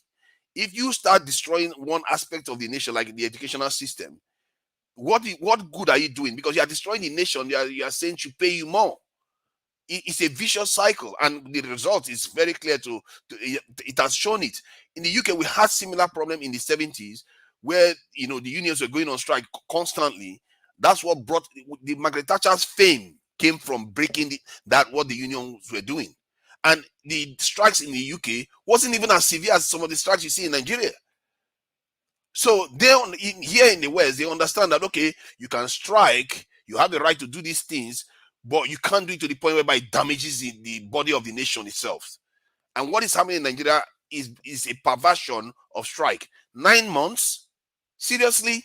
When soldiers are basically dying for the country for less wage, and you go home for 9 months, why the children of those soldiers cannot go to school? Why the children of rich people can go to private school? Oh, why? Do you How know, is that fair? Okay. Do you know why they were on strike for 9 months? Do you know why? Oh, they were arguing over the payment system. Oh, they were arguing over this thing, the conditions and wages. You see, you don't even. That's my point. One, leverage. They don't have any leverage.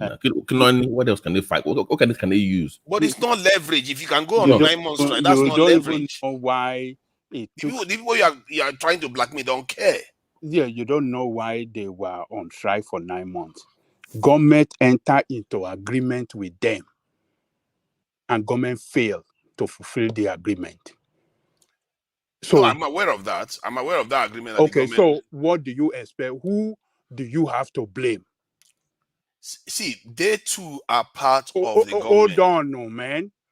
Who do you have to blame between the two? I blame the government originally. Okay, all right. Now, when they are now asking the government, fulfill the agreement you sign, instead of people like you and others and every one of us to be on the side of the teachers or the lecturers, we are blaming them. Your government, you have irresponsible government that enter into the agreement but fail to fulfill the agreement, but yet people that they enter into agreement with are asking them to fulfill it, and you are blaming them. I mean, it shouldn't be like that. You are making reference to Western world. Does that happen in Western world for government to enter into agreement with workers or with this and not fulfill it? Does it happen? Does it happen? They do. Does it happen? Yeah, of course. Get me instances. Okay, get me an instance of where government. I've heard of cases where the public servants will tell you that the government said they are not going to do this. Now they want to change. No. I've heard of cases in Nigeria. Hold on, for that's not said, signed. I mean, what is that? What is this guy talking about? Signed agreement. Do you know what it means to sign agreement? Calm down. See, do you know what it means to sign agreement? Now, let me have my say. Documents are documents. They have an agreement. Even if that was true, two wrongs does not make it right. Oh, you don't stop that crap. Hold on. No, it's fact. It's a fact because, like I stated, what do you mean by two wrong? Who is wrong in between two of them? The government that signed that agreement may be a totally different government that they are holding accountable. What do you mean? In the end, it's not that government that they are holding accountable. It's the nation. Are you in this world? Hold on. Can we calm down, please? Hold on. I need to deal with Ajalekoko's mindset. Hold on. Ajalekoko's mindset is the kind of mindset that got Nigeria into this mess. Because look at this guy.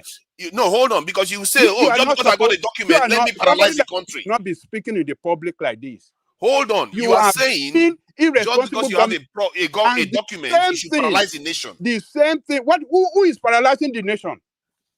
You are paralyzing the nation. You are the one that went on strike. The nation. You are the one that went on strike. Oh my God! Look at this. The government. The government is accountable. Just you are also damaging the nation. I don't want to engage in this kind of crappy argument. Of course, you call it crappy. That's what got the Nigerian education system in this mindset, because you are behaving like you are holier than that. When you are also causing damage. This rule now, hold on, please. This is what it's saying. It was not a one-sided agreement. So Labour signed, government signed. So they both entered into an agreement. Okay. So, and they had time frames. They had okay, within so period, you will fulfill A, B, and C. What a responsible government should have done is, if you're having a hard time fulfilling part of the deal or the deal, you call for renegotiation of the deal, right? If you okay, I can't fulfill this, or okay, guys, I know we discussed A, but I can only do half of A or B. Then you call them back. It is your duty to call them back on table and say, okay, let's have a do-over. But you didn't do that. You ignore them even when they called you for that. You still ignore them. So you can't blame them for going on strike now. You can't blame them. No, see, you can go on strike. I'm saying that the length of strike that starts damaging the nation, you are just as bad as the government themselves. No, that you blame the government for not caring, not them. Hold on. See, why do you must see government as if they are like a foreign entity? We are part of the government too. When you damage the state, don't pretend as if it's only the government that is doing it. Both of them, okay, let me look at it this way. I believe that plague on both of their houses.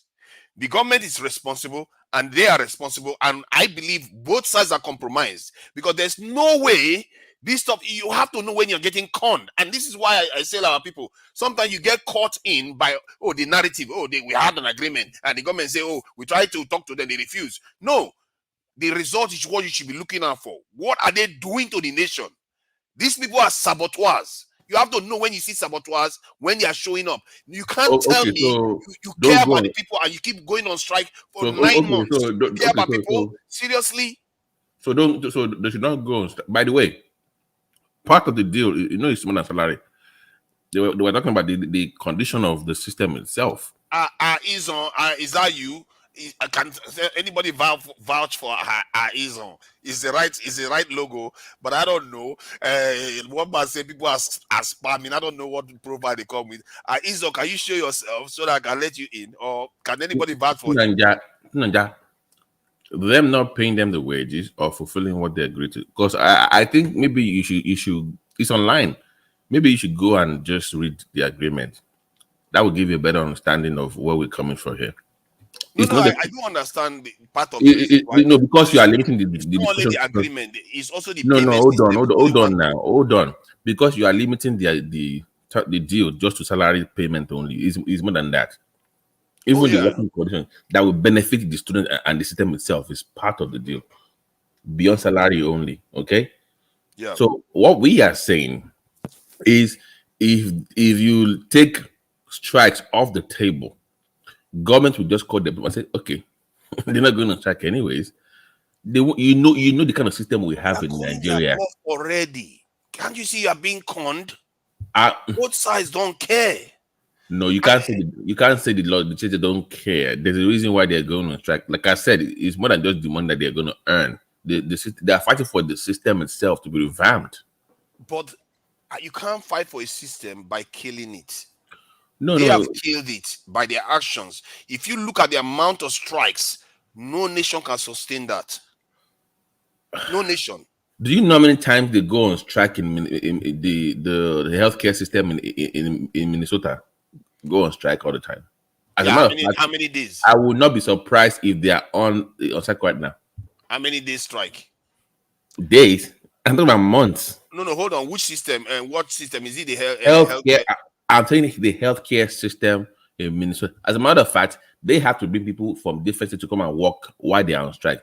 Before I moved to Massachusetts fully, okay, they were actually. I walked into a Starbucks. That was the headquarters of the strike for the hospitals there.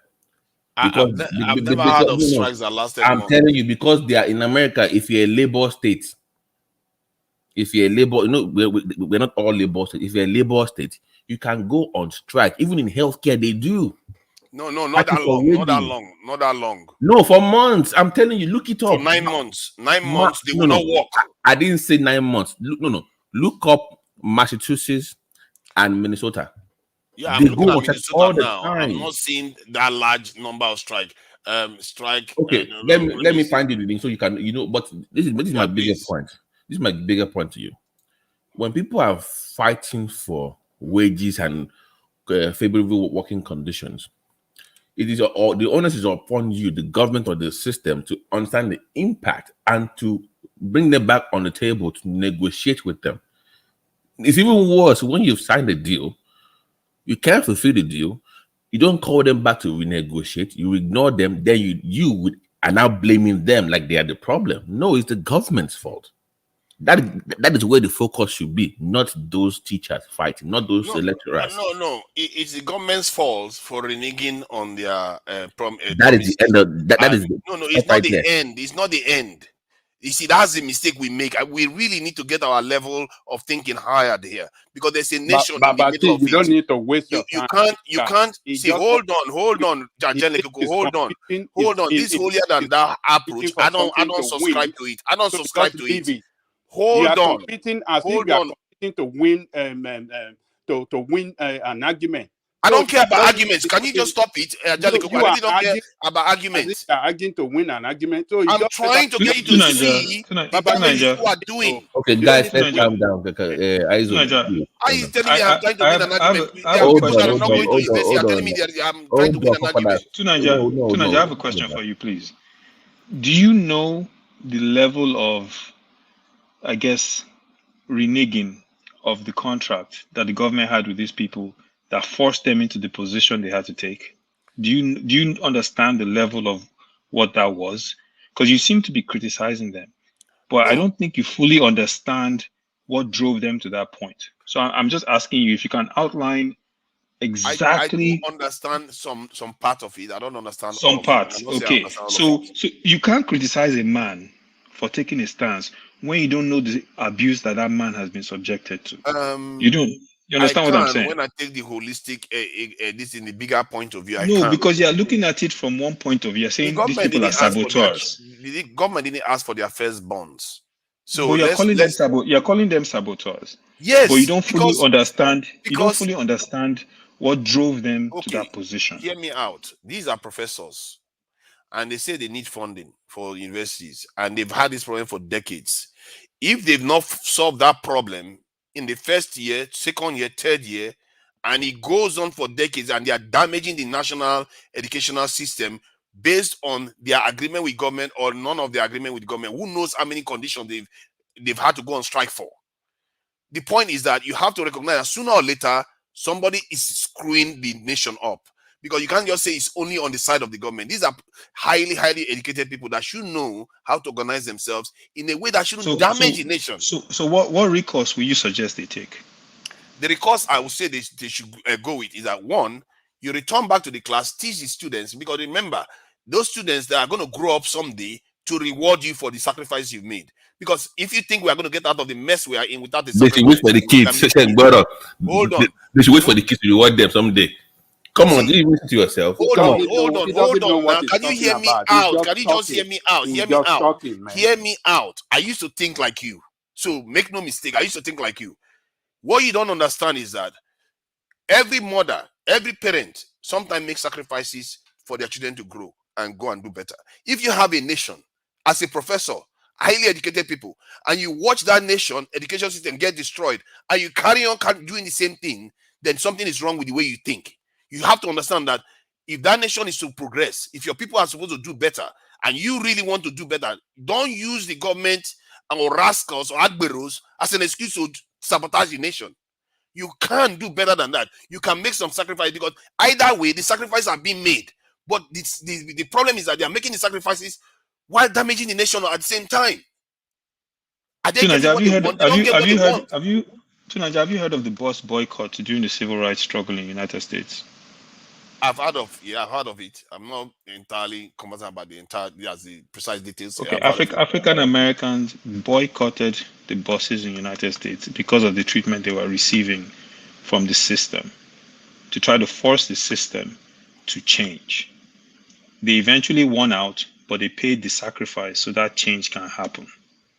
In situations like this, where the power is residing with the government has the power and the ability to allocate more resources, change working conditions, to put them in an environment where they can focus more.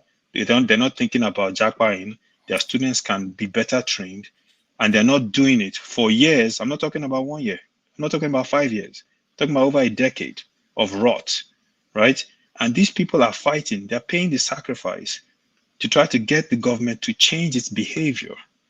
And here you are, criticizing fellow citizens for taking a stand, when we all come here and every time we will say, oh, these people, they won't demonstrate, they won't go out on this, they won't do this. People are taking a stand, and you are siding with the government. You can take a stand for 1 week.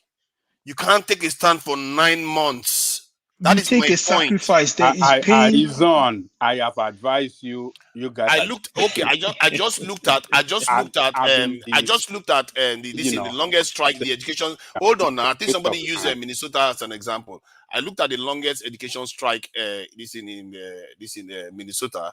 From what I can see, it's a 20-day strike. The idea that you can go on strike for 9 months and kill the education system of a country. Why did they cut off the strike?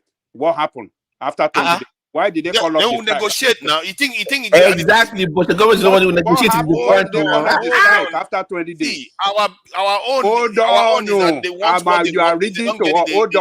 Hold on.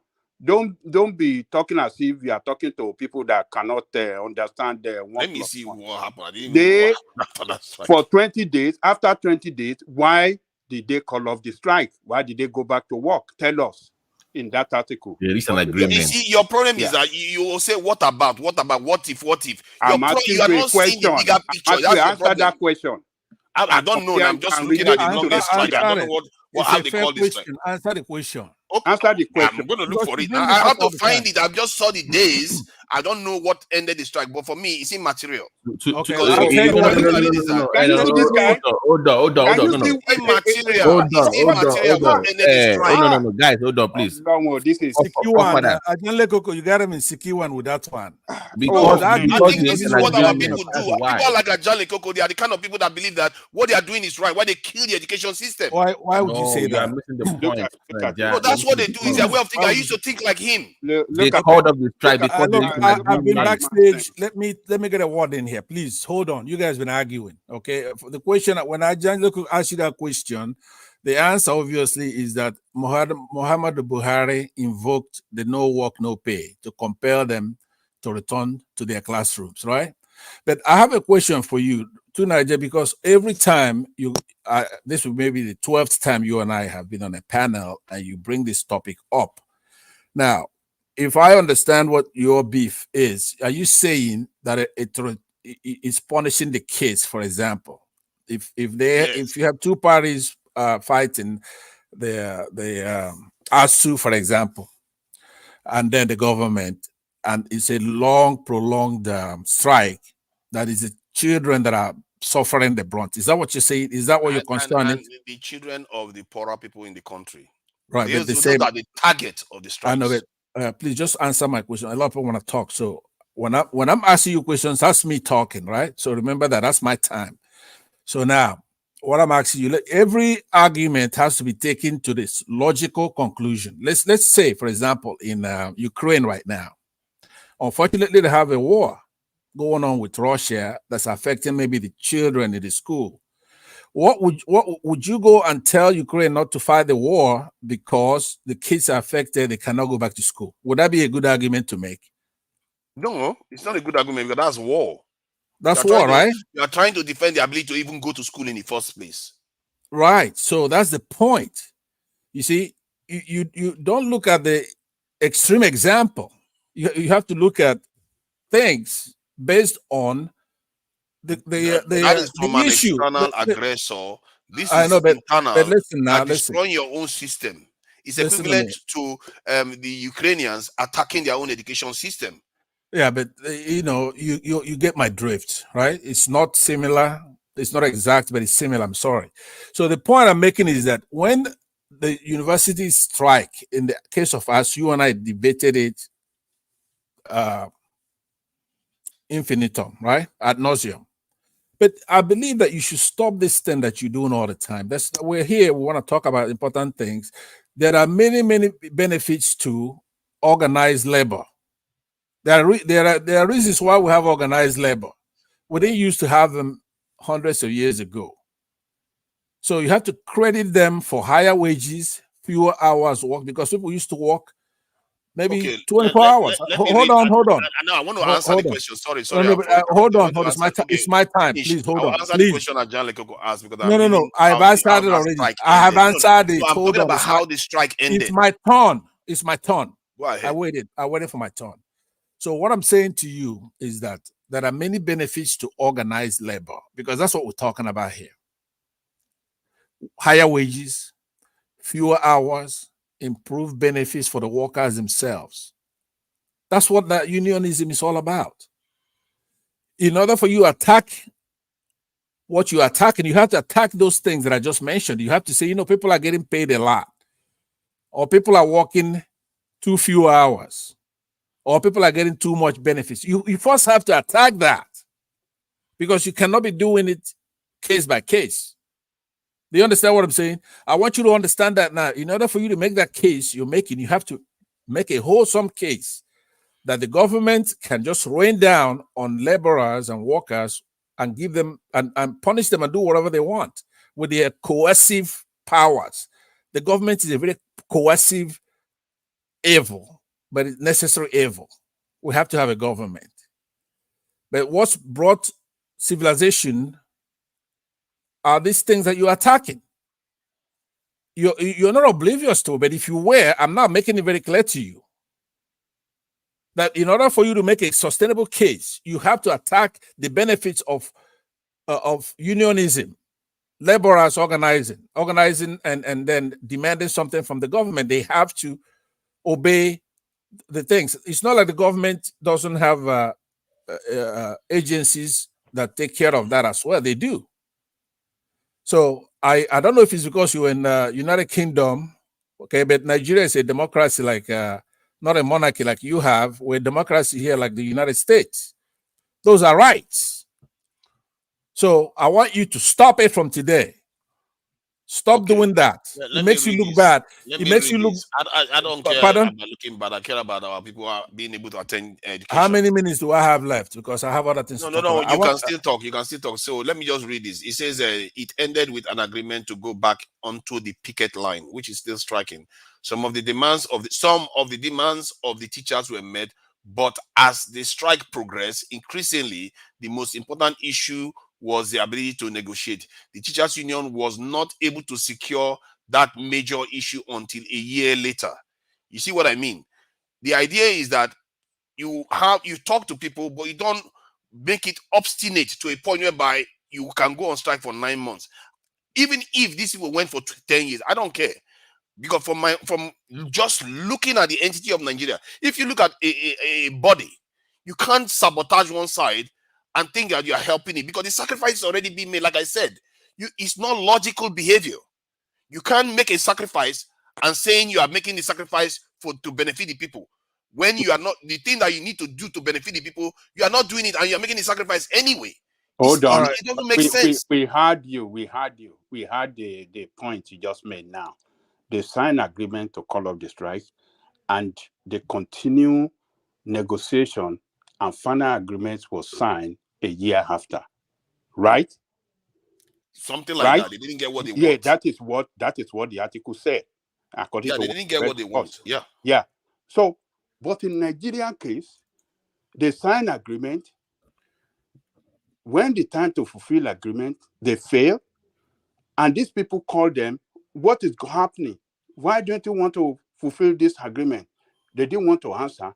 They went on strike again, and then the government came back to say, okay, they talk nice to them. Okay, go back. We will make sure that everything is done. Or now they enter into another agreement that, okay, we will fulfill it another 3 months.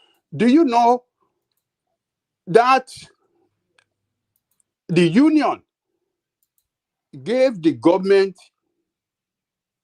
that, how do I describe it? The benefit of the doubt several times before the longest one that you had 9 months. The 9-month one was the final one that break the camel's back. They said, you know what? You have deceived us for so long. We are giving you the benefit of the doubt 2-3 times, thinking you're going to do something, waiting for you to do something, but you are not ready. No, we are not backing down this time. So who do you want to? You still want to blame the teachers? Like I said, the lecturers. Like I you said, don't look. It's because you are not close to teacher. You don't close to teacher. If your dad or your uncle is a professor, is one of the professors that going through that kind of problem, that you know what is going through or what he went through, you won't be talking like this. And Okay, that is so the problem. hold on, man. Hold on. And that is the problem with black men. You keep talking about, see, you are talking about illogical behavior. Hold on, now let me talk. That is the problem with black men. You don't see the injustice against others as the same to you. You don't see it like that. But your problem is that you want to see people fighting for their right. You want to consider people fighting for their right as a troublemaker instead of you looking at the irresponsible government, people in government that, function and carry out government activity with illegality. Not fulfilling agreement is an illegal act in the first place. It's an illegal act. You don't want to hold them responsible, but you want to blame the workers that are fighting for their right. I mean, it's just nobody is blaming workers for fighting for your right. You can fight for your right, but everybody here, limited. Your actions should be limited. Everybody has that to be logical. Everybody that have spoken, including Pansak, told you what you are saying is totally wrong. You don't know. Even in the comment section, everybody. You see, but it tells you that everybody. I don't know from my own point of view to let you know that really know what you are saying. To let you know so that just leave you there, man. I don't used really to know what you are. Hold on, let me finish. Let me finish what I'm saying. I used to be in your position. The fact that I'm able to evolve and see from a more macro level. If you are not able to see that, I can't help you. But maybe someday you're going to realize what I'm saying. Because if somebody is doing one thing and he's saying you are doing it for the people or doing it for the right reason, for legal reasons, and you don't get it anyway. But in the middle of all this, the people that are suffering are the poorest people in the country. While you do that, all right, let me use the rest of my behavior. Time. Hold on. I'm really trying to nail this point because I'm not stated it properly. If you want to accomplish something and you go and take an action to accomplish that stuff and you don't succeed, and you repeat it over and over again and you still don't succeed, that it's illogical to keep repeating it thinking that you're going to succeed. That's one. And secondly, the sacrifice that you said that they should reject. Why should they have to sacrifice? Why should they not have to earn more money? They are not earning more money anyway now. And yet, even when they return back to school, they didn't get anything special when they came back to university. The truth is that what I found through history is that they don't make that much gain. The game that they claim that they are making, they don't make that much gain. And they still do the same thing repeatedly.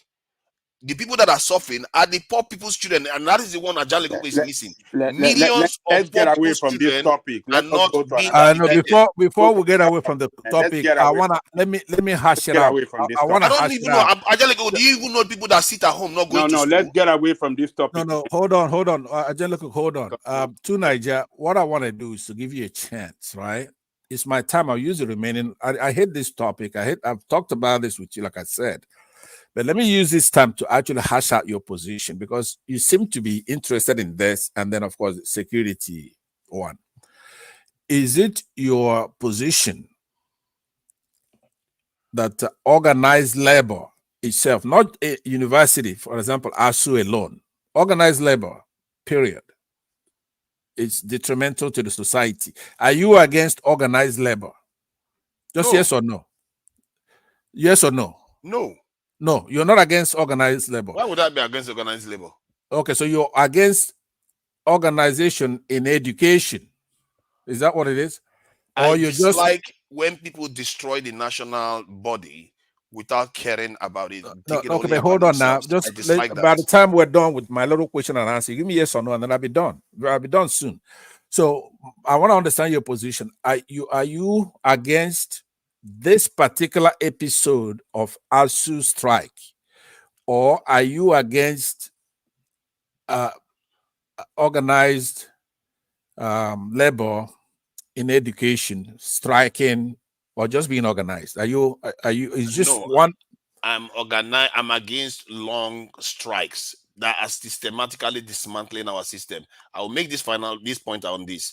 If the government is corrupt, if our pastors are corrupt, if every single system is corrupt, what makes you think the education system is not corrupt, that this action they are taking is actually good for the nation. And this is okay, one but hold on, it's my turn now. I said I'll be asking you. It's my turn. Hold on, please. I'm asking you a question. This is why I'm asking you the question, right?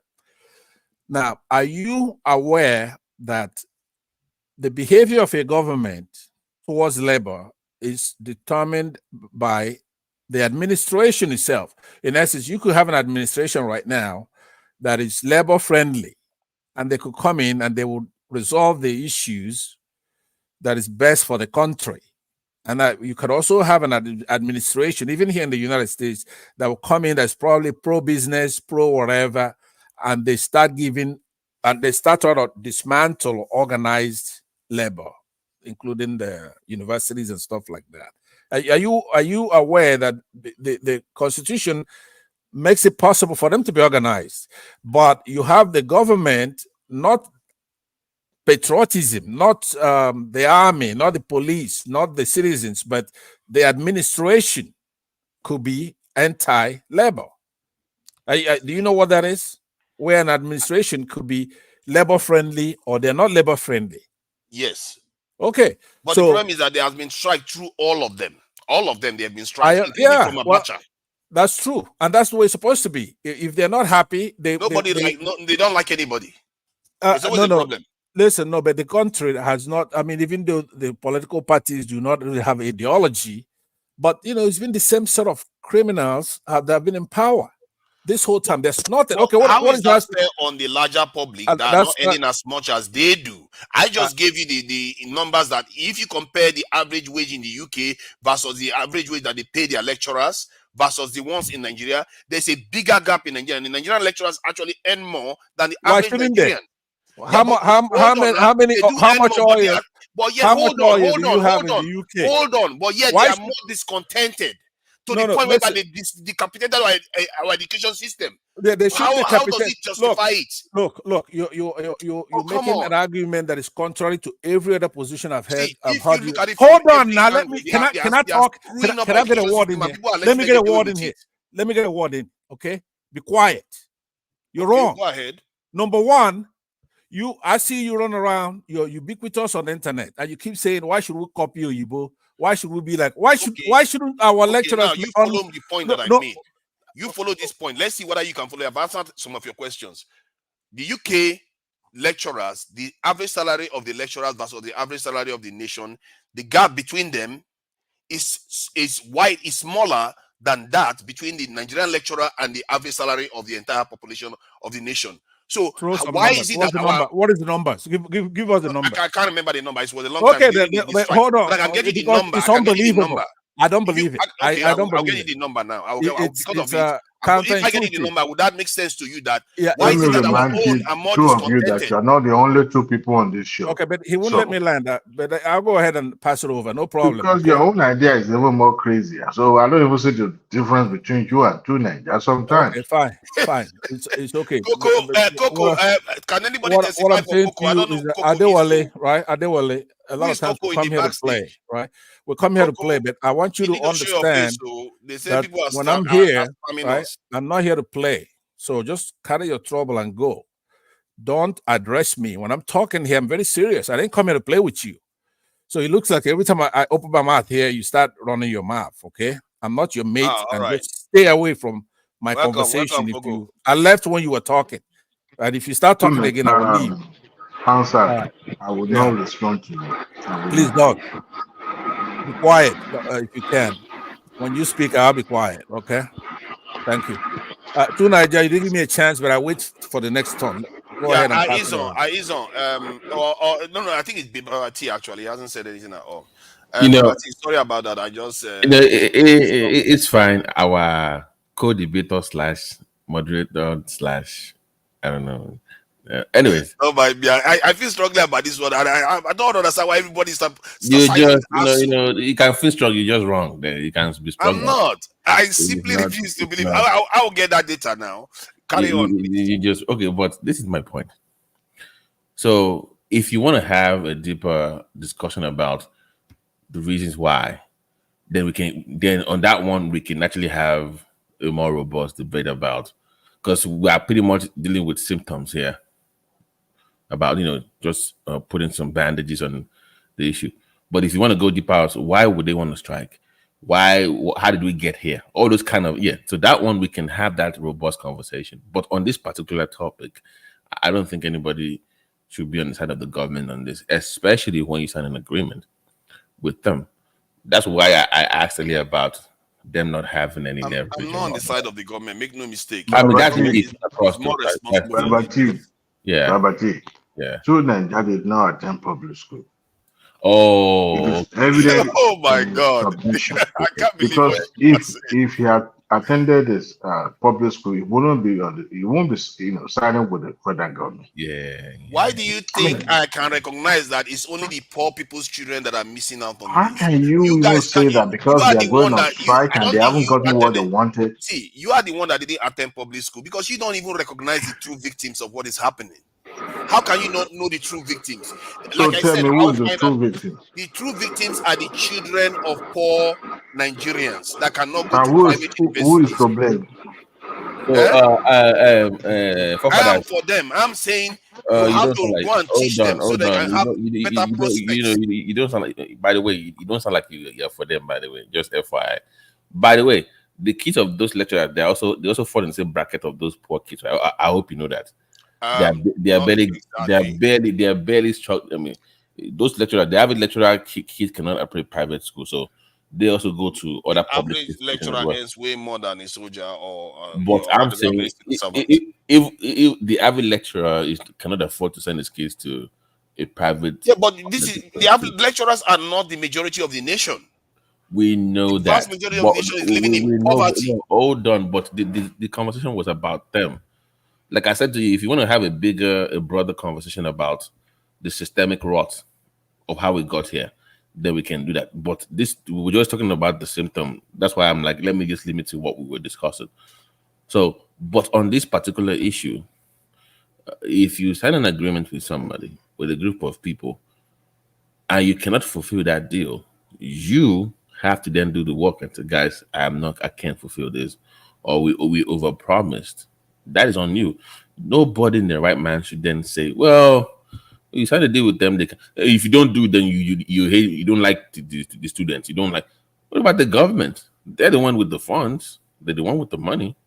So on that particular Nigeria, issue, on the year they were going on strike, Nigeria used almost 97% to service its debts of its income to service the debt. On the year they did that. So I'm not trying to make an excuse for the Nigerian government. They are useless themselves. But you see, what I find really interesting is that Nigerians are getting punked and they don't even know it. Almost every aspect of Nigerian state has shown to be corrupt. But somewhere along the line, we think the lecturers are somehow perfect, that they know what they are doing and what they are doing is okay. Why do you think that it's not rational behavior? On so many levels, what they are doing is not rational. Okay, can we change topic at this point? Because they want to run away from the topic. I'm not running. It's just the point is that the education system. You just signed it because nowhere on God's earth should anybody blame the lecturers. That's a no. I don't even know. So let's just I told you, his argument is just to. Don't worry now. You will understand now. You will understand. Go to another topic. Why did you think Thatcher came into office? Tunaja, please, can we go to the next topic? You are just keeping us busy so that we can be talking on this subject matter, but nobody will support you on this. I want nobody. You know what? Don't support me. Don't support me on it. I don't need you to support me. Nobody. One thing I will want all of you is that when you think you are correct on this, you are actually wrong. Okay, let's move on to another topic. So regarding the issue of, I think they were talking about exports in Nigeria, a tiny country, shocker. Why are we where we are? A tiny country that has a population less than 9 million people can export $340-something billion, while Nigeria is exporting $40-something billion, and most of all that is in crude oil. And that should tell you something. It's a mark of it's like a mark of Cain on our people.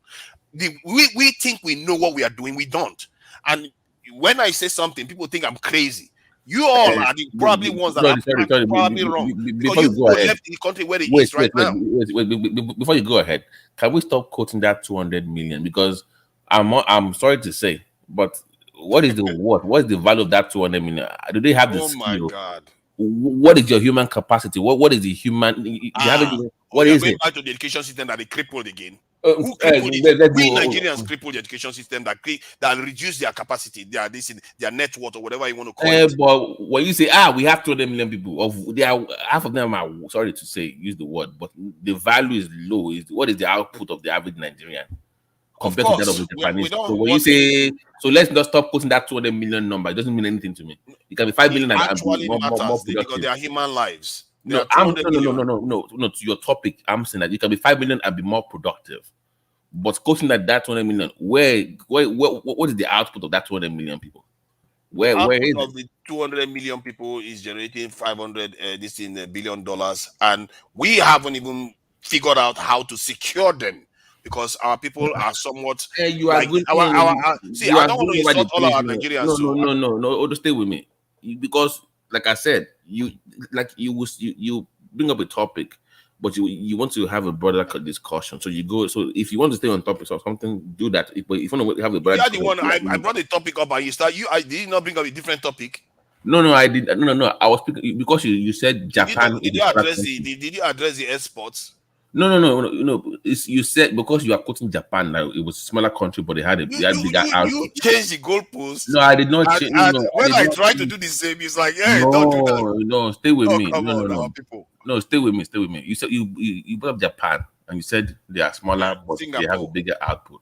Okay, Singapore. And I'm saying that when you say 200 million people, the value of what you can produce at that 200 million people, is it that it's not reflective of what we can do, or we just incapable? We are incapable of doing anything at all. Like we don't.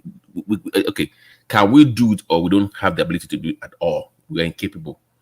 That's what I'm trying to understand. We are not ready. We are not ready to see things on a higher level. Let's put it that way. It's in place. We are not incapable of doing it. Please don't say that. Wow. I'm asking, sir. I'm just asking the question. Okay. The answer. We are not incapable. Just the systemic error, maybe systemic degradation in Nigeria has brought us to where we are today. If we want to solve the problem of Nigeria, we have to be bluntly sincere and honest to ourselves. The Nigerian foundation is very, very bad. Let not sugarcoat anything. Let me tell you, is it not Obasanjo was in a conference? He said it to the face of those people there, about 3 or 4 there. He said he made them billionaires, including Otedola and co. Then now, if you want to investigate further, is it that those people are the most qualified people to be given that opportunity to make those money? Probably yes or no. We don't know.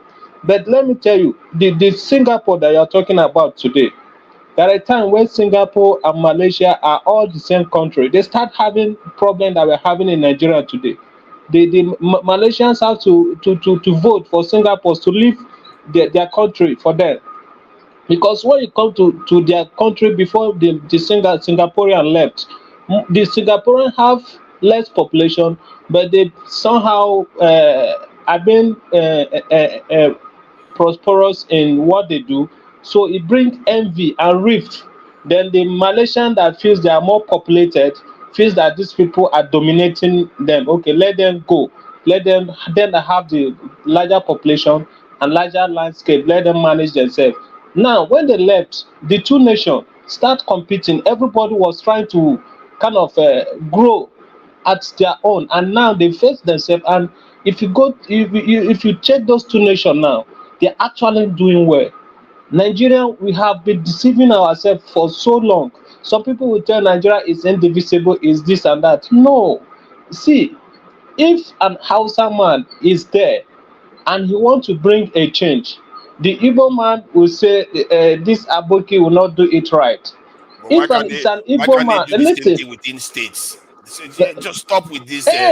Calm down. Listen. No, do you know? I'm coming. Do you know when you talk about states now? I'll come to that state issue. Listen, The reason why we have not been able to compete in between states is because of the Nigerian constitution, the unitary system. Listen, if they can give states, local government autonomy, resource control, I'm telling you, you start seeing that competition. You will see it. To be fair, And states do compete. Oh. To be fair, Nigerian states yes, do compete. the Nigerian state do compete, but there's no resource control. You understand? There's no resource control.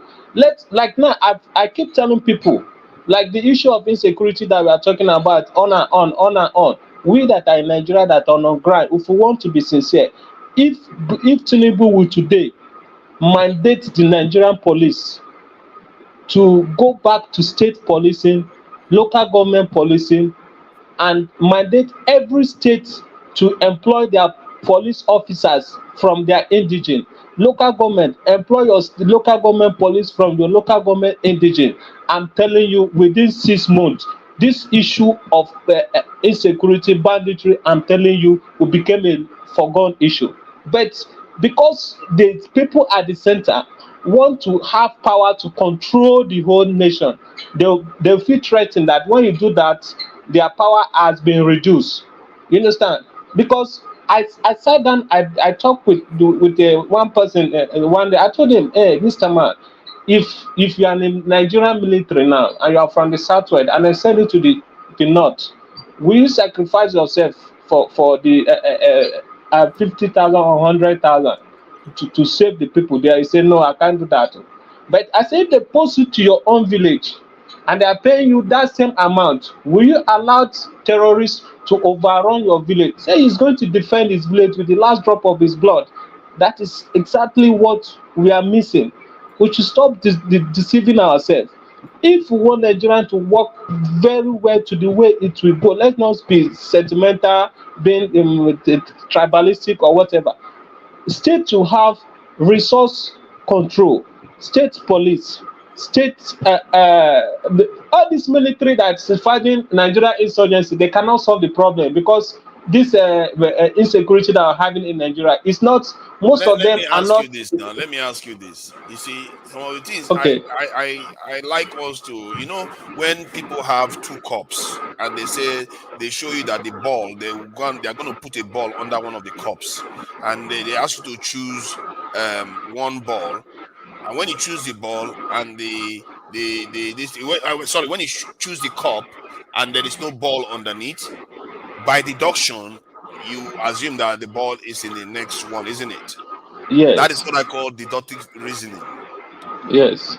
When you look at Africa with their various systems that they have, various different myriads of systems, yes, and they still look like they are still poor, like us.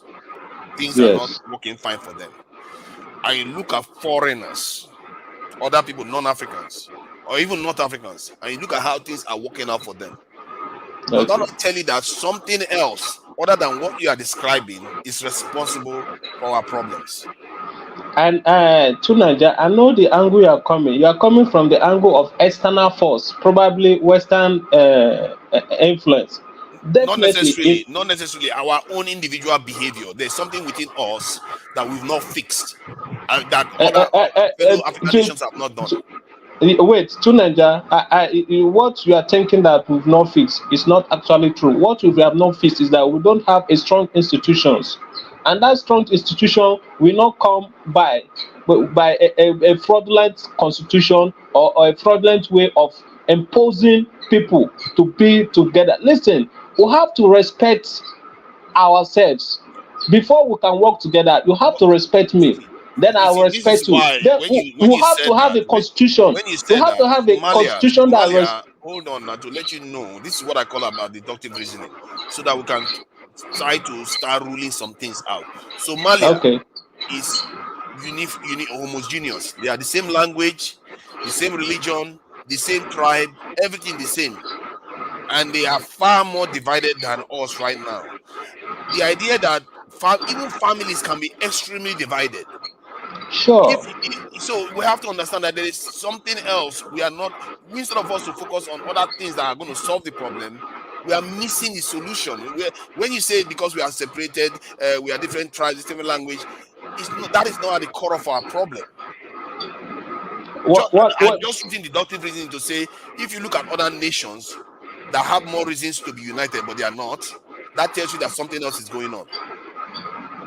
Listen, I know the angle you are coming. You are giving examples where Somalia issue cannot be the same as Nigerian. I'm just telling you one of the problem we are having in Nigeria. If you look into it, it's not about we coming on air and just make some conclusion from when you go to Google to take this.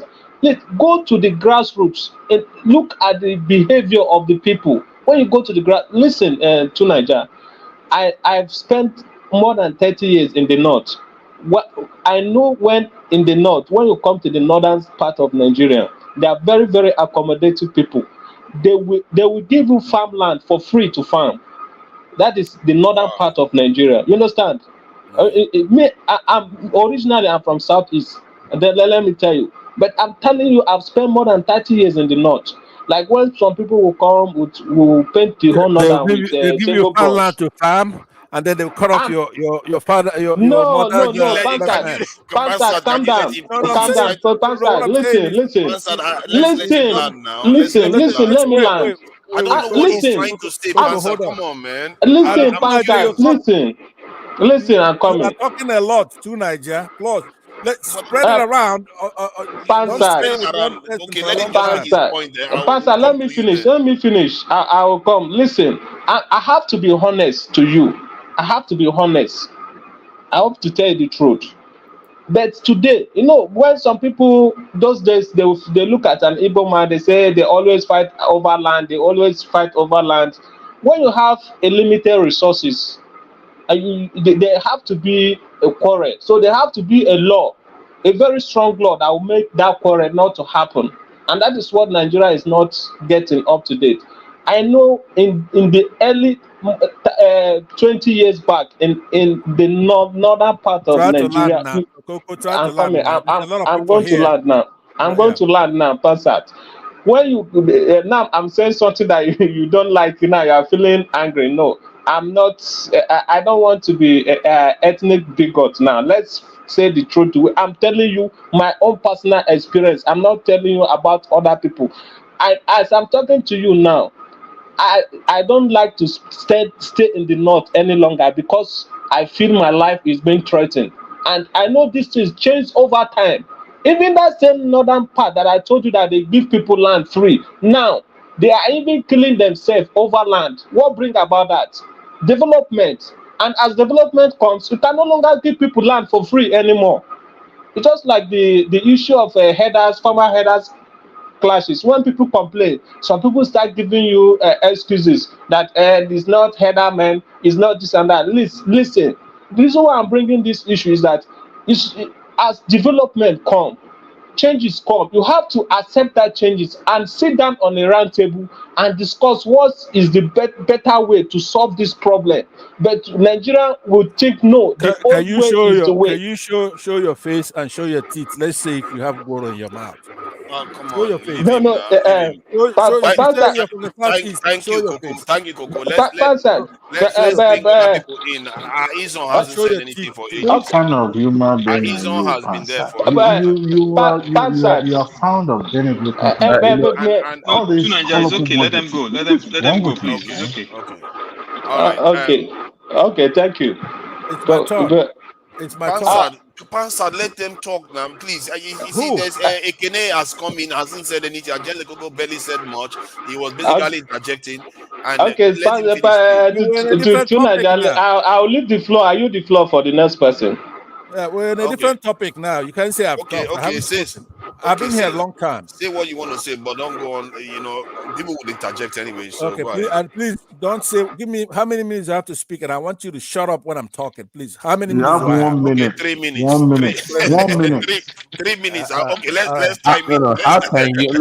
How can you disrespect the host of the show? No, it's my buddy. Don't worry. We're kidding around. No. It's not funny.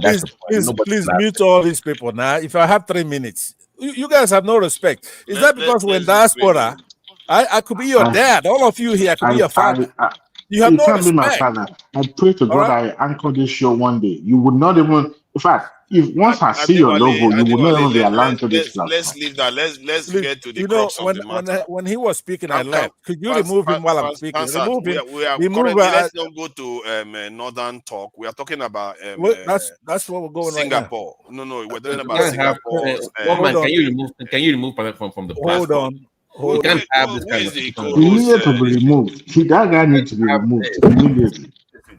Why is he removing him? I don't know why he came in to remove him. Because his mindset is very corrosive. His mindset is completely corrupted. His mindset is just out of this world. Everything we've discussed on this show tonight, it will come and put Sansa in everything we've said. How can he be talking this way? He doesn't want any other person to speak. Hold on. Co-host General Thomas, please don't do that again. It's not edifying for me to be on a platform and you just come and remove somebody that I'm moderating. So it's just not proper. The two wrongs does not make it right. All right, go ahead, please. Who was talking? Pansat is gone now. It was your friend Pansat, so it's gone. Okay. Yeah, so regarding, we're talking about the exports that Singapore, a nation that is barely 9 million, can do. I think it's almost 8 times that of Nigeria. Nigeria can export, did an export of about 40-something billion, while Singapore is doing 341 billion. And this goes to the issue that we're highlighting with the ASU strike and everything else that we do, even education that we educate our people overseas. There is something seriously wrong with our psyche. There is something seriously wrong the way we behave as a people. That we think we are very, very correct with the way we behave, but something is clearly missing. And the fact that we are one of the most obstinate people when we think we are correct, it's a good thing because people cannot influence you and change your mind so easily. But if the results are this bad, maybe we should be searching ourselves within ourselves, not people having to influence you. Search yourself and ask, what are we doing so badly wrong in this nation that Singapore, a tiny nation like that, can export 8 times more than Nigeria? And if you remove the oil exports, which Singapore doesn't have, if you remove the oil exports, I think that number would just be astronomically more than that of Nigeria. Can we respond to the question? So the first thing is human capital development. I think I mentioned that earlier. Human capital development. Number 2, you pour money into research, which ties into, of course, what you were saying about the education, the value of raising credible research universities and funding them properly. So you must invest in research. You must invest in your people. You must invest in your infrastructure. You must invest in security. You must also invest in education to the point where there are no sacred cows. There's no this idea that I'm going to leave 30 million poor kids, I'm going to abandon them up north because I'm scared because they are Muslim and I don't want to invest in them because their imams will be upset. You have, as a leader, you have to overcome that. You have to break through that barrier. So a serious government will say, I don't give a damn what your sheikh thinks about you, because the sheikh's kids are in London, they're in America. You cannot have this hijabs, whatever school they call it. You can't have 30 million kids up north if you care about the future of the country. So you must break through that barrier and train those kids. Not just bare secondary school or high school, proper but the southern ones still don't get good education. You know that full well. Even the southern ones don't get very good education. But I'm saying that it's more like a no child left behind for everybody. But you know there are father behind from everybody, is what I'm saying. So you have to take everybody. That's gonna be a tall challenge. I know it's tough. It's tough, but it has to be done if you really want a serious government, if you care about the future of the country, because those kids are going to be tomorrow's terrorists. When you are progressing down south, they're going to come after you after your wealth, because the country will have failed them. So a leader has to bridge that human capacity development, education, research, of course, security. Security, but human capacity development from at that level has to start from that level. Yeah, but if you look at Singapore's approach, from what you highlighted, this is security.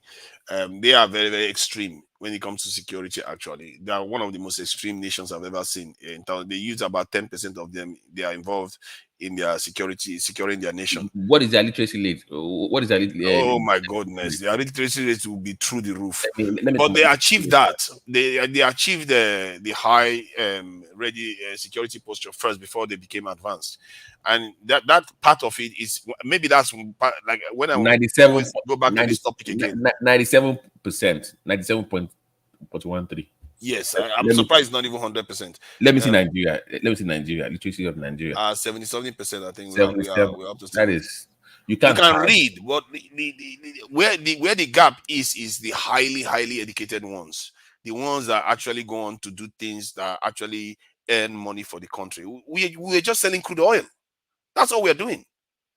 Our nation. But I'm saying nothing other than selling crude oil. The dynamics of for tomorrow's world, what is the AI world, we need to have. We can't have any child left behind, because before we can afford to do that. But tomorrow's, the way the world is going right now, you have no choice as a country. You have no choice. I think you find out that our people will find a way to have a choice to make sure they don't develop.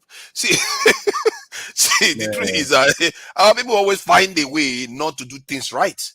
That is, it's magic. If you look at what happened in the last 7-8 months alone, if TINUBU came to office, went to sleep, and woke up now, Nigeria would be in a better state. That is how sabotaging we are as a people. That's my point. The idea that we cannot find a way to do things right, I think we can do things right, but our people need to start thinking, asking themselves questions. Because when we think we know, how can you? Because so pretty much what you're saying is that 20 million doesn't mean anything, doesn't mean any jack shit. Then, if they're not properly trained, so what is the point of having 20 million people? It's not the training. It's not the training. It's the mindset. You have to be nationalistic or your own people interested. Our people seem to be serving other people, and not only from the underclasses. They are just poor, but the middle classes and the elites, they are not for their people. If they are being there for their people, do you think you have to convince our officials that they need to use Nigerian-made these vehicles or buy Nigerian-made goods? You don't need to convince them. That is instinctive. You don't need to convince Nigerians not to be sending their children, or not to, to discourage Nigerians from using the dollars. You don't need to tell the government. The government should be discouraging Nigerians from using the dollars. The entire thing is designed to benefit other people. And when most people don't know that, actually, they just think that that's our culture. This is where we are right now. People don't know how bad it is. If you remove crude oil, you know that we are not doing anything. So Nigeria is divided. House that is divided against itself will not stand. Nigeria is divided. Look at, it's serious. It's very pathetic. People like me who never wanted a separate country, wanted a bigger Nigeria. But honestly, anybody that wants Nigeria to work will start from the issue of unity. Okay. Is it not when you people are united before? When we are united, that is when we start thinking about nation building. But well, then we start to think about patriotism. Coco, are you there? Coco, yes. Yeah. Did you know this YouTuber called Ichibu on YouTube? Yes. Did you see that drive through Nigeria? Yes. I'm like, my God, we have problems. Do you know all those areas that she drive through? I know those routes very well. I travel a lot within Nigeria. That is why when I talk some people, how can you grow? I know those routes. I live in the interior north part of Nigeria. I know what is happening on ground.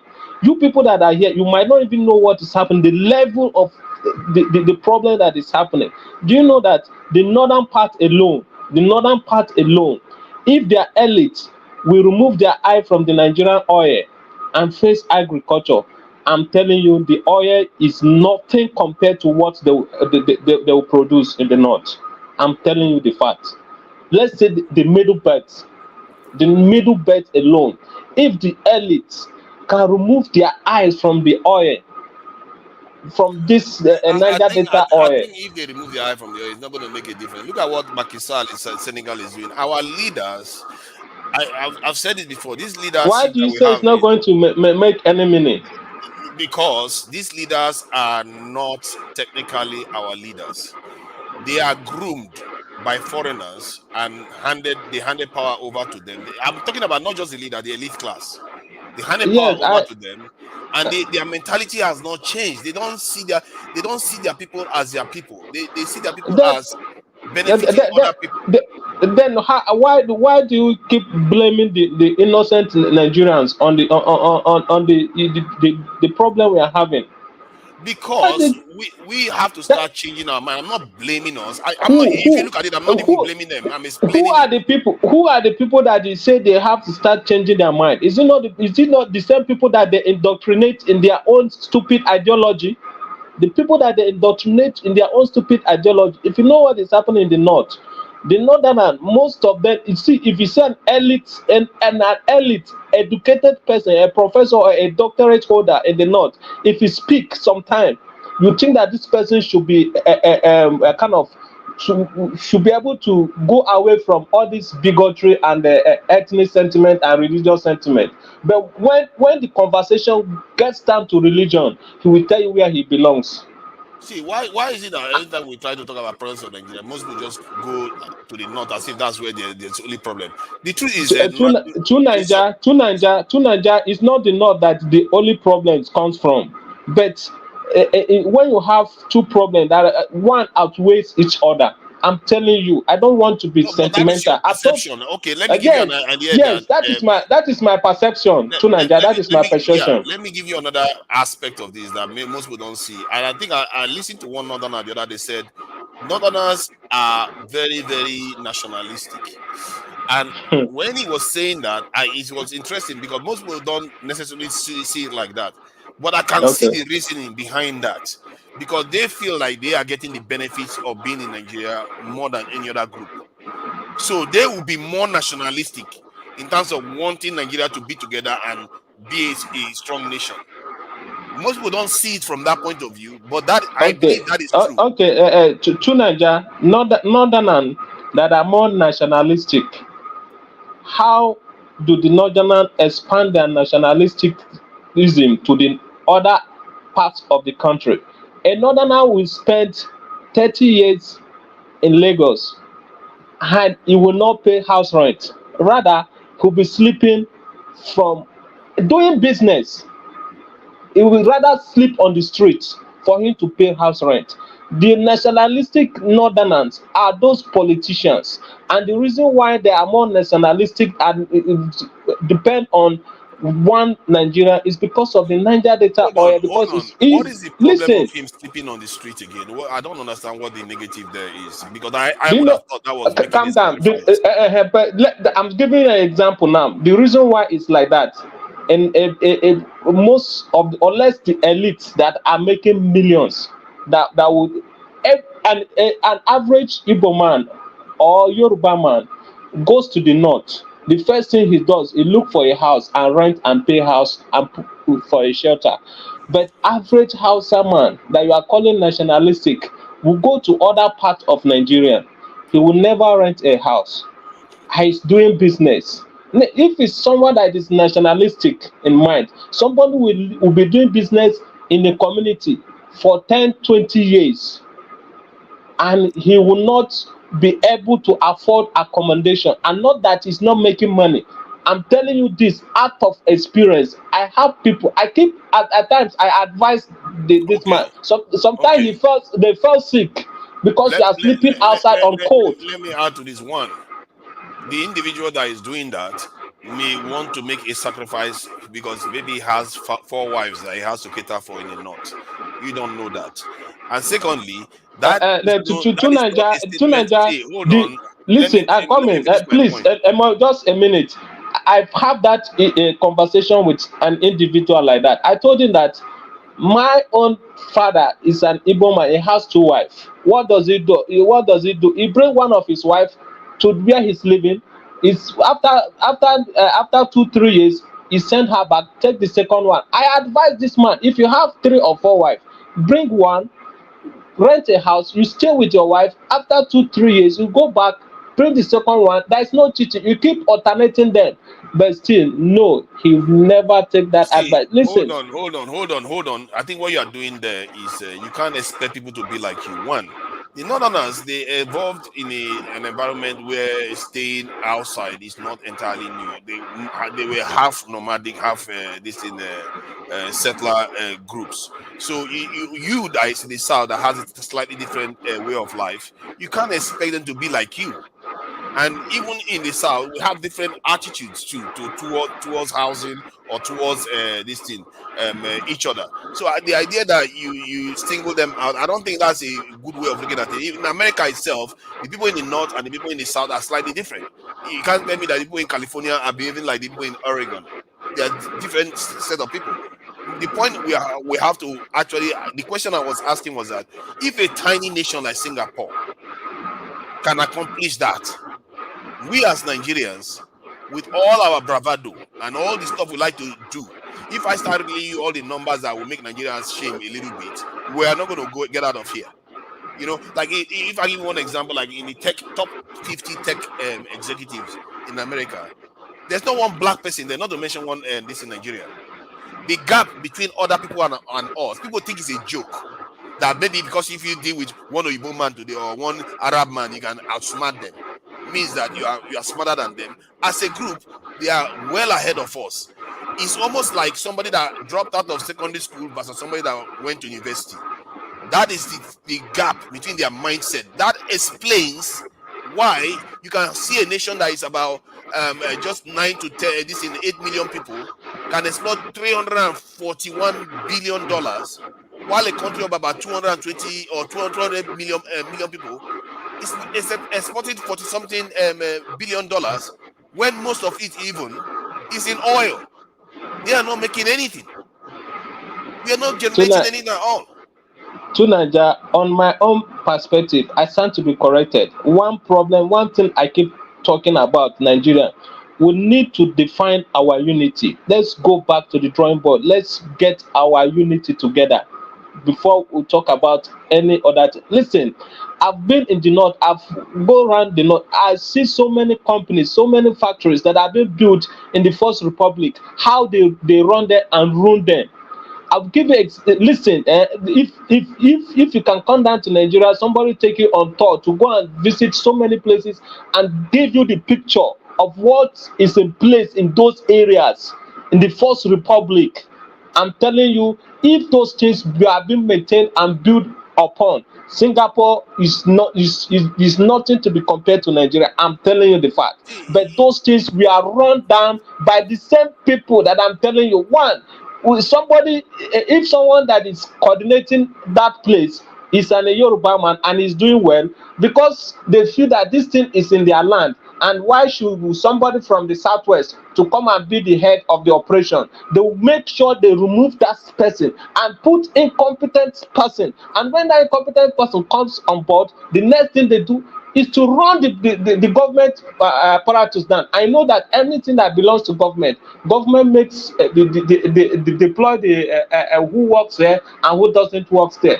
Please, there's so many things that Oko, let me just say something. I think I heard you very well. I think you spoke from a very perspective of somebody who understand how it operates. I want to throw a question to not you, but to our friend here, Tunanja. Sometimes the way you talk, sometimes I just don't understand.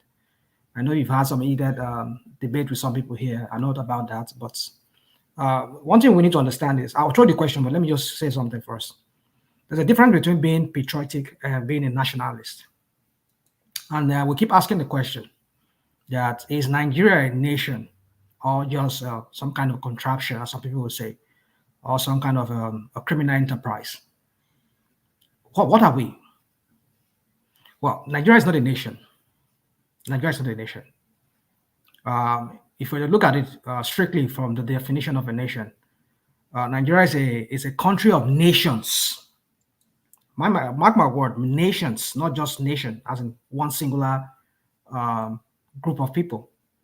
There are different set of nations within that space called Nigeria. Now, that's some Northerners are nationalistic. Well, maybe we are overflogging or we're misusing that word nationalistic. Maybe it might be right. We might be right in the use of it, depending on what area you're speaking from. If you're talking about people being nationalistic in the sense that, oh, I'm a Fulani man. I'm loyal to my clan. Whatever my clan says, our people, our leaders in our clans, that's what we do. Then you can say that's a nationalist in some ways. Nationalist in the sense that their own nation, the Fulani clans as a nation, they are very loyal to that group. If you talk about and you speak to say how do I say a Kanuri man will be very loyal to the Kanuri ethnic group, which is a nation of its own. Speak to a Yoruba man will be very, very loyal to his own Yoruba nation. So that is people being loyal to their own groups, not patriotism. Now, if we're talking about Nigeria as a country, then we can ask the question, are they patriots? Because Nigeria is not a nation. Nigeria is a country of nations. So we can use the word nationalism to people who are loyal to their own to their own nation or to their own group or tribe. I can understand that. I think you are hold on. So my point is this: is that what we should be using in the sense of Nigeria as a whole will be patriotism. The Northerners are not patriots because in the strict, they're not patriots. Yeah, they're not patriots. They are nationalists. They are religious fanatics. Most of them, I won't say all of them, and especially those elites among them. They use religion to stir up that ethnic or that nationalistic fervor among them. Let me explain what I'm trying to say here. Is that as a patriot, you think Nigeria first. Somebody just said to you here, I mean, as Coco just said to you now, that a Northerner will first of all think about religion first. Whatever they want to do, they will have to think about religion first. And maybe think about their clans or whatever the case may be. But when we say nation, let's get this straight very well. When we say Northerners, we need to understand that we usually talk about Northerners is a word we use in the broad sense of it. But I want you to understand that the very people among those Northerners who seem to be the very nationalistic people among them, I'll say in modern times, let me not say in the old times, in modern times, are the Fulanis. And the way they spread themselves across North, that's why you find them, a Fulani man is claiming to be from Adamawa State. Adamawa State is not Fulani. The Fulani man can say he's also from Plateau State. But Fulani man is not from Plateau State. So they spread themselves. It's the tactics that they've done over time. And they seem to be very good at it. That is why you see a Fulani man contesting in states, in area where they're not native to. So my point is this, that if you're a patriot, you think about the country first before you think about your own ethnic group, which in the sense that would be national. You're being nationalistic in that sense. But what we've seen over time is that these people, they are very loyal to their religion, to their own ethnic group first. Forget all this thing we talk about that, it's because they are benefiting. Somebody just said to us here now that, because they are benefiting from that country, that contraption called Nigeria. Because the civil service, virtually they dominate the whole thing. Because if you look at North, what do they have in North? There's no industry. So the only thing that they could lash on would be to find themselves in government, in civil service. Because of so many civil service, they head most departments. That's not to say that they're not Southerners there too. There are Southerners who are also heading departments. But if you look at it by the numbers, they have the largest share. How many Northerners will you find in banks in Lagos? How many Northerners will you find in some other private institutions? You will find them. I'm not saying you won't find them, but you won't find them as you will find, because they see that civil service as government as a way of by which they can enrich themselves and maybe grab power. So my point is this: is that the first reflex of a Northerner is that my religion first, my ethnic group first. That's not how to build a country. And that is where the problem is in that country. See what somebody is saying. Emi lokon, Yoruba lokon. We can say, well, that's it's a political statement. No, you don't speak like that in a country whereby we all. Don't get me wrong. I'm not saying he's wrong if he said it, but I'm saying that it's because the underlying issue with that country that is really, really bedeviling that country has not been addressed. And how can we address it? Is if we want to form a confederation, we want to go by regional system, let everybody have their own space, have an autonomy over their space. That way we know that if we are coming together as a country, we're only building an army against external aggression, and we rotate headship among ourselves. But if you want to like feign this ignorance, we want to fake it up that, oh, we are all one person. We're not one person. We are not one. Shocker. See, I think you've had your stab at this now. Let me say something. See, when are you going to land? You've been going on for how many minutes now? You need to allow people to interject now and again now. Just let me land. Let me land this point. So in conclusion, my point is that if we do not address that very issue at the core of it, because Nigerians are not patriotic, they're just only loyal to their own ethnic groups. And so if we don't address that matter, we'll continue having this problem. That is at the core of the very problem of Nigeria. I put it there. I just rested there. You want to ask your question, go on. But my question to you is that, can you distinguish between nationalism, being nationalistic, and being patriotic? That's the question I have for you. Nationalism is a form of, I think the way it's been described is the highest manifestation of a nation's power. And generally, people, yes, you are right that sometimes people are associated with their own ethnic identity, which ethnicity too is a very fluid definition. If you look at ethnicity, Nigeria actually qualifies as an ethnic group too. The loose definition of ethnicity. So the idea is that nationalism, their focus is on believing that their nation is superior and they can make it good. And even if you don't succeed in making your nation number one in the world, your approach is, this nation has to rise, and I believe this nation is the best in the world. And most nations that go on to do what they are doing, they believe their nation is the best. You have most of the founders of most nations are nationalists. They went on to found the nations, and then they handed it over to the bureaucrats and the politicians who rule. And if you look at from Lee Kuan Yew, Mao Zedong, Stalin, all of them, they are all nationalists that build nations. And the value of this strain of thought is very, very important. You are glossing about this topic. You're just glossing about it. You're not really addressing it. Let me. You're not really addressing it. You asked me a question. Just give a vague. No, you continue. I just want to ask this. Yeah, you asked me the difference between both of them. Patriotism is more of a putting your nation this thing. So what is a nation? What is a nation now in this sense? Now is the Nigeria a nation? In the context of Nigeria, yes, it's a nation too. It's not a nation. Hold on. Calm down. Now, come on. See, calm down. Let me say something now because I let you talk. Okay, go on, please. The idea is that we all have multiple identities and different layers of identities.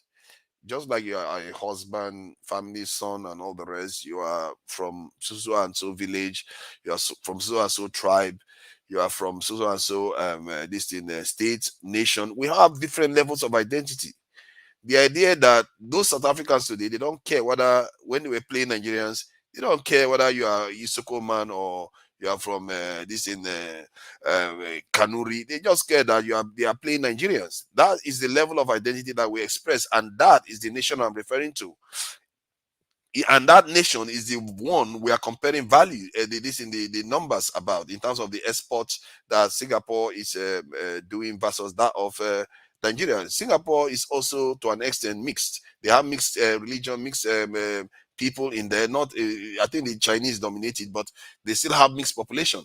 So they are able to aspire and do great things for themselves, while we You see, no matter how is Britain a nation? Britain is the nation. United Kingdom is a nation now. How is it a nation? They have different types of nation. They have nation states, and like Britain, I think is described as a nation state because they have different nations within the nation. You see what I mean? I'm ready whenever you want me to talk. Sorry, who is that? So I can know when to call you. Who is that? Aizo. Okay. Oh, you are ready now. Okay, great. So they have different levels, but the point is that from the point of view of Nigeria, we don't have a nationalistic approach to things. We have a limited understanding of identity too. That was just demonstrated just now because you just thought that Nigeria doesn't have an identity as a nation, when clearly, even evidently in the world, we have multiple identities. And somehow we don't want to embrace the identity that actually matters most to our nationhood. What's the Nigerian identity? What's Nigerian identity? The identity, the Nigerian identity is the when you are called in Nigerian, that's the Nigerian identity, that territory. Who gave us the name? Who gave you the name? Who gave you the name in Nigeria? What does it matter who gave you the name? It is a description of the people there.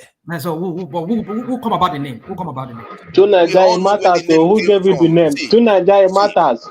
We did not choose the name by ourselves. To Nigeria, it matters. Oh, if you didn't choose the name by yourself, is that not on you not to be able to choose your name? Germany, that you call Germany today, it was named by Romans. The idea that most of these many nations that you see in the world are not named by the Romans. Does that make it right? Does that make it right? No, nobody. But you are missing the thrust of the argument. You are going to the side issues. The thrust of the argument is that the manifestation that we call Nigeria itself, the entity that is Nigeria itself, is not acting the way other nations are able to express themselves. So why? They're able to express themselves. So why? Because our people lack that aspect. They for some reason, we can't. That aspect of thinking nationalistically. No, you see, that's that the point. aspect of that's thinking the point. on the macro level. The point. We cannot think nationalistic because when you say nationalistic, you're talking about people should be loyal to their own clans, to their own ethnicity. Well, to Nigeria, everybody celebrated Nigeria winning today now. Everybody celebrated Super Eagles we're talking about nationalism. Exactly. I agree with you on that, Mike. See, we express it. One single people with one single descent, then you can talk about being nationalistic. The right word should be using is patriotism. Your health. See, let me just say this. I think what Mike said just now is very, very interesting.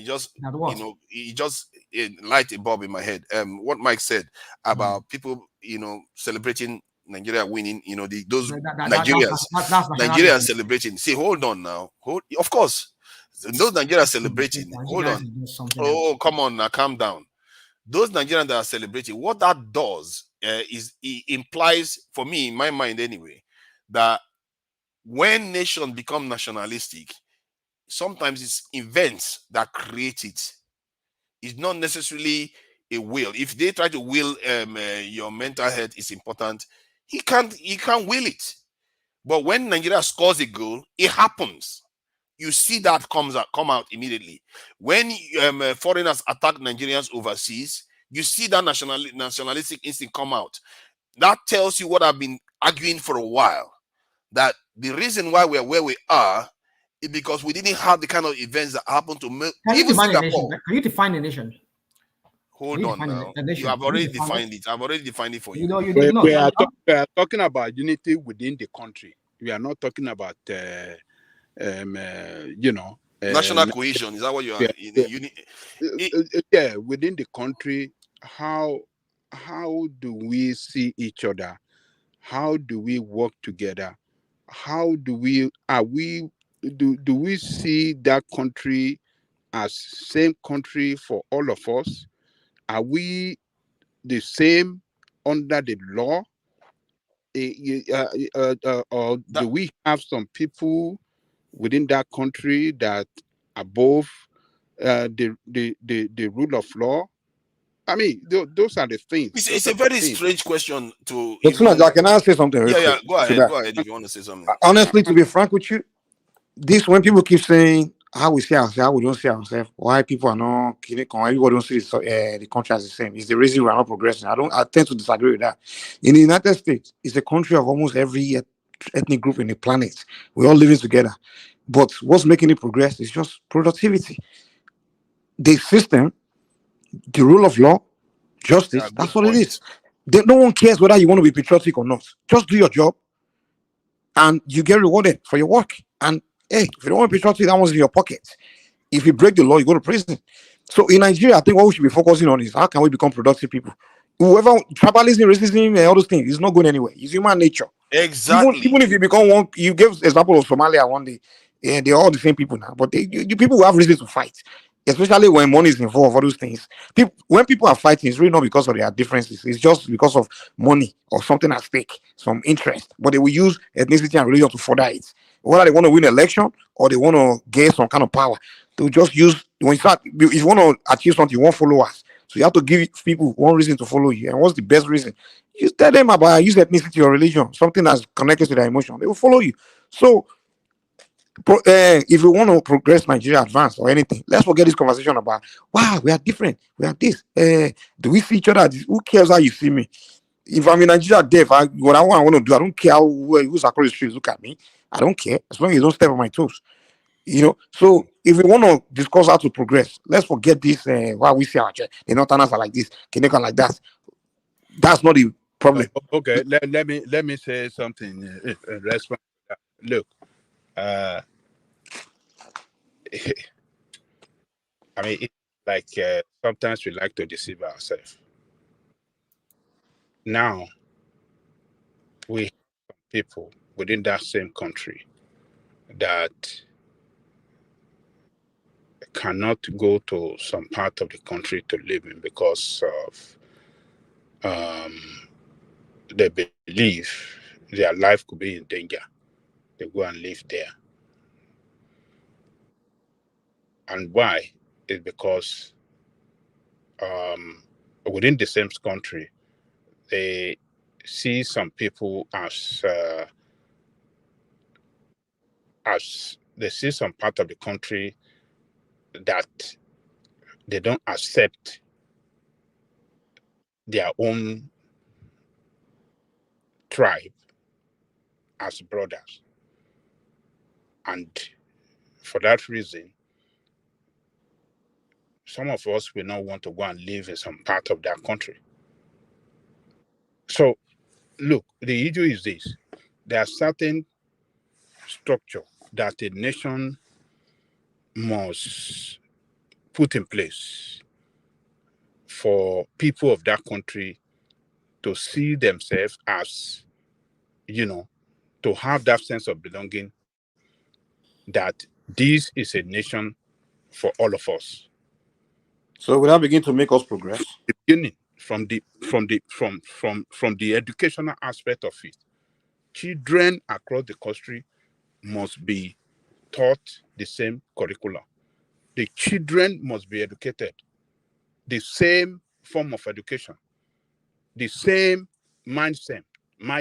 They have to grow like that.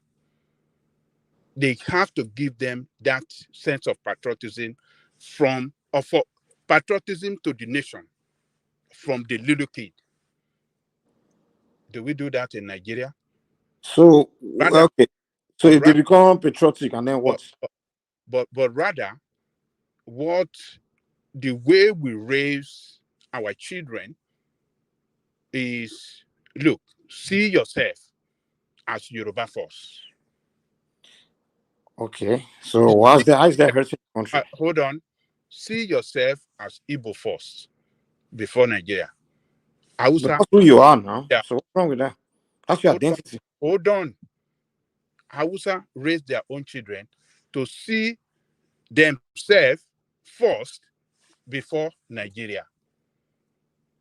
But in America, the whites see themselves before America, the blacks see themselves before other Americans. Everybody see themselves as their group. Even we Nigerian Americans, we see ourselves as Nigerian American before we see ourselves as other Americans. So that's not the key. At the end of the day, it doesn't affect America's progress. What's forging America's progress is productivity.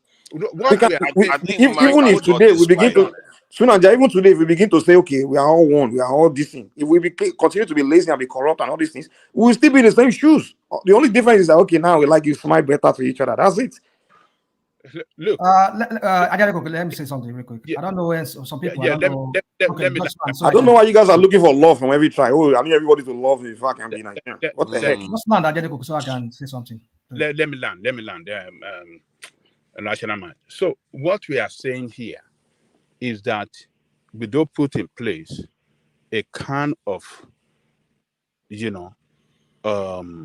structure and a foundational base that raises the children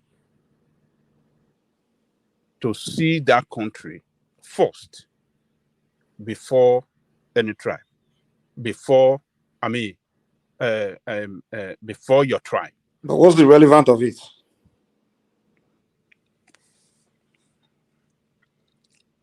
Okay, let me tell you this. Can I help you? If you want me to say something, let me learn.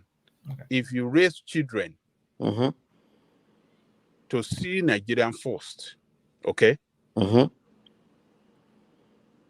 not your tribe, your tribal interest, but the interest of the nation first, and they pass through education like that to the university level, that mindset is what they will take to govern the country. That will make them productive, Abby. Hold on. They will govern the country with that sense of patriotism, and doing that, the nation will work well for everybody. Without being productive? The nation will work well for everybody. I think the reason why this is not working is lack of productivity. It's not because of somebody. Forget about product. Even if you bring the most, listen. Ajane Koko, you have to see the point. Mike, we are talking of psychology. Even if you bring the most detribalized president, we've had the detribalized presidents over and over. It didn't change anything. It didn't change anything. If you bring the most, even if you bring the most tribalist president, if the guy is very productive, he could change everything, and we all enjoy it. Okay, let me say something. People call American president racist now. Those things, they didn't change anything. Can I say something? So somebody come here and tell us productivity, like we don't know what productivity means. I mean, like, what are we talking about? Just because you know what it means doesn't mean your point is correct. Let me land. Hold on, let me land. You have a country where farmers cannot go to farm because some Marundian clans people are walking about with their cows, and you're telling me about productivity. People in their own space, they have their farms. They go to their farms before now. They were making food. They were producing food for the nation. But now they could not go to the farm, all because of some idiots from some who knows where they come from. They just trooping through the borders and start claiming because they have their own brothers who live in that country. I start claiming to be like them, and they say they are from, and then they start killing people, slaughtering people in their farms. How can people? You are presenting argument against criminality. It's irrelevant to what we are talking about. And you see a whole governor. It's irrelevant to what we are talking about. You see, this is relevant. Mike, I didn't begin to observe criminality.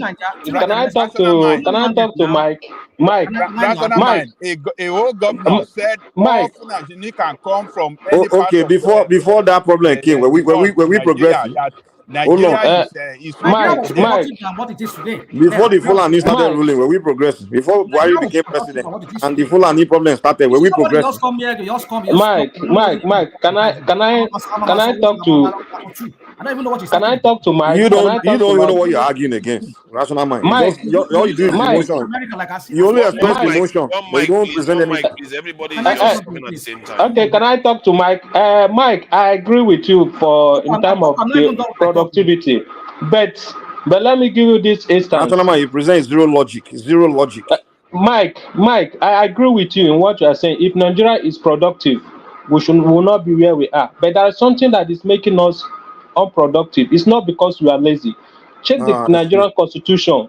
Nigerian constitution, that's what we call quota system.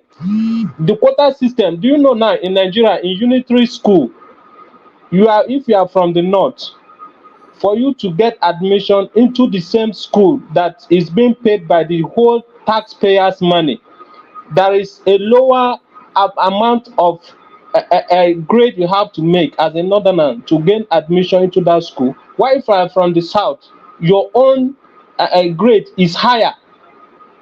That is from the beginning of Nigerian constitution. Children from the south have already been disenfranchised, or they are From the beginning of already what? From the beginning of when? From the beginning. If you are from the southern part of Nigeria, if you are From the born beginning as of from Nigeria. the That's not true. listen, I say from the Nigerian constitution now, if you are born from the southern part of Nigeria, that means Can you quote the you are part of the already constitution you're talking about? the part of the Is constitution. it's not a fact. I said I'm giving you an I'm just example. asking. Go I'm and check. going to look it up now. I'm not Oh, fighting you. Go and listen. Go and look up the Nigerian unity school. What is the cutoff mark from different states in Nigeria? Why should there be different cutoff mark They from call it different Unity states? School. It's a side program. It's a private. It's a side program. It has something to do with the stability of our What are you talking about? Is it what? What issues. what core issue? Which core issue? No, You see, Was there Unity School? It's a special school. It's a special school to unite people. it's So not. It's not. it's not. It's irrelevant to our general Okay, reality. listen. Okay, let assume is special The school. Unity Let's School. So the assume Unity School defines our entire Oh my consciousness. God! Do you know what the unity that school is that is So the it is Unity, an so is the Unity School is the reason why everything else. Let's calm down. You see, Mike now. I agree with you in terms of productivity. Now that I talk about you, Coco, hold on. See, the way Mike put it is slightly different from the way I tend to put it. The way I put it is that's why I agree with you 100% on that point. I said other nations have similar problems as we do, but they manage to remain functional. The question, I have asked that question on the panel before. Why is it our own, not only us, most West Africans, East Africans, South Africans are not functional? And if you don't learn how to diagnose a problem and deal with it, you're just going to be circling yourself over and over again. Because America is divided, the UK is divided, France is divided. If you go to any society, you just have to look deep enough, you see how divided they are. But yeah, they are functional. That tells you that's why I tell you, Coco, earlier on, you have to do your deductive reasoning to say, okay, if these people are all divided and they are still functional, what are we not doing? That is what you need to figure out. You tell us, what are we not So doing? Nigeria, their neighborhoods here in America, if you are black, if you go there, you are likely to get shot. What are we not doing right? But it doesn't stop you from being productive and progressing. One, you need to have a mindset that you have a right to exist in this world like everyone else. You need to secure your people like anyone else, so that anybody come and ask you for stuff, you are able to tell them what you think, not them telling you what they think. If they tell you what they think, you might as well be in slavery. It's over. And that is how every other nation starts off. They are all built by nationalistic leaders. But go ahead. Can I answer you based on the way you ask this question now? I will tell you the problem Nigeria has not. The reason why Nigeria has not progressed because we elect the wrong people to lead us. And the reason so why if they give Nigeria President Bush or President Obama, it will change, Abu. If we elect people. Sorry, I think somebody wanted to say something that hasn't said it. Is it Ikene that wanted to say something? I say you should give other people space to speak now. Yeah, if you want to talk, you can talk. I think you have Izon. Sorry about that. Izon told you wanted to speak now, and me, I want to speak now. You should give us time to speak now. We should give you and Izon some space. People can interject, but I think two of you can have the space. I think I will stand back for a bit. I don't want to keep it because I tend to interject quite a bit because please. Yeah, Izon, please go ahead. No, I cannot thank you, my brother. Tunaja, you why don't you have it organized now? So you want us to time it? No, I mean it's up to you. You're the moderator, but I'm just saying you can have it organized so everyone gets a chance to speak, and If someone wants to interject, I mean, this is one man's platform now, so you do the same way he does it. And No. Don't, you see, don't make that mistake. I don't look like one man. Do you see me having bald hair? One man is bald now. I'm very, very it's still called one man went to more. Yeah, but with some other person sitting there. So that's the problem. So, but the point is that I tend to use a slightly different method, allow things to flow organically, because sometimes some people have stronger opinion on some topics. So yeah, but if it's just open like that, people are talking on top of each other, and you can't really. Yeah, that's true. I think that. And if someone wants to get in a word, you try to shout louder than the person that's talking, and then all of a sudden you're not exchanging ideas and having conversation. You want us to do 3 minutes so everybody have their say, then we leave it open again. Yeah, you can do that now. That works. All right, 3 minutes. Let's start now. Go ahead. Okay. And if someone interjects me, sure, you go give me my minutes back. Yeah. Of course, you get it back. Okay. Well, make you not keep my minutes, or make you give me my minutes back. It's only fair. It's only fair. We'll give it. Okay. So, I mean, for me, I've been listening to you guys have this conversation. The thing is, before I get into the nationalistic part, to Nigeria, I listened to you and you contradicted yourself. So, initially, you were arguing against teachers taking a stand against the government that has cheated them out of their livelihood, cheated them out of proper working conditions, and then I'm listening to you, and you're comparing Nigeria to Singapore, where Lee Kuan Yew established a strict policy long term to make sure that education will not suffer in that country. And not just education of someone going to class, education of anything, whether it's apprenticeship, whether it's learning a trade, whether it's entrepreneurship, but education. You learn how to do something and you become good at it, so you're productive for the nation. And here you are, you're talking about teachers taking a strike, and you're criticizing the teachers. Meanwhile, the teachers are fighting for the things that we all want: better educational system. So that's the first point. The second point about Nigeria's unity. Let's not kid ourselves here. Unity doesn't happen in a vacuum. You don't just wake up and over 250 ethnicities are all of a sudden one people and they're championing under one flag. No, it's not going to happen. The reason why we all rally behind Super Eagles is because sport has that unique component. When people are playing a game and they've all come together under this flag, everyone will rally under that flag. That's what makes it special. But in every other facet of life in that country, you can't expect people to just automatically say, oh, a Kanuri man will say, Biron man is my brother, or a Fulani will say, a Nupe man is my brother. It doesn't work like that. If you don't create the kind of environment that makes people want to be able to live, work, and see each other as fellow Nigerians. And then long term, the thing is this, you don't see any programs. You have leaders that come in.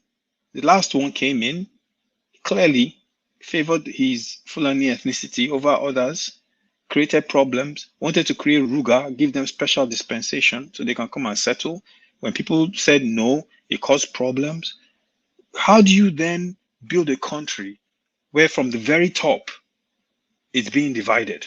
The current leader came in during campaign, what was he saying? Yoruba Loko. Is that someone that is going to unite the country? Of course not. And then he goes in, in my opinion, the day one he walked in, he failed. Because if you have 2.1 million IDPs in your country and you get into office, and that is not your primary objective to get those people back to their homes, you've already failed. So now we're dealing with insurgency in all different parts of the country. And, clearly they're dragging their feet. Nothing is going to happen, unfortunately. So you see these things and you're saying, oh, this country is doing well and this country has gotten it right. Or look, no country has gotten it right. One country just happens to have better institutions than the other country. So the UK's, the US, all these examples you're giving, there's nothing special. There's still divisions in there. But the one thing you can count on is if I go to this government institution here, or if I go to that government institution there, they have policies that would work. And those policies roll down, and that way we can function in a society. That's what's happening. Thank you. For one, I think you misunderstand me. I never said I was against strikes or against their goals. I'm against the long damaging strikes. There's a difference there. I can quote you verbatim. You said they are saboteurs. That's what you call them. If you call someone a saboteur, what does that mean? If you go on to damage what does the definition of a saboteur mean? Somebody that is deliberately damaging a system. Exactly. So you're against them. And that's what they are doing. No, they're not. They're not doing that. They are trying to fight for a better educational system, tertiary educational system. If I tell you that I want to save you, but I keep cutting you, I'm trying to save you, but I keep cutting you. I'm saving you. I'm cutting you. Let me give you a perfect analogy. If someone is bullying me, and I can't fight for myself, and you come in to fight that person, and in the process you take a number of blows, and your face is swelling up, and you're dripping blood, but you're still fighting for me, I cannot criticize you by saying you are not fighting for me. That's what they're doing. They are fighting for the future Nigerian children that have to go to university. They're fighting for the future. They're fighting for the future Nigerian children that have to go to university to make sure that those people are fighting for them by keeping them at home. Exactly. They are fighting for them. They're fighting for them so they can have a better condition. So our universities can have some credibility. I'm sorry. I gotta allow you to Nigeria a little bit here. They're fighting for them. You're not fighting for them by destroying their future. You better system. If you can't see that, then something is fundamentally broken inside you. See it, but you are not seeing. If you can't understand, you are throwing the with the bad water. Professor has decided. If you can't understand that a lecturer, this is an educational professor. These people publish journals and do research in other countries. You're missing the point. You're missing Sunaja's point. You are missing Sunaja's point. They have given up their livelihood. Can you guys hear me? They have given up their livelihood. So that way, I thought you already spoke 3 minutes now. So let's just respond to what he said. Speak back. Go and sit down somewhere. You're not the moderator. Okay. So please. They have given up their livelihood. So that way, the future of the country can be better. And you are here talking about they are keeping children at home. If your vision is that short-sighted, if that's all you can see, then bros. Let me kill his low IQ argument real quick. Let me kill his low IQ argument real quick. You've had your say now. Let him talk. Okay. Sunaja, you see what you said, what they are not understanding about what you said. They keep on accusing you of as if you are just against the people fighting. And that's not what Sunaja is saying. What Sunaja is saying is you are throwing baby with the bathwater. You can figure a way to throw the bathwater without throwing the baby. There are many ways to fight. How about you pick a fight by going after who is that elected official that actually is stopping what you want and go to the public. There are ways to remove the elected official or campaign against the elected official. There are many other ways to go against a policy, things that's not a policy maker that's not doing things for you. There are many other ways to fight. It's not only just. What Hold on. You can even call. Hold on. Give me a second now. Can you mute this guy so I can respond? He didn't allow me to respond. We have 3 minutes that we agreed to. So let's not. You get your 3 minutes. We don't spend any money. No. Sunaja, please let me land this point. Sunaja, can I land that critical point? You agreed to 3 minutes and 30 seconds. Your 30 seconds is gone. Sunaja, let me land this critical point. No, your 30 seconds is gone. Let's try to keep it strict, please. No, let me just land it. Mike, you have your turn. You've already made the point. Okay. Right. I'll wait for my turn. That's fine. Okay, guys, listen. I yield my time to Mike. You can have the time. Mike, go ahead. Okay, nice one. Okay, thank you. So, what I'm saying is, there are many ways to fight a battle. It's not always one way. And when Sunaja keeps saying you're doing the same thing over and over again, and you're still not getting it, that's insanity. There are many ways to fight battles. How about I suggest this? You lecturers, how about you get with the students and put them on your side, and you, along with the students, you go out after those that are in charge of making that policy that you want and campaign against them. And there are many other ways to fight battles besides just you throwing baby with the bad water all the time, where students are supposed to graduate in 4 years, graduate in 7 years. At the end of the day, the strike that you did, at the end, you still didn't get what you wanted. So who suffered? You are fighting a battle in a way at the end of the day, the person that suffered is only the students, not even the people you are striking against. And the people you are striking against, obviously, you see them as people that obviously don't care about the student themselves. So you have to look at it like, okay, this fight that I'm fighting, I'm not actually hurting the person as I'm fighting against. It's somebody else that I'm hurting. I think that's the point Nigeria is consistently trying to prove. Like, listen, you are sabotaging these children. These politicians don't lose anything from you striking. Some of them don't even care. They're only there to make money anyway, to steal anyway. So you decide you want to fight them, but the choice of battle, the kind of choice of way of fighting them, you didn't analyze it. Like, okay, I'm trying to fight these people in this manner. Am I really hurting them? Who am I hurting? You are only hurting the students. So I think that's where Tunanya is coming from. But you guys are accusing him of saying, oh, he doesn't want them to fight. He's siding with the politicians. He's not siding with them. He's just trying to tell you guys, like, listen, maybe Tunanya is not playing it right. But what I see what Tunanya is saying is that the way you are fighting the battle is you find another strategy. There are other ways to fight battles.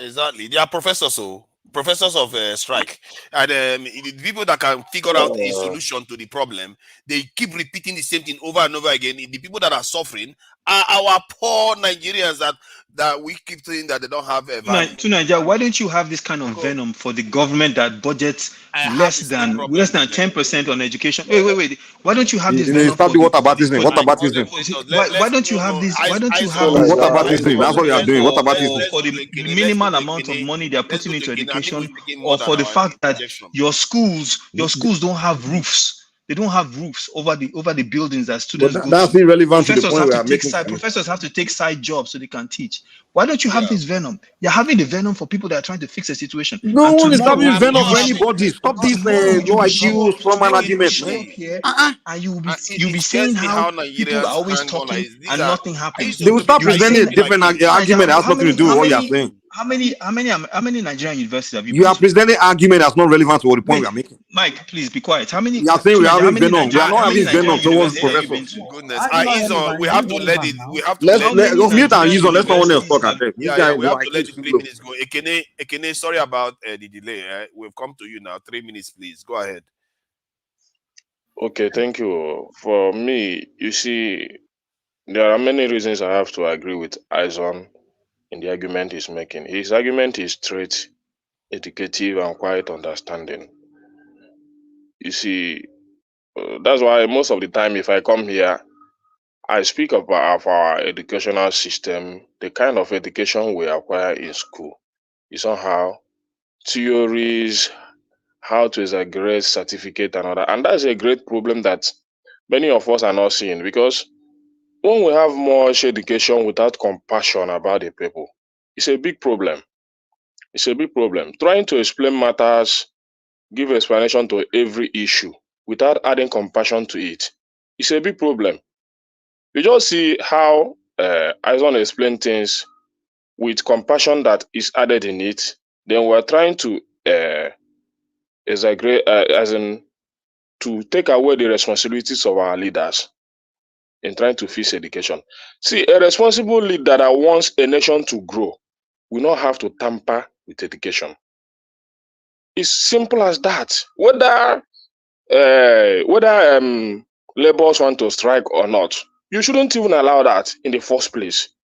First of all, coming into power, you should know that education should be a priority. So anything that has to do with education, you have to go there and fix it. But insecurity, you understand, education doesn't necessarily mean that you study bachelor's degree in this and that and other. You just see how you explain to you how the people you say they are productive, the kind of education they acquire, both skills, anything is education to them. And the same thing with the Chinese. Go to Chinese company, they don't speak English. If you want to buy goods direct from a Chinese company, you go there, you speak their local language. They manage to get interpreters up until today. But when we come here, we try to show how educative we are, how we acquire PhD, how we do this and that. But people that don't do that are more productive than us. If you want to try it, try to acquire anything. Just not go to Chinese company direct and say, I want to acquire something from your company. They'll ask you for an interpreter. They don't speak English. They concentrate on their productivity.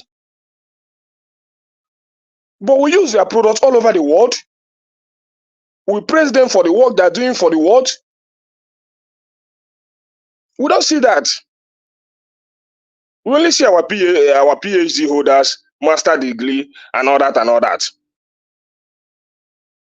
These guys build with their local language. Thank you.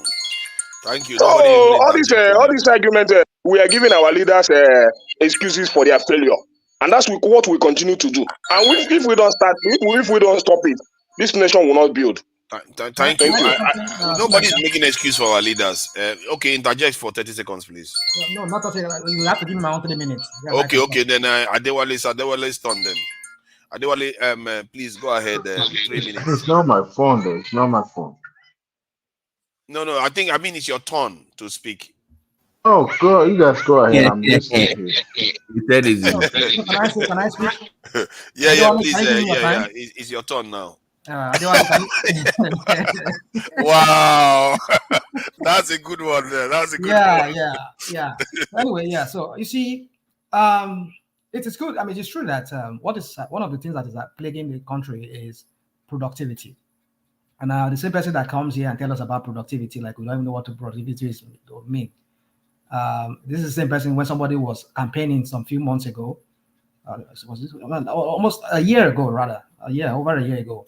I was talking about from production, from production to what was that? What was that to be? To Nigeria, remind me, what was that in Obi said? Consumption to production. From consumption to production. So people will hear with like, hey, what is he talking about? He's just throwing water around. Now you realize that Nigeria is not productive. Kill us up. 1 + 1 is 2. We know that. It's not. But no person that is telling you about. I won't review my strategy right here. I mean, I'm here to come and dance. What is he doing right now? Come on, this dude. Get to the point. That's not even my point. Let me go to my point. So I don't want you people to just. You really have a point. You have no point. Don't mind. I don't have a point. I know that's your go-to. That's your go-to. Your go-to sentence. You don't have a point. You don't have a point. You don't IQ. We never have a point now. The only thing is go after people. It's okay. I heard you. Let me just say. Don't go after people. Go after me and go after people you don't like. No, I'm not going after them. I'm only commenting on what you said. That's what I said. There's nothing you can say tonight that we learn. We learn anything from. Okay, it's okay. I hope you're taking my time. Just go ahead and rant. These guys are interjecting me. Please allow him. Please go ahead. So now my point is that how can we talk of productivity in the first instance when that thing that will bring about productivity is not even being addressed? Correct. I agree with that point of productivity because somebody has already said it before, from consumption to production. So, and then now we're hearing that word now being brandished around by somebody now telling us productivity. Like we don't know what productivity means. But my point is that you cannot talk about productivity in the first instance if the fundamental issue is not addressed. You see, this is what these people do a lot. They go come here, they throw around America, Canada, like as if, and when we try to throw it back to them, the same Canada, America that they're trying to use as an example, as a prototype, as a model, they'll take offense. No, you're just out of context. It's not that this. Come on, my kids here, they attended U.S. American schools here, all from elementary. Right from elementary, they've infused in these kids that they should be very, very grateful that they belong or they were born or they are citizens of a country, the most greatest country on earth. My kids were all taught that right from elementary. That is a patriotic fervor being instilled in them right from primary. Your children are black. That's why they were taught that. No, come on. Oh yeah. Let's forget. They're telling you the Caucasian. You're eating his time. You're eating into his time. No, who said they are black kids? I said that. But hold on. I live in it. Listen, I live in a white. Take 1 minute. No. You do that to me. I'm using that. I'm going to use. You already used your 3 minutes. I'm giving you an extra minute. God. Dude. Can we ban Fofana from this platform? He's already used his 3 minutes. I'll give you extra 1 minute. Come on, go ahead now. So real quick. So right from elementary, they taught them. I live in a white neighborhood here. My kids, they attend most of their schoolmates, they are all white. So you're telling me now that they all, because they are black, so let me just go to my point. And you live in the white community, so that speaks volumes. So go ahead. So my point is this, my friends, is that if you do not, America is, of course, there's this unity in some ways, but right from elementary, they've taught these kids that when you turn 18, you have to report for selective service. There's nothing patriotic as that. It's just like our own version of NYC, but it's not NYC. This is, you have to be ready to be deployed to go serve in the U.S. Army. There's nothing. Okay. They instill this. They instill this in there. So why would that not lead to productivity? Because already they've been made to believe that they should be grateful that they're born in the most greatest country on earth. That leads to productivity. That is why you see them. Thank you. Oh, thank you. Have I landed? Have I landed? Don't worry, you're going to get your chance to have a this thing. We all agree 3 minutes. You have to stick to the rules. We agree 3 minutes. We have to stick to the rules. So, Adewale, you want to use your 3 minutes, or you want to give it to? You want to give it to Nigeria? You are terrible. Yeah, you know, I will use. No, this is even further that I recognize Russian Ahmad doesn't mean that sometimes probably be on the side. I will yield my 3 minutes to him, but you are a terrible moderator too, Nigeria. You are a terrible moderator. Go ahead, Russian Ahmad, go ahead. I yield my 3 minutes to you. Can you fix your audio? There's an echo when you. Is it mine, or I think it's Adewale? No, I'm using Bluetooth because my daughter is watching a regular show, so that's why. But go ahead. So let us not just suppose this thing with the Nigerian context. You know, I grew up when those era whereby in school we were taught to be patriotic in school. We will salute the flag, we'll do this, we'll go and join Boy Scouts, we'll join Man O' War. We're made to believe that their country is worth dying for. Those are those eras when it's gone. But my point is this, is that we're dealing with a different beast right now. The cracks in the unity of Nigeria, it's getting wide and wide with passing years. And these idiots in the persons of so-called leaders, they don't even look at that. Or they just want to be president, they want to be senators, they just want to make money for themselves. That's all they care. And how do you govern a state, a country like that? When your people are not, you don't infuse in them that national, that patriotic feeling of, oh, you are from a country, you should be proud of this. No, it's no longer there. And they keep widening that gap with their divisive kind of politics. Now, my point is this. The point I'm trying to bring up is this, is that we cannot talk of productivity when people who are just going to their farm to go and farm, produce something to sell, to keep people going, to keep people fed. When they can't go to their farm because some people are marauding all around, they're not patriotic because they're not from that country. And if they are from that country, maybe they have some kind of agenda with their clans of what they're trying to do. Who knows what it is? That is unpatriotic. And anybody supporting that is also unpatriotic. When people cannot go to their farm to feed the rest of us in that country. So how can productivity come about? When people cannot go to their farm. So, of course, yes, production is part of it. But you cannot talk about production when the fundamentals, the very thing at the core of it, that will lead to that will springboard that production, is not being addressed. One of them is this disunity among us. And how do we go about fixing the disunity? That is the point. And everything boils down to people not being patriotic. The leaders are not patriotic. How do you expect the followers to be patriotic? That's the question. So, in conclusion, for me, you see, if we do not address the very main issue that is bedeviling that country, which is at the core of it, is, are we one people? Are we one country? I don't want to use the word nation at this point, because we're not even a nation. In my own view, we're not a nation. We're a country of nations. But if we want to become a nation, as in one people with one standard or whatever, then we need to talk about that. So if we do not answer that question of, do we want to be together? And if you want to be, how? That how will now lead to that question being resolved and being asked and being answered. So like I said, It is true, we're not productive, but we cannot talk about production if the very core, the very basic issue that is really bedeviling that production is not being addressed. One of them is our people are agrarian.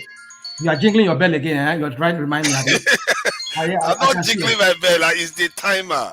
Okay, all right. So in conclusion, so my point is this, is that we need to address that issue of, do we want to be one people? Do we want to be patriotic as one people, as one nation, one people from one country?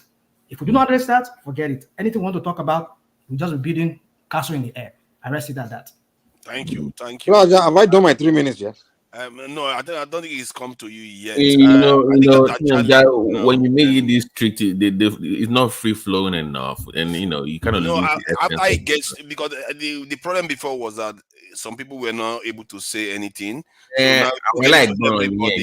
don't have him here; he's gone. So, but Josephat hasn't said anything. So after everybody have their say, then I can leave it again, and everybody can have a free flow. Yeah, I think it's Ajane Coco now. Are you there, Ajane Coco? Ajane Coco. Oh yeah, thank you. So what do you want me to talk? Yeah, about how do we get our Nigeria to export as much as Singapore? I beg of you, but go. Mike took the side of for that. Was surprising. Mike has been off lately. I don't know what's going on with him. I don't know. Last week, hold on. Last week he was in the cabinet sitting. ATIKU'S actually is over here. This week is now the Labour thing. Mike, what's going on, man? I mean, I wasn't taking side. I'm just speaking to the issue. That's I don't know what's going on with it, but it's okay. Okay. I don't do side taking. That's one thing you need to know about me. I just speak to. You did. I think I did here, but it's okay. Babati. From his own opinion now. Babati. Yes, but Do you know how much South Africa budgets for education? Eyes on. Hold on. 19.5%. Do you know how much we budget? Eyes on. You have to let me try to get this thing. We all had an agreement. It was a sacred covenant between all of us that we have to do 3 minutes. But let him give us that information now.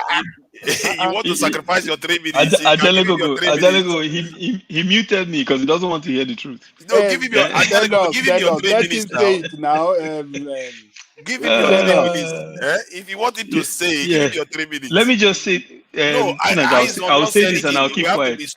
Let me give the stats and I'll keep quiet. It's okay with me. Let him take some of my Okay, it's counting now. Okay, good. Great. Go ahead. Yeah, 19.5 is what South Africa budgets for education. Nigeria budgets 7.9% in this recent TINUBU budget. So just look at that too. Fellow African countries, South Africa, almost 20% for education. We less than 10. If you don't allow your kid to go to school in the north, like I was saying earlier, where because of religious issues, you bar them from actually getting that quality education. Even if 20 billion there, it will not mean anything now. They can't go but here's the thing. Here's the thing, though. This North thing that people say, when I talk about northern ethnicities, I specify the group I'm talking about, because Southern Kaduna people, you're not talking about them, or Plateau, or Benue, or Southern Borno, or Southern Gobe. So let's be nuanced. Let me be specific, please. Hold on. I was referring to the. Does anybody know who Akin is? Hold on now. So somebody is backstage now. I don't know. Does anybody know this man? Say something quickly before. Nobody know him. Show his face first. Yeah. I was referring to. Do you know they always call the 30 million out of school children? They always quote that figure. So I was referring to those people. That's why. Okay, so I was referring to those. And Babati, do you know what? There are other ways. Thank you. There are other ways to educate them. They can build trade schools. They can build a lot of different types of things. Anyway, anyhow. It doesn't have to be the way the world is moving. They have to get them in that school some way, somehow. They have to get them productive. They can have agricultural schools. It Yeah, doesn't that's have to be what we look at I as know, Western. I'm with you. But I'm saying that, Yeah. but from what we have right now, this ethos, this idea of I'm going to go sit down with one building, citing the Quran every 2 minutes for 4 or 5 years. We can't have that anymore. I'm sorry, we can't keep doing that. And Muslim education, back in the day, Muslim education used to be very innovative. But sorry, Ajalo, make you take your time, I beg. He's eating almost everything. Now you are saying you take it back after you've eaten almost everything. Nigeria, you know that Aizon doesn't come very often like that. So when you see addition on the Aizon on the show like that, so just let him speak. I should let him speak. Yeah, because are you saying that I should give you thank you. So let him speak. But you see, when we have an agreement, we have to stick to it. We have to start setting an example of institutions. Oh no, okay. Now have to when function. you believe in agreement. Now hypocrite.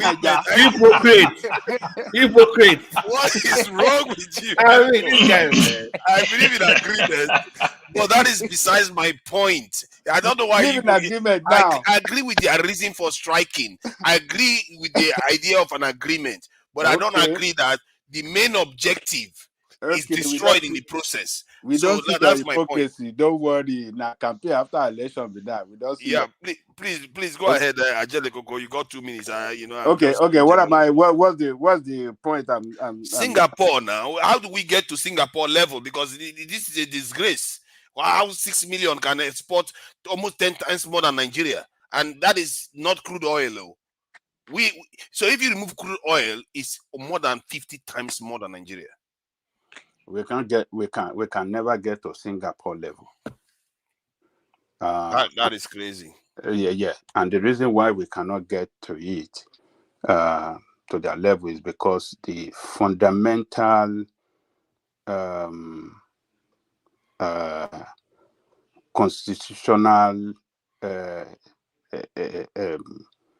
and foundational structure, or how do I put it, constitutional provision, we fail as a country to fulfill it. And the basic constitutional provision that is essential for the country to implement is security of life and property and welfare of the people. Nigeria has failed to fulfill that constitutional provision. So when you don't fulfill those two things, security and welfare of the people, you'll be backward as a nation. Yeah, but that is describing a problem, though. Your time is practically up, but I will give you time because since I'm interjecting. The question then is, that is the problem. We don't secure our people. We don't. The welfare of our people is not at the top. But how do we change it? Because we have to think about, okay, let's say TINUBU now. How do we make TINUBU start moving in that direction? How for TINUBU to move in that direction is to restructure the country. Restructure the country economically, politically, and the country we will start to see a country on the right direction. And maybe if we are consistent with that, then maybe we'll get there in the next many years to come. But if we don't restructure that country economically and politically, then we can't get, because economically that will give the issue of resource control will come in. And when we can solve the issue of resource control, so many other problems will be solved. insecurity problem will be solved. You understand what I'm saying? And how do we govern ourselves? Which is on the side of the political restructuring. Thank you. If we can solve those two problems, then we will have a nation that works for everybody. That's the way I see. I guess we are going to come back to some of your suggestions. Mike, please go ahead. 3 minutes. All right, Mr. Tunaja. There's a former president called John F. Kennedy. The guy made it clear.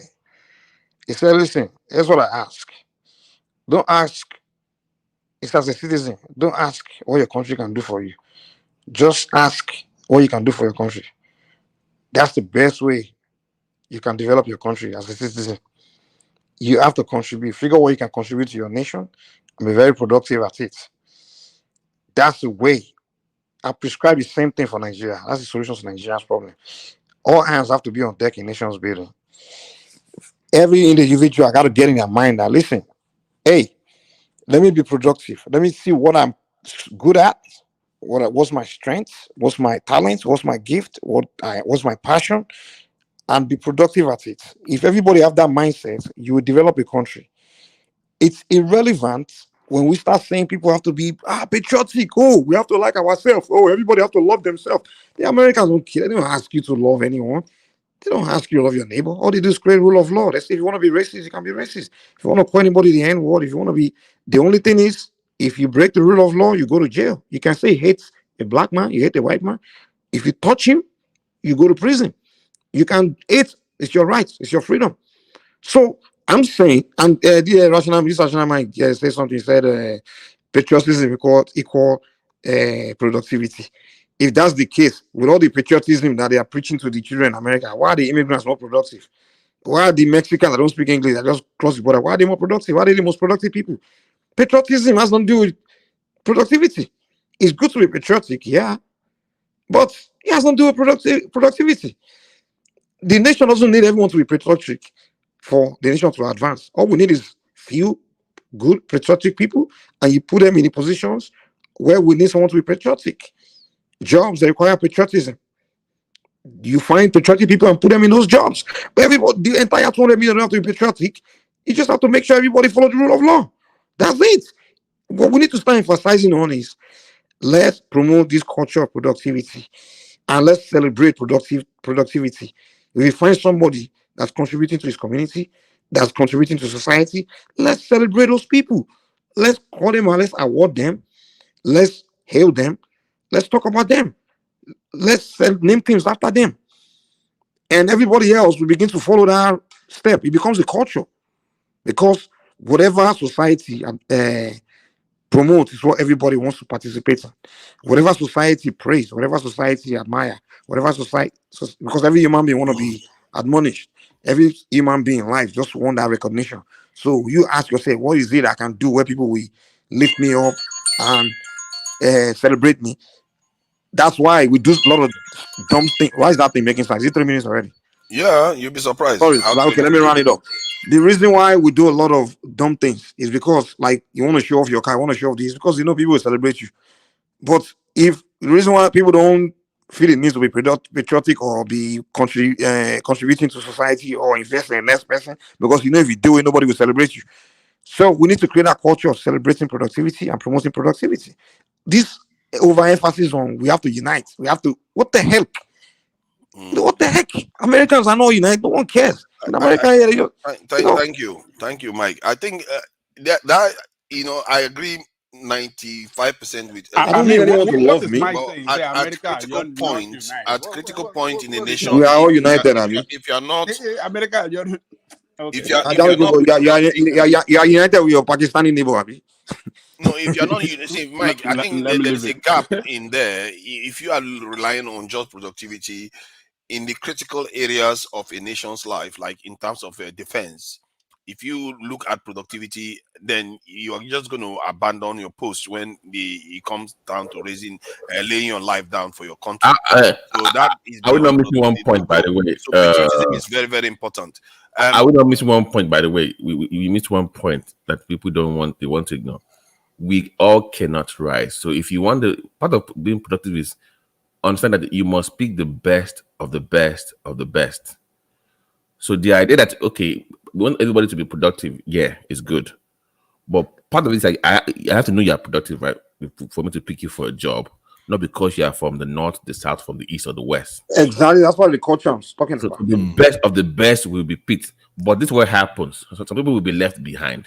So the Thank idea you, of, thank you. oh, And I'm not going to let you flesh it out. Josephat no, okay, Obioha hasn't said anything. Uh, Were you not the one that donated your time? Hello. Eh?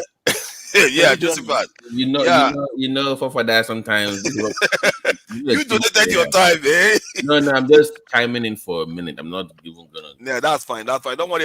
I'm going to leave it so that everybody can, go ahead. Josephat Obioha. I don't think I have personally encountered I'm you here.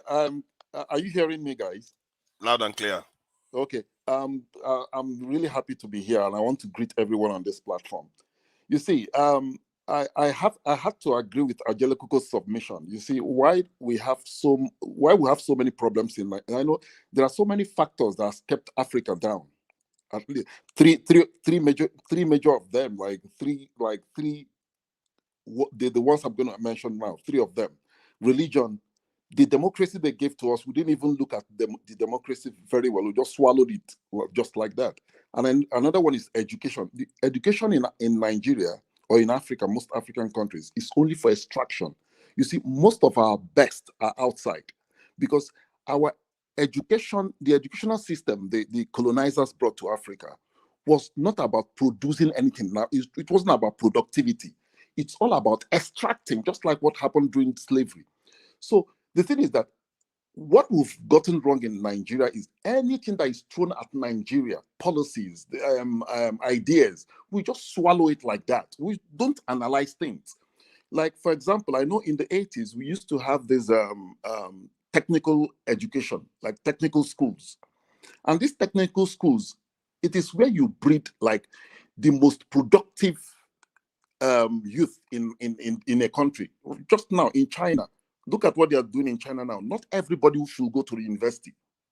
Now they've brought out computer schools, a lot of schools, like you could go there, be an entrepreneur and be productive and employ people. Because these big factories now are leaving the scene. Most people are making money on Facebook, on Instagram and all those stuffs. You understand? So I believe we should review our educational system. We should review it. It's not working for us and it has never worked. We have to review. If the ones who are going to throw away, we throw them away. If we are going to change everything entirely, we should change everything entirely and get the country moving and be productive in that country, because for over 60 years we've not been productive. Let's just tell ourselves the truth. Again, is the mindset. I wouldn't talk this one because it's going to annoy a lot of people here. Let me just go to what ATIKU'S said. The best thing that will happen to Nigeria is resource control and state policing. I know if there's something you want to talk about mindset, you should talk about your mindset. Don't hold anything back, because we are here to learn. You see, because if you look at resource control, what resource control would do to that country is going to reset everybody's brain, like one. And it's going to open up all these politicians. It's going to open all these governors. It's going to open their anus. We're going to know their loopholes now because see, a madman can be a governor in Nigeria. A madman. What do you need? Money from Abuja, pay workers, and you relax. Things are okay. But when you now allow states to control their resources and seek for fun, you see that now some governors will be throwing in the towel. Some governors wouldn't do 8 years. Some governors will just do 4 years. Even some governors, at the middle of their 4 years, they will just say, no, I'm done. I can't do this any longer. Like the way it happens in the Western world. Because one, you have overfed them. So they sit put there. They don't want to do anything because the free money is coming from Abuja. Let Abuja give resources back to the states. Then you see, like, for example, if you go to Northeast, where they have all these insecurity all over Nigeria, though. But let's look at Northeast, where they have massive land they could farm. Do you think if I'm a governor in one of those states, and my only source of revenue is farming, I will fold my hands and allow these bandits to take control over there. No. I will do something. That is why when you give the states their resources, state police will come up. Many ideas will be coming up. Investors will move in, and that country will be productive again. With this system we're practicing, we're going nowhere. And that is why I agree with Angelico. Restructuring is number one. We have to restructure the country. When people talk about restructuring, it's not like we want the country to divide. If Nigeria divides today, it has affected the black race heavily. We don't need a divided Nigeria. We just need a restructured Nigeria because Nigeria is still the heartbeat of Africa. You understand? So, thank you. Please, forefathers, I want to talk on this thing. You see, religion is another thing that is keeping us. No. Sorry. We have to wait after this round, then we can go. Okay. So that Coco, Ekene, and Akin can say something. Then everybody can, have their normal conversation. Coco, thank you for joining us. What do you think so far regarding our productivity, as some like to put it? But I like to put it very plainly. A country with less than 8 million people can generate as much export, more than 10 times export than we do. And if you remove crude oil from Nigeria as part of our export, I think it's well over 50 times more than the export that we do. So how do we get ourselves out of this situation? And why are we in this situation first? Then maybe how do we get ourselves out of it? Please go ahead. I think Ekene should go before me. He has been here, didn't say anything. I've been talking. How I need generous. the floor All for right. him. You want to give him your time? Let him go before me. After Ekene, before me. Okay. All right then. That's fine. Ekene, are you there? Yeah, I'm here. Yeah. Welcome. Thank you for joining us. You had a question. I don't know if So please go ahead. 3 minutes. Okay. The issue we are talking about is very simple. It's just that we have lazy leadership. We elect lazy people into the position of governance, and we don't have critical thinkers as leaders. We just elect people that wants to share money in Abuja. So, and that has become our problem. The oil in the south is a very big problem to Nigeria. So all the money we generated there, you see the way they rush to share everything without using it for critical development. We talk about diversification. Many governments will come and talk about diversification. At the end of the day, they couldn't do it because you see some group of greedy men concentrating on one section, which is oil. So when they concentrate on that, it shows their incapacity. They cannot think. They don't know how to govern. They are not business minded. So it's a very big problem. So we still need first of all, we still need to elect a leader that can critically think and diversify our economy by building our educational system, because I believe with everybody here that said that our education is not a step in the right direction. Yes, we need to restructure our education. What we study here is theory, no practical. So until we resurrect our technical schools, everything should be education in Nigeria, both bricklaying and carpentry. All these things should be an education. Government should put in their interest in that. Not necessarily all these theories we carry about. So when we begin to go think in that direction, then we see a productive nation. We can do that. I don't believe we cannot do that. We can export as much, even more than the Singapore you are talking about. We have the resources. We have it everywhere in Nigeria, but we are lacking in human capital development. So, and that human capital development is most of our governors are overlooking it. That area, that is a critical area. Human capital development is a critical area if a government is serious. Because the reason why they rush in to build roads, even in that road and capital project, they are not even doing well in it. It's just they want to use it for the next campaign, not necessarily for the purpose it will serve. Because if you want to build road, you need to look into the internal roads, the roads that lead farmers to their productive land. Thank you. So all those things, even our railways, these things, they don't think about how to channel our railways to help the farmers and all that. So it's a we still have a long way to go. We really have a long way to go. But we must first of all think about electing a thinker as a leader. Then we now know the direction to go. Thank you. Thank you. I think to have a thinker as a leader, you have to have an environment that allows a thinker to emerge, and it kind of somebody that is very good at providing solution. Right now, the environment is so hostile that you will only have cutthroat. I guess you could have a cutthroat thinker too. Coco, please go ahead. Okay, thank you, Tunaja. I like this your final submission on when you say for which to have a thinker as a leader, we need a good environment, which Nigeria did not provide for us, honestly. And in the Mike submission, Mike was actually talking about productivity, production. Yeah, I like that. If Nigeria is a productive nation, we will not be talking about all these things. But the environment is not there.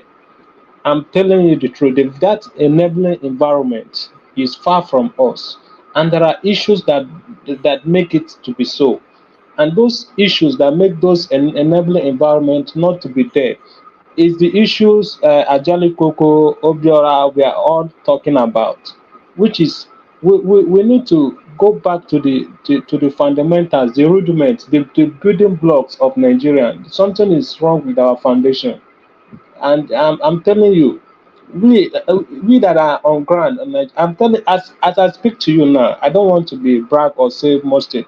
I can speak about 4 different Nigerian language, very very effective. That's to tell you how far I've traveled wide within Nigeria. I know things that I see, I saw.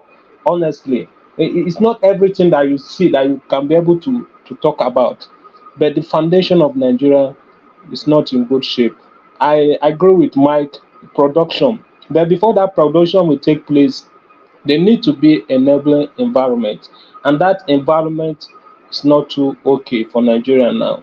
There's so many people that try to do production, and the environment, maybe the idea you have now for you to produce something is in the north, and you are not from the northern extraction of Nigeria. When you go there, you'll be faced with a lot of challenges, and these challenges are not because you come to harm anybody or do anything wrong, just because they feel you are not their own.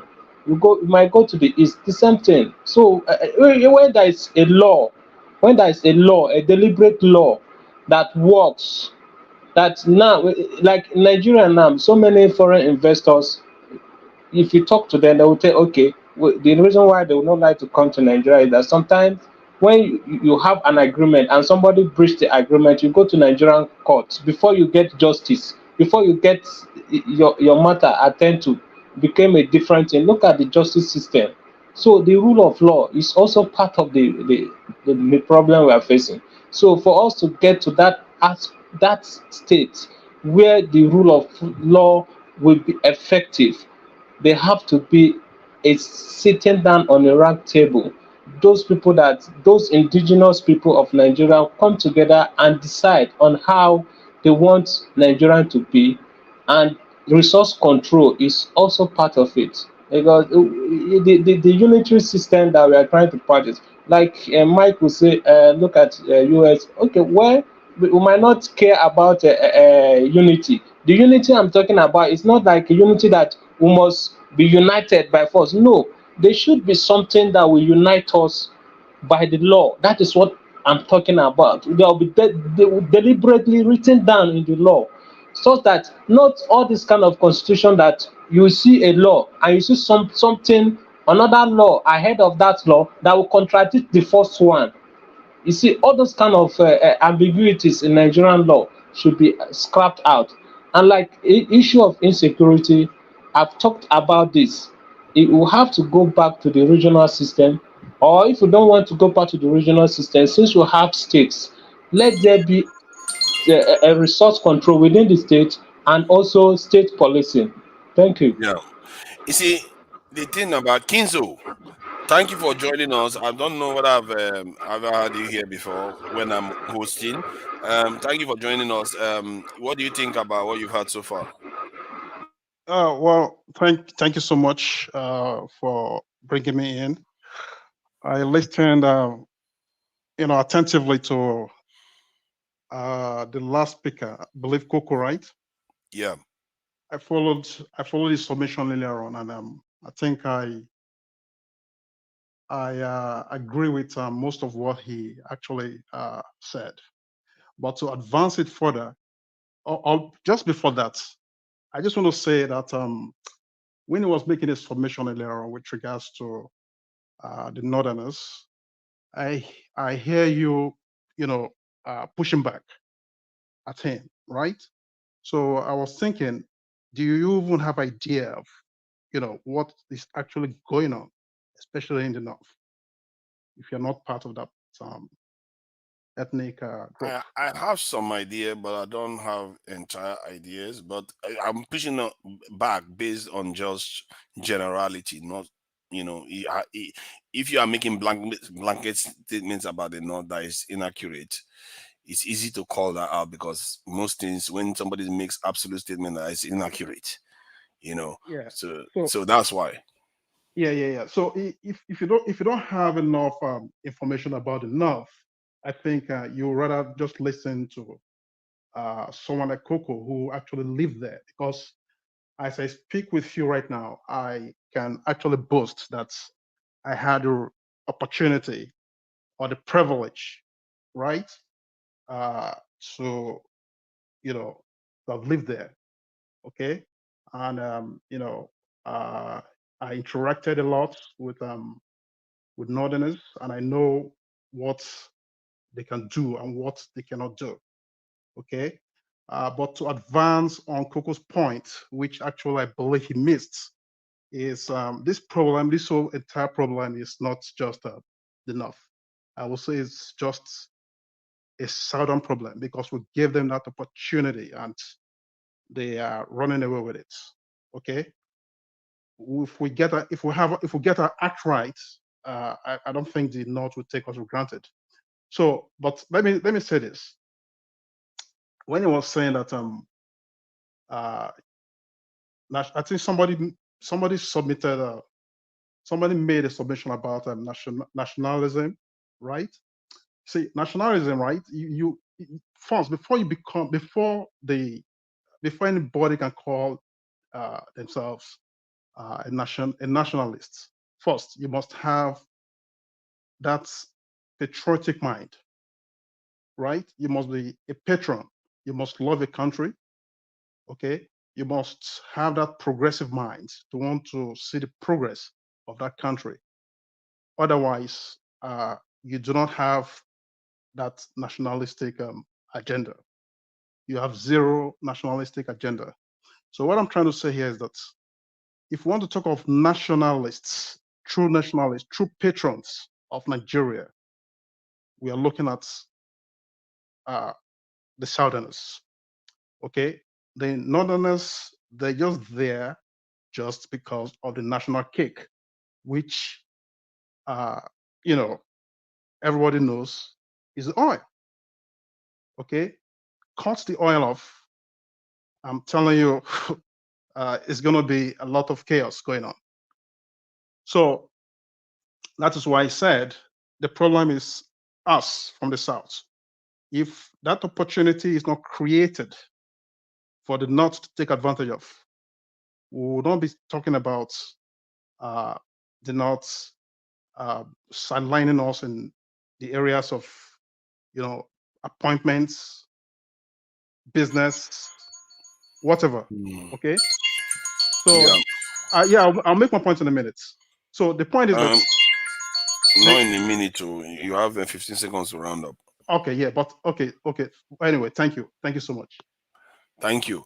I see. Let me make my own submission on this. I said before, nations have problems. A lot of nations have similar problems as we do, and but yet they still manage to remain functional. And I've done a lot of deductive reasoning and trying to remove other things that other nations have that we do, but yet they still manage to go on and all the rest. And it boils down to one thing, which is first, you have to have self-consciousness that you have to come first, which is a kind of nationalistic mindset. You have to start with that. Next thing is to secure yourself in this world. Because without security, everything else you do is vain. It's just you're working for the ones that have it. They will just come and take everything. That's simple principle of the schoolyard. This is a bully, and if you don't go on to once you do that, what tends to happen is that the nation starts acting more rationally. Because what we see going on right now is not rational. How can the people, do you think our people are entirely stupid, where you just go and start flagellating and destroying your own system? But it tells you that something has gone on that affected our psyche. If you had the Benin Kingdom before, when they were independent, they were not colonized, you find that they will be doing everything to make sure Benin Kingdom comes first. Because nothing was hampering their independence. Nothing was hampering their mindset anymore.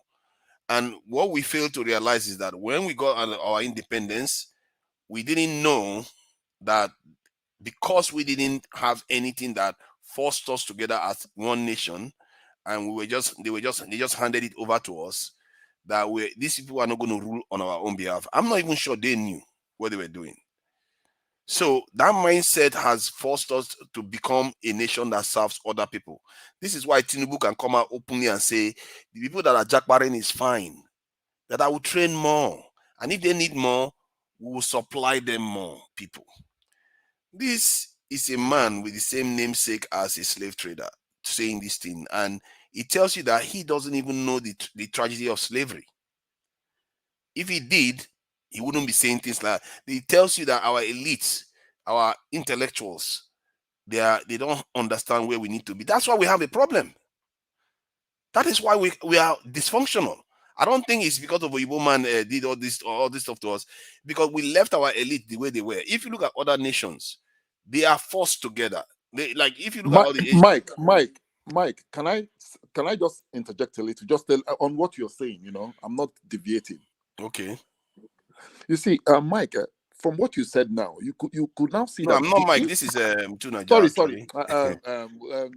Forefathers. You could now see that what the institutions they implanted in Africa is what is causing us to hate ourselves. If you look at it, there is no conscious. If you look at our leaders now, there's no consciousness in our leaders. They don't know who they are, and they don't know. You see, there's one problem with a black man. A black man doesn't know. He's fighting against multiple problems in the world. You are fighting against the world if you don't know. Yeah.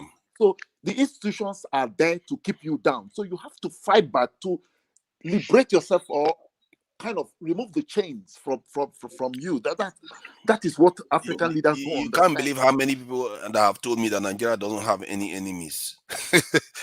We do have. They don't understand. That tells you the lack of awareness. It's not that our leaders know, and our leaders is not they don't know who they are. They make themselves God to the people they lead. So when you make yourself God, you see yourself as superior to your people, not necessarily to go and serve them. So that is the problem. See, so our leaders are God. Let me put it this way from this point of view, to let you know that thinking is not enough. Like, let's say you have a farm, a livestock farm.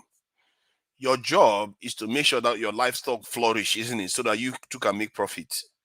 Just like in the West, Bill Gates is extremely rich compared to even this in Dangote. their job is to enhance their wealth. Why is it our leaders, even if they make themselves God, why are they not increasing the wealth so that they even become bigger gods? It tells No, you they're it's increasing their corruption wealth. there. No, they're increasing their wealth.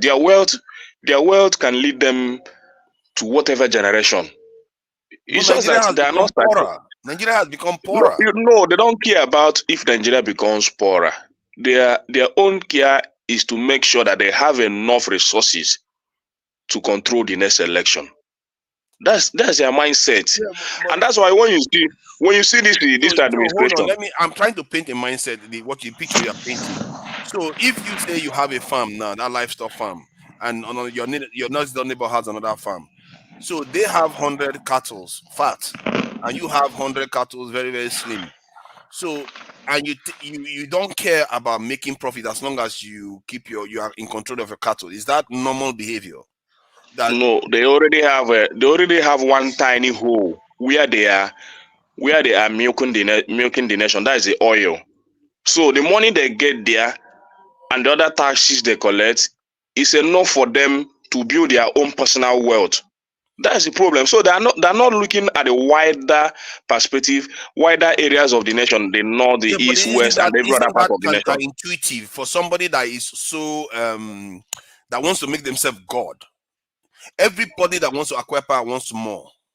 So isn't that counterintuitive? No, for them, see, Nigeria is controlled by little tiny percentage, just few, not up to 1% of our population is controlled. So these guys, even within the elites, the people like Dangotes, all those big guys, then combine them with your politicians. These guys already have what they want. So what I'm telling you is this: their mindset is how to control the next election. So they don't care about transparent election. They know that they can always get it. That's why they keep other part of the. I can tell you, many percent of Nigeria have not seen 200,000 naira cash in the account. I think you are still thinking about this from the point of view of individual politicians running election. I'm talking about people, rich people, powerful people, that even the ones that own the country, count them like that. Even if you own the country, you own anything in this world, you want to be bigger. But these guys don't seem to want to be bigger. They just seem to want. No. When you want to control, when you want to control, there's that kind of greediness in you that you do things that only satisfy you. Then other part of your body is dying.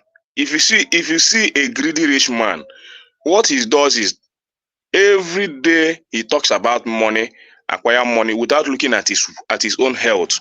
So at the point of making that money, you see him dying slowly in terms of health and other spiritual aspects. So that's what you have as a leader. You see their mindset. Hold on. I just want to dissect it. So, sorry, I'm just trying to slow you down because you're saying things that a lot of people say that I truly want to understand. Because if that is the case, that these people, they are rich people, that the moment they have money, they do things that degrade their health.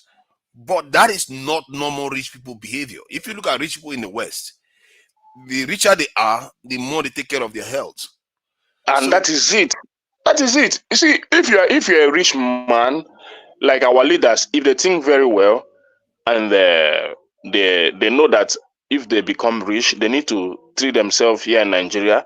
They don't need to. If they love the country so well, what stops them from developing the health sector to the point that a leader will have it very difficult to travel abroad to take care of themselves? So when you do it, let me finish. When you do it, it will not only benefit you as a leader, it will benefit the populace. And that's a plus to your leadership. They don't see it that way. They see it in a point that they already have the money to travel to Europe to take care of themselves. So no matter what is happening in your own health sector, they don't care. Because the opportunity, the money is there for them to go to any country to take care of themselves. So that's how our leaders behave. You see, So when they you say don't see this it. thing, right? Let me come to the point of education. They don't see it as a point and in the educational system that if they develop this educational system, they don't necessarily need to take their children abroad. It's not only that it will benefit their children, it will also benefit their populace, and also a plus to their leadership. Let me help you. In here in America, there are some families that controls virtually every sector. And this control I'm talking about, they create wealth by making people work for them. There are families who have, I don't know if you heard about the Kaiser family here in America. They control several medical centers, hospitals, name it, anything medical. That's their line. You have the Rockefellers. You have this stock guy that has Berkshire and Hathaway. What's his name? This stock guy that's done. So all of those people. Warren Buffett. Warren Buffett, thank you. So many of them. They have special areas. There are some people, they are into car dealership. They buy big companies that sells cars. So when we say people are not patriotic, that's what it means. This is what it means to be an American. You think America first. Their investment is trapped here in America for the most part. Yeah. Say you're talking about research. Some of them sponsor research, not because they want to sponsor that research. Like, okay, look at this guy. What's his name? The Microsoft guy. What's his name? Bill Gates. He has hectares and acres of farmlands. He's investing into that. He's producing GMOs and maybe probably non-GMOs. So all these people, they are investing in the country here. But our silly, avarice leaders in that country, all they do is move the money out to either Dubai or come here in America and buy property or invest in other startups here or other already existing, and then neglect our people back home. What stops some of these big people in Nigeria from creating chains of hospitals and make government pay them for rendering services to them? You see, these people, they can make money. With their money they have, they can create wealth within that country and even make other people wealthy who works for them. But they will never think on that line. Rather is they move all these millions, billions of dollars, move it to a bigger economic like here. Because why? Because they don't want to create an environment there that works for them. Rather, they just want to come and develop other people's economy. That's the problem we have with those I think if you ask me, if you say whether these people love their people, I would say they do. I feel like maybe who love their people? Who love their people? The leaders, they do. Love who? You see, let me explain to you what I may be wrong. I'm not saying I'm correct. I'm just saying the reason why I'm suspecting that is that maybe there is something else at play here, whereby you can love your people but work for other people. You see my point? Because that is the culture that you met in place. Two Niger. I beg, no go that side. I beg. These people don't love their country. No go that side. Just look at what. How would you love your wife and work for another woman? Now. Yeah, because that's the culture they met. How can you love? Okay, excuse me, two Niger. Let me give you one instance now. You know TINUBU now, the President TINUBU. If TINUBU Sheyi gets ill tomorrow, TINUBU will leave everything he's doing and go and take care of Sheyi. That is the love of a father to a son. These people don't love the country. If you love your country, how can you go leave your country for 10 days, relax in France as if it's your home, while the country is burning?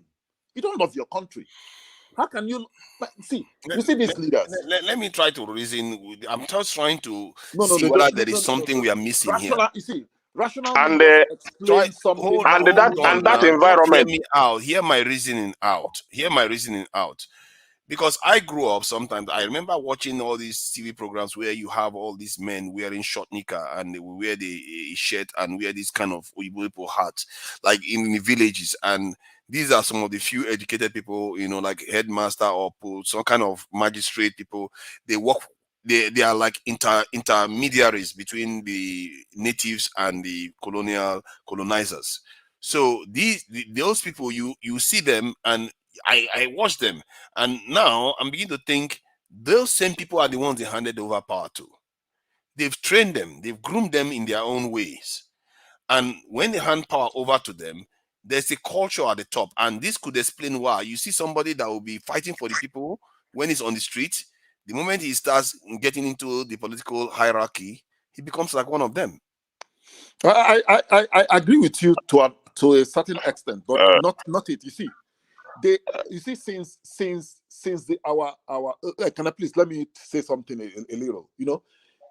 After this, if you see when we had patriotic leaders were in the 60s, when we had like the Owls, we have the Zigs, we have the Patrice Lumumba, Kwame Nkrumah, what's this guy, Julius Nyerere. That is when we had leaders that are pan-Africa, because before you can do well in Africa as a leader, you must be a pan-Africanist. You must be pan-African. You must love Africa, breathe Africa, dream Africa. That is the only way you can succeed. But the ones who have now, they don't come closer to those things.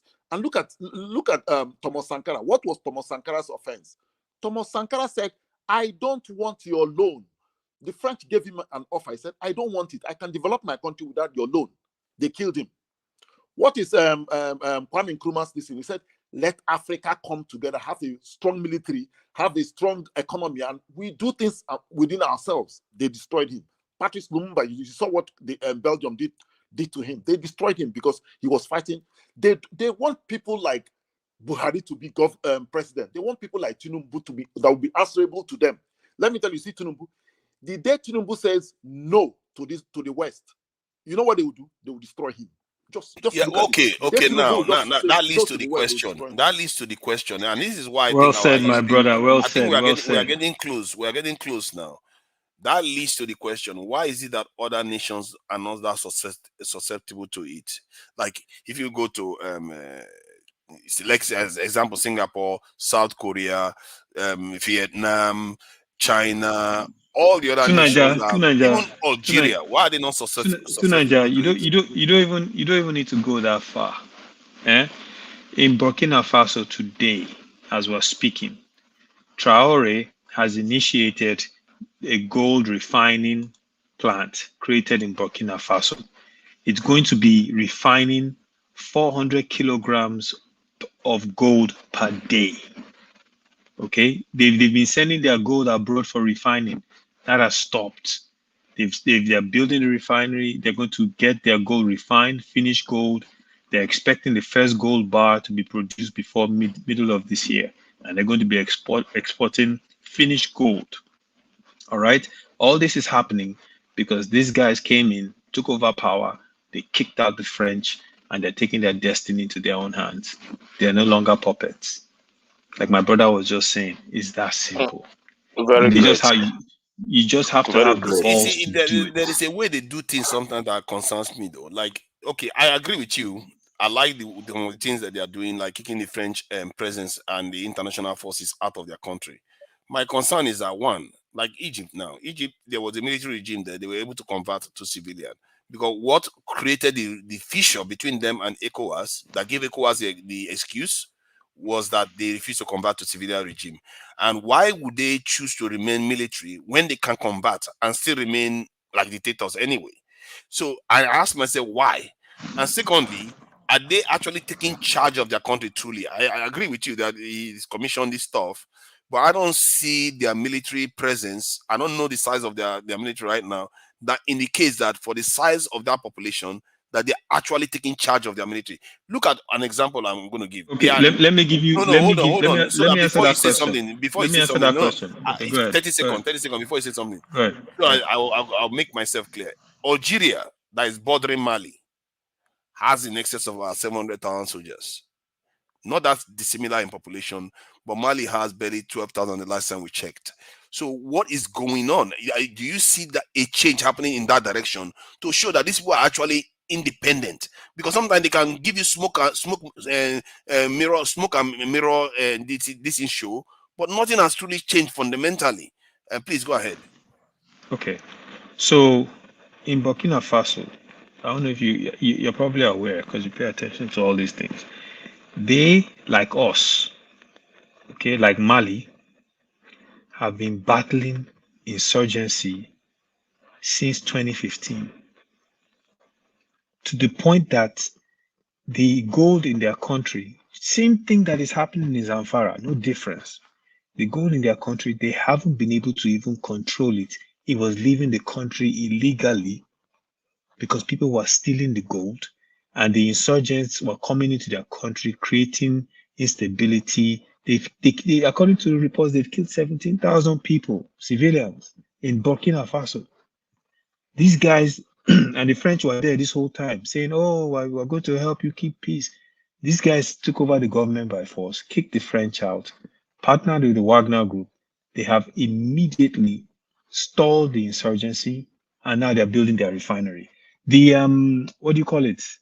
The reports that were coming out that the Fulani militia they had in their country, they started attacking them and wiping them out.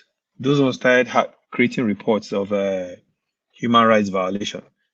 But you understand, you see the same pattern. In Zamfara, what do we have? We have gold.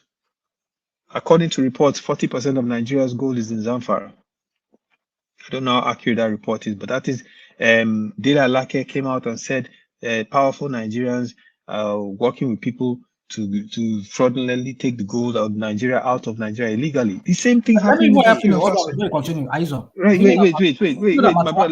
Let me just land the plane, I just want to say this to you. You know that Matawale moved some gold to Dubai, to Emirates. You see? Yeah, so we have a central bank. We cannot put gold because here in America, the treasury, they keep all their gold here in America. In fact, other countries bring their gold.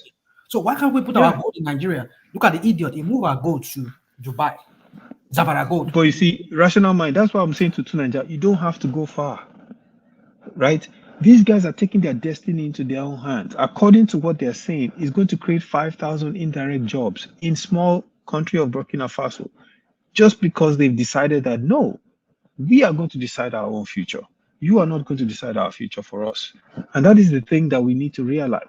Unfortunately, Bola Ahmed Tinubu is compromised. He was compromised before he ran for election. If there's anything I know about Americans, and I know them well, I went to school there, the one thing they will do first, if they have something on you, they own you. And they will continue to own you. Make no mistake, Americans have a phrase. There's no such thing as a free lunch. That is a phrase they believe in 100%. And that phrase applies here today. And Bola Ahmed Tinubu, they have his dossiers, they have the court records, they can blackmail him at any time by releasing that full information. The French have his medical records, they can release it at any time. If the French decide to release his medical records to the press, everyone will understand just how sick he is, and people in Nigeria will be calling for him to step down. That is leverage. And I was here the other day, I don't know I can't remember who I was arguing with. Who was saying there's nothing wrong with him going to France for treatment. These are the things that you have to understand. And at the end of the day, what's stopping any of those multinationals with their working with their government? Somebody was telling that there's nothing wrong with it. Yes, I was having an argument here with some people that were saying there's nothing wrong with him going to France and his medical recorks and the eyes on to the greedy part of it. He knows that he has all these baggages. Why won't him step? Why will he contest? Why won't him allow the ones that's the greediness of our politicians. That's his point now. Because there is no standard in Nigeria. Nigeria has no standard. Nigeria has no standard. Yes, sir. Yes, sir. You made a statement that Tinubu is compromised. Yes. Who among the candidates that contested for the position of president that is not compromised? To this level, Ajani Kogo. Yeah. To this level. Who among them? All of them. Peter Obi was talking about it, actually. Peter Obi was saying that there are some workers that he went to, they are asking him to do things that he couldn't live with. Yeah. He did say that. Yeah, that's where I'm going to go. Obi said it, hoha. When he was campaigning, he said, I went to one of these foreign countries. During an interview, I said, some people approached me and said, look, we can do this and this and this and this for you if you're running for office, and when you get there, you can do this for us. And he told them no. The thing, I don't believe Obi is compromised. I have not seen the evidence that has shown me that Peter Obi is compromised to this level, Ajani Kogo, where you have an indictment from the Federal Bureau of Investigation, and there was a case, only God knows why they dropped the charges, right? And they settled the civil lawsuit with you. But those dossiers, that information, we have not really been privy to it. You know how American press is at Jalekuku. If he messes with our government too much, they will release his dirty laundry for the world to see. And they can do it. You know they can do it. The French have his medical records today, as we're talking right now. The French know how sick Bola Ahmed Tinubu is, more than we in Nigeria know. And if he messes with them, he makes them upset, they will release it for everyone to know. This is leverage. And This it's is quite leverage. funny. It's quite funny that Peter B during the campaign they were asking him about. I think Let me just add this quickly about the health tourism, and they asked him about health tourism. He said that they have to start doing it in Nigeria. That he is not going to be going overseas or something. And somebody told him that, well, what if you are sick and you're going to die? He said, then I die. Then I die. If I die, I die in the country. Am I not going to die? Something like that. Then people start laughing. It's not sincere. It's not sincere. No. Don't carry out propaganda here. No. I'm telling you what actually happened. Hold on. We watch a live national interview when they ask him about his health. He doesn't use anything here. You understand what I'm saying? He doesn't have a medical doctor. He doesn't use the same hospital that he claimed that he built for the people. So, and he confirmed that he have this thing abroad as well. So what are we talking about? The only person. I don't remember him saying that he actually said goes that on above the for national treatment. TV. But I know. To be fair to you, I know he didn't exactly. How do I put it? He didn't say he will never go. But in other cases, he actually said, "If we die here, we die here." He actually said that too. But the fact of the matter is, Peter Obi is not our president. Bola Ahmed Tinubu is. And if Peter Obi was our president, my question, I know that it's not candidacy that's doing me now. Now it's the president now. Yeah, but what I'm saying, who is that person among them that will not compromise among all of them? Adeleko, let me answer that question for you. Okay. No. Let me help you. Let me help you. I know. Wait a second. I know where Adeleko is going. Let me say this. Let me say this to Adeleko. Even Omoyele Sowore, and that's where you're going, right, Adeleko? I know that's where you're going. But even him has taken. I think he's compromised, though. He has taken lots of money from MacArthur Foundation. Oh my God. So wait. So if tomorrow, MacArthur Foundation is tied to big American multinationals. This is a fact. Exactly. Right? If tomorrow MacArthur Foundation approaches Omoyele Sowore and is president of Nigeria and tell him we want you to do X, Y, and Z, is he going to say no? You think so? The X, Y, and Z in what form? What do you mean by X, Y, and Z? It depends on. Okay, let's say there's what is X, Y, and Z? Okay. Let me explain. Let's say there's a multinational company, that funds MacArthur Foundation, right? Because the United States government actually funds MacArthur Foundation, and some other multinationals do fund them as well, right? So let's say one of those multinationals wants to get access to something in Nigeria. They can leverage that relationship, knowing very well that he was a recipient of their money, to try to get him to do it. Now, what I would say is that level of his compromise is not the same as him being indicted as a criminal under the U.S. judicial system. It's not the same level, you understand? But you can still point to that. But the one of Bola Ahmed Tinubu, that one it itself, that's a big problem. And I know for a fact. One we said that one is okay. Adeleko, can I come in? Can I come in, please? Just a minute. Can I come in? Or second. See, you see, do you know why? Among the candidates, I will quite agree with Adeleko a little that you see, there's something about Omoyele that I like so much.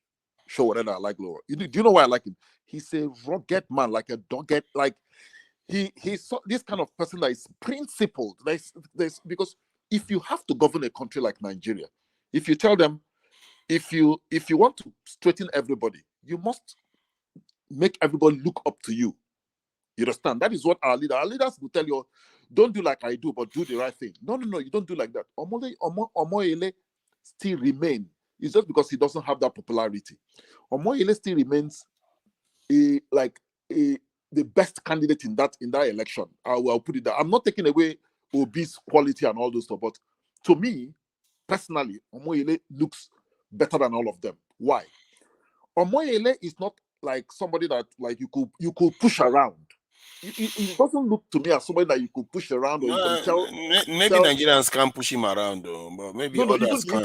See, let me tell you, through Nigeria, when they tell you that the international bodies are very powerful, the international whatever they are very powerful, but what will they use in fighting you? Loans, funds. If you tell them they should go to hell with their fund, it's okay. You could take care of your. As Shorever said that he will not take IMF money. He has never said that. Have you never had Mother criticizing IMF, World Bank policy? Criticizing is one thing to say than to say I'm not going to accept it. You see, Nigeria and besides, you shouldn't even trust them. The Ghanaian government was criticizing IMF while they were going to take the loan at the same meeting. They said, "Oh, we don't want to rely on IMF and all the rest." And the same week, they go and sign on for another loan. Hold on. For you to know, person that will not compromise is a person that will not, dance to this Western Western world policy. And I'm already stand strongly against their policy in the management of our country. I've never really heard him say much of that. Well, because because why? Because you don't even want to listen to him. So that's why. I do listen to him. To be fair, I want to listen to him. You never care to listen to him. That's why you never know. You are mistaken. On the IMF loan, he stands totally against it. On the what do you call it? This petroleum, what do you call it? The subsidy. Removal of subsidy, which all the candidates said they're going to remove. Obi said it is going to remove subsidy. TINUBU said it. This girl said it. He said it's not going to remove subsidy. He said I will fight corruption around subsidy. I will not remove it. It is good for Nigerian people. It is good for productivity. It's good for the economy of the country. He said he said it. So I think that was a mistake even on this. That's an error of judgment not to remove the subsidy. Let us, you are the moderator, let's talk. So you see the IMF praising TINUBU for all the policy that he has implemented, all the policy that inflicted hardship on Nigerian people. That is what they want. Yes. You understand what I'm saying? Of course. But someone has been saying that you cannot run your country in line with the dictation of these people. You can't. You know what? I would really like to hear him see a video of him saying that. No. You don't follow him. No, he did. Because you have he did. A bias. And that is the problem. See, Ajaleko, come on. Ajaleko, you're not being fair now. No, he said that. He said that. I watched him. I watched him say that. Yeah, but I would like to see. He did. I mean, he doesn't say he did. He also talk about. Another area I believe more so is in the area of education. His idea of free education from primary to university, to secondary school level, to university level. No, to university. Yeah, but I don't know if he can do that because I don't know whether the fund is there. That's the only thing. I wanted to ask you a question. Let me ask you a question. Yes. Let me ask you a question. So, all of us, we've talked about, I listened to Segun Showumi when he came on this platform, and he was talking about Peter Obi and all these things, and he said a lot of good things. He's a sharp guy, but every time you talk, people will say, oh, if Obi had won the House of Reps, joint assembly, they would have impeached him because he doesn't have the representatives there. So if that would have happened to Peter Obi, what will now happen if someone like Yele wins the presidency, and you have in a joint assembly, you have PDP on one side, you have APC on the other side, and Yele as president? Will it do everything by executive order? No. Even to impeach the president must have violated the law, and it has to be in violation of the law that we give them that basis of impeachment. They can't just stand up. Oh, we don't like him. No. It's not done like that. Can I say something? The impeachment can be challenged at the law court. Can I say something, Aja? Yeah, say. You see, what the question Aizon asks is very valid, because everything about Sowore is quite perfect to me. But you see, that question is valid. Why?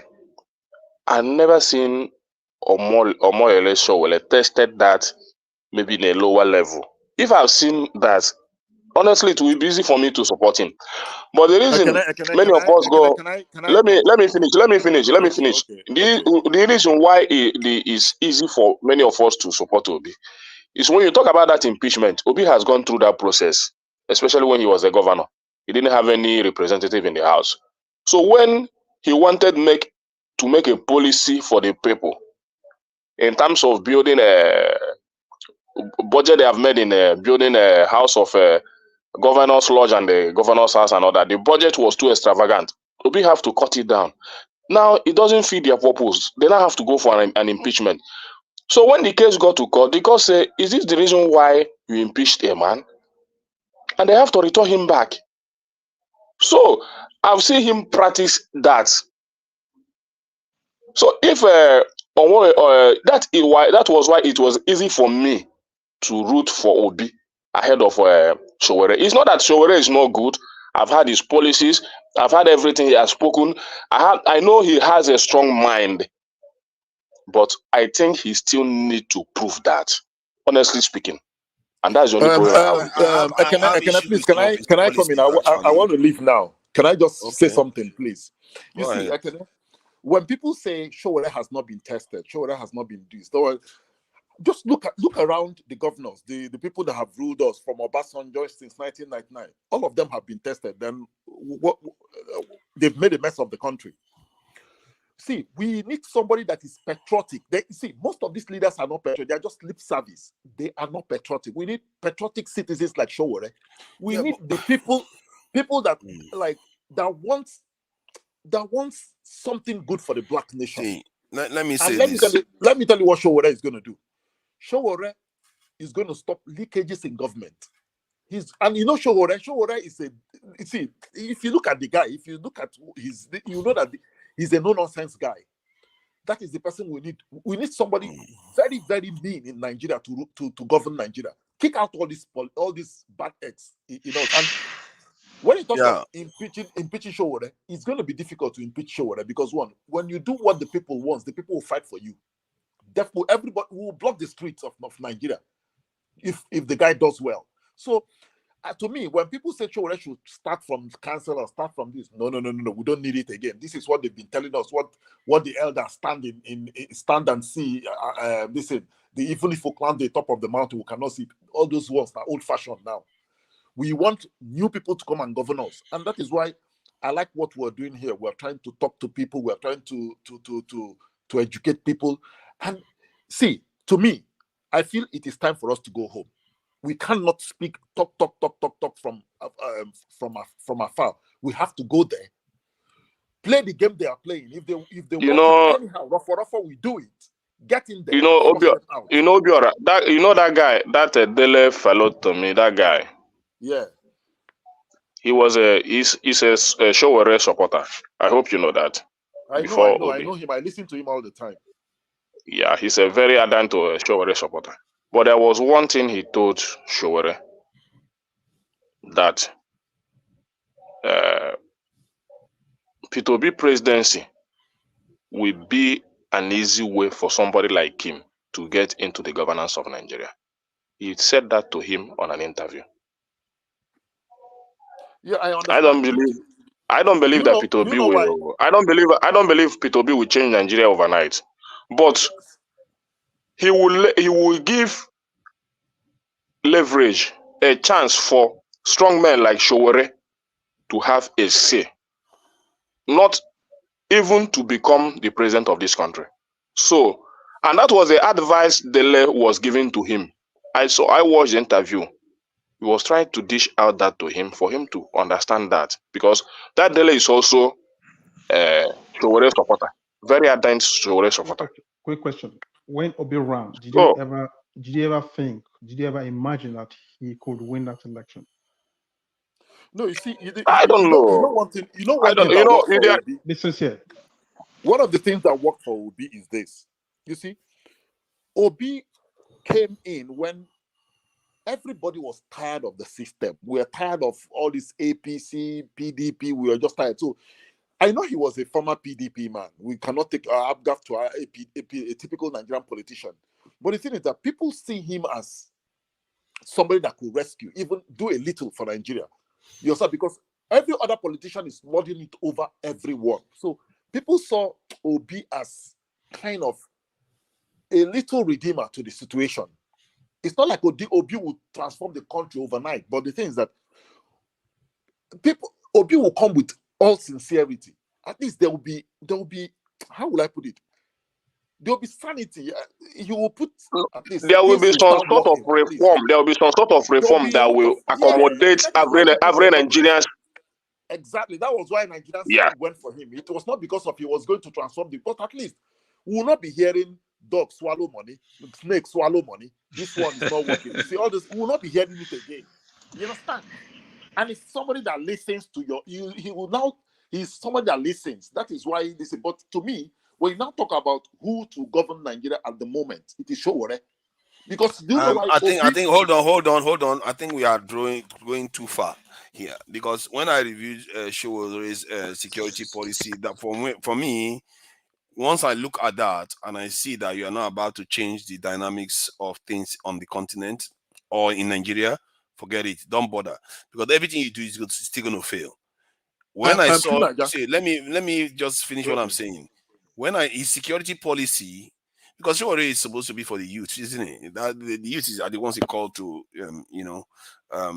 do the revolution and all the rest of it. And he's a young guy, and he tried to inspire the youth.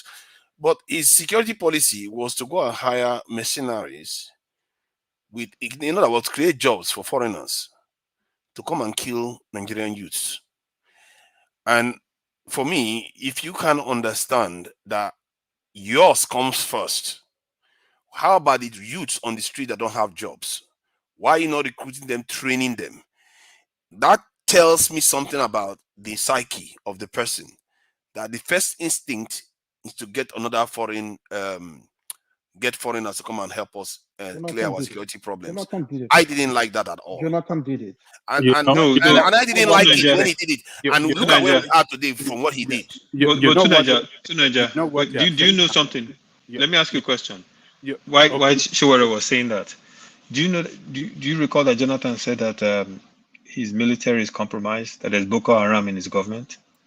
Yes. So remember, Showore was covering Jonathan very carefully and has even published articles talking about how the Nigerian military is compromised. This is not a secret. So if Jonathan did that, that was the reason why he had to go get those South Africans. Because remember, wait. If you remember, I don't know if you can recall, they were having problems trying to flush Boko Haram out. And even the Americans, when they came, the reason why they left early was because they said every time they would identify where Boko Haram was, by the time they get there, someone had leaked the information to them and they were running out. They were getting information. And you believe them.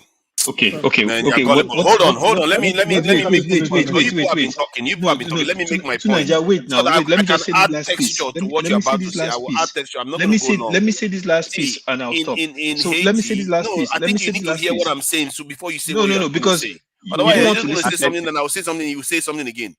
You don't want to listen to the fact that these people that we have, we've had a problem. Our former president said you are not Boko Haram is in his government. I know he said that, so it's not all the government that is Boko Haram. Stop making excuses. See, in Haiti, they have this mercenary mentality that they did in Haiti. So we know an example of where this has happened in the black community before. And guess what happened with that Haiti, this thing? The people that the foreigners trained and the mercenaries they kept bringing into the country resulted in a case whereby some people came to claim that they're DEA in the presidential residence. They let them in. They killed the president. They assassinated the president. They assassinated the president, Jovenel Moïse, in his own house, and he left. And that country is riddled with divisions right now. When you bring a foreign entity that is more powerful than you into your country, every single person they contact, there is an opportunity to compromise you.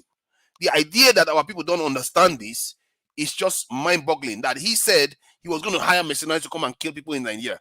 You think they will just kill people and walk away? No. In what context? No. He said it in the context. Tunanja is exaggerating the situation. He said it when he was asked the question. Hold on a second. I mean, even at that, even if he said that, what is wrong in bringing missionaries? Because your military seems not to be doing the job that it's meant to do, right? For the last 20-something years. Would you? So mercenaries will compromise you further. Would you rather him just sit tight and allow the Nigerian military, do their job? Because he refused to see the true problem. That is why. Let me tell you what the true problem is. As one soldier, can you defend 1,000 people, over 1,000 people? You can't. That's what our Nigerian military is doing. It's a simple problem. Recruit your youths that have no jobs to go into the military, go into the security services, go into the police, customs, defend your country, and stop losing $50 billion of GDP every year. But recruiting youth is not just one. It's not just one single. So it's a multifaceted, approach to this. That is how other nations did it. It's very simple. Listen. Even if TINUBU today, right, employs all the youths on the streets of every state in Nigeria. I mean, the 36 states we have in Nigeria, right? If they don't fix the fundamental problem with regards to security, it's still going to linger for the next 20 years. I'm sorry to say. You see, when a security is security, is good on its own, because what security does is it preserves your people. You can worry about corruption. You can worry about political instability. You can worry about all kinds of different issues when your people can be preserved. And this is what other people understood for a long time. And to be fair, I'm not necessarily blaming our people. I've explained it before. Our leaders and our elites were groomed, and they never had the chance to be ungroomed. To Niger, look, you misrepresented what Showore said. It didn't. He put a context to it. He said if it required bringing mercenary to fight this war and win it, he would do it. He didn't say that, I'm going to use mercenary to. He put a context to it. But look at the way you are saying it. I asked him directly. So, hold on. What do you have?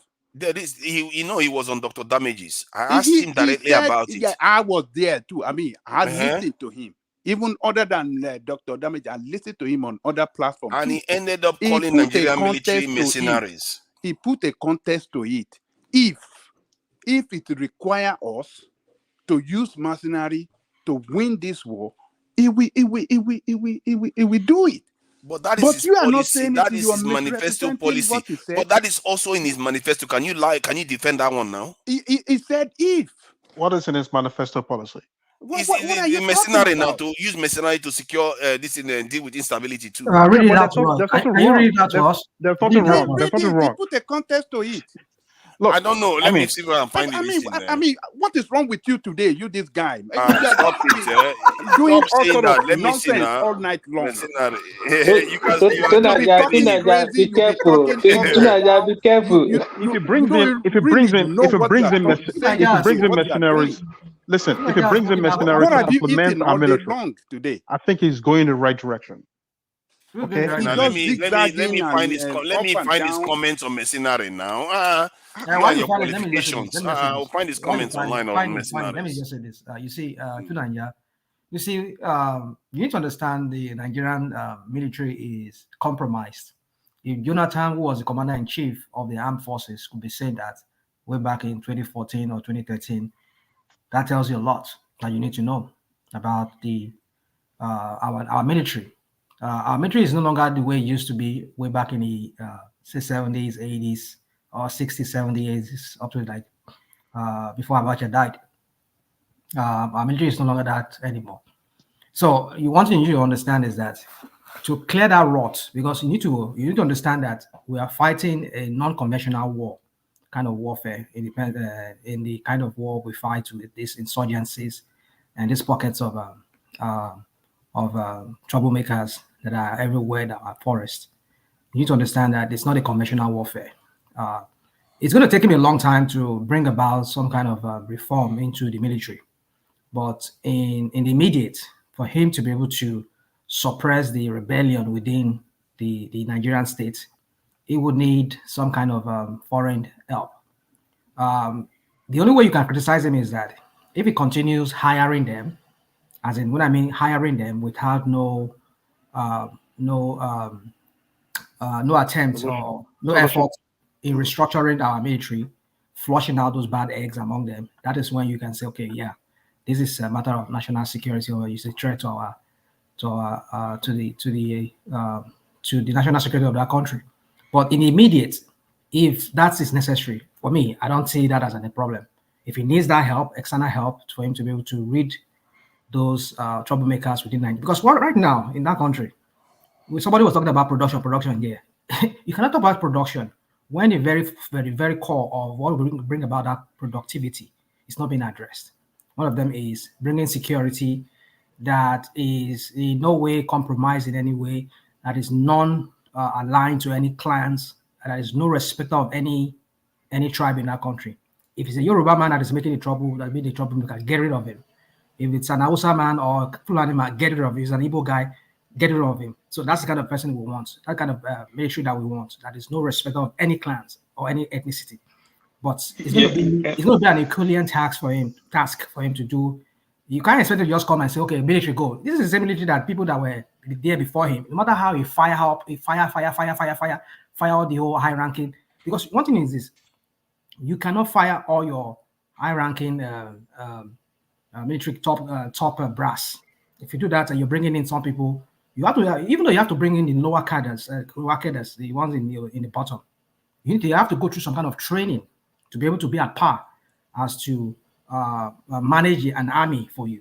So if you say you're firing all the generals, firing up to the colonels, then you are looking at people like captains to come and take over. I mean, what kind of army are you going to build that? Because these people, they need to go through some kind of training to be able to manage the people under them. So it's not going to be something you can do within not even 1 or 2 years of this. Rational mind. Let me land the point. So my point is that, but in the immediate, because you want your people to go back to farm, you want some form of stability in the country, you will need this external help. I mean, the U.S. government, when they were having problem in Iraq and in Afghanistan, they brought in Blackwater. They brought in they need external help overseas. Hold on. Yeah, we understand. We sometimes, I know some of our analogy might not be not what the point is we want security. Your army cannot do it. For how many years they've been doing it? to tell you that there's Army a needs to be conflict, overhauled. compromised. You notice It needs to be that overhauled. Wagner works overseas, not inside Russia. Oh, fine, I understand. I understand. How No, many times they do work will in, the yeah, army they be work in, overhauled? they work in It's been Russia. overhauled for as many times as Wagner works in Obasanjo was Russia. there. Hold on, let me address this guy. Sometimes you just say something. Wagner works in Russia. Yeah. What do you mean they work in Russia? They are trained in Russia, but their main operation is overseas. No, because all the wars are overseas. Hold on, That's why hold they on. don't have This an Ukraine internal war, one. this Ukraine war that they are fighting, it's not from Russian soil.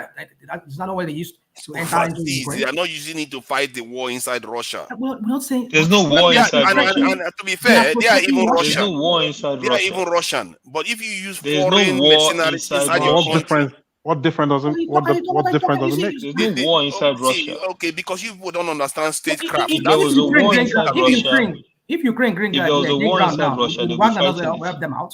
If Ukraine great ground enter into Russia, will Wagner not come and help the army? What are you talking about? If America not helping the Israelis, to Nigeria, military contractors are not an anomaly in today's warfare. A lot of people use military contractors. If you don't like the name mercenaries, we can use military No, they contractors. don't bring it into their territories. No Because they don't self-regulation fight. They between don't their have wars territories. in their territories. If they and had even to wars in their advance on that territories, point, even to it would be advance on that different. point, if Now, just because let me because make one point I was trying to make to just because it's Rational Mind mercenary earlier. doesn't mean that it has to be outside the country. It could be local. Do you know that? That's what I was just saying to him. So Yeah, but that's not what he told me when I asked him. Rational Mind. I recently looked up what happened in the history of what was happening and how it was executed in Darfur in Sudan. The scary thing is when you look at the attacks in Darfur and the way the Janjaweed militia was attacking those people, it is very, very scary because it exactly resembles the description the victims in Plateau gave and the victims in Southern Kaduna gave when those people attacked them. Almost the same tactic, almost the same driving off the land, establishing themselves in the land, changing the name of the town, and then later on trying to establish themselves in that place, creating IDPs. Same thing in Sudan. No difference. Same thing. In Southern Kaduna, there are like 30 or 40,000 IDPs. In Plateau now, we have IDPs all over the place. And in Benue, goodness, over 1 million. Same thing. No difference. And the Sudanese government at the time was indifferent. Did not address it. Did not intervene. And that's why you saw the whole big thing about Darfur and international pressure and recognition. And that's how they eventually got it to stop. And the country eventually split. So now you see what's happening in Nigeria. We're talking about insecurity, and the places they are attacking are the places that are part of our food basket. And it's in the same exact way. Ethnic cleansing, land grab, Nigerian government turning a blind eye, not attacking the problem, not addressing the millions of IDPs, not trying to get them sent back home. It's the same thing. It's almost like it's the same playbook, if I was to use a sports analogy, that they're using right now in all these places. So I don't know what's going to happen, but if they don't fix this soon, it's just going to be total chaos and oblivion in those areas. Is that because that's where it's going right now? What I see is that the way we look at security is that we look at other people as benevolent actors often. And when you are dealing with security, you should never generally bring people that are more powerful than you, they are soldiers, into your territory, because you run the risk of being compromised and probably being invaded even. Because I see, when I reach this conclusion, is just from observing history, including Israel too. Israel, as much as they love America, they are very, very suspicious of America. They won't let American soldiers into their territory. If the American soldiers are coming there, they are coming for specific purposes. Finish what you are doing, you're out. You don't stay there. Americans even volunteer to, lead the force to protect them against the Palestinians. They refuse. They don't want Americans near them, because you can't let powerful forces just come around you, because sooner or later they will be dictating what happens in your country. This is something that should be common sense. Yes, I understand that. So what do you suggest, right? Let's assume for 1 But second. they can accept American weapon, right? Yeah, they are Look smart at enough you. now. Which They are smart. which Let me ask you Take a the question. benefits and kick out the dangers. What is wrong Let with me that? ask you a question. Let's assume for a second that what President Jonathan said, Goodluck said, is true, that the military is compromised and there's Boko Haram infiltration in our armed forces. How would you fix that? Boko Haram within our armed forces. How you fix Yes. that is, like I said, first you recruit in a reasonable size of security forces, because that's not the reason why they are failing. You can't expect one soldier to protect more than 1,000 people. It's unworkable. First, you give them that fighting chance. Our Nigerian military, I believe they are very, very capable. Our people are willing to make the sacrifices. And secondly, you have a very, very strong. Fighting chance. How? You said fighting chance. How? You have to have a fighting chance by having enough people in the first place. Enough because if you don't have enough people, if the military is compromised, hold on now.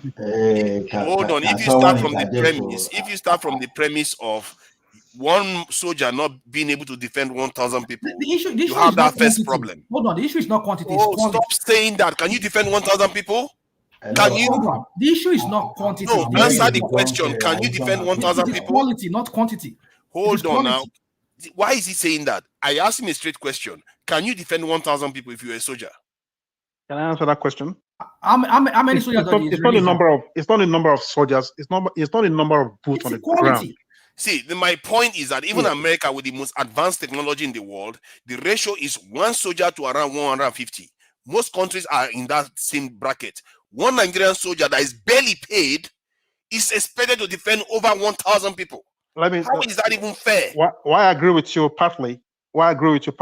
Another problem that you are skipping, right, is the political will, okay, from the politicians. You get my point. They've been doing this since I believe Yaradua or Jonathan. Yeah, they have been deliberately suppressing the military, okay, against carrying out the job they're meant to do. But because if they've given the military the right, support, okay, if they are not playing politics, putting politics, if somebody is not benefiting from this, I'm sure with all this issue of we need one soldier to ratio this, we will not be talking about it. I'm telling you right now. The question was about what would I do? I said you take care of the first problem that is very obvious. And they say it all the time. The security chiefs say this all the time. The police head was saying it the other day. Now the criminals know we don't have enough people, so they are messing about with us.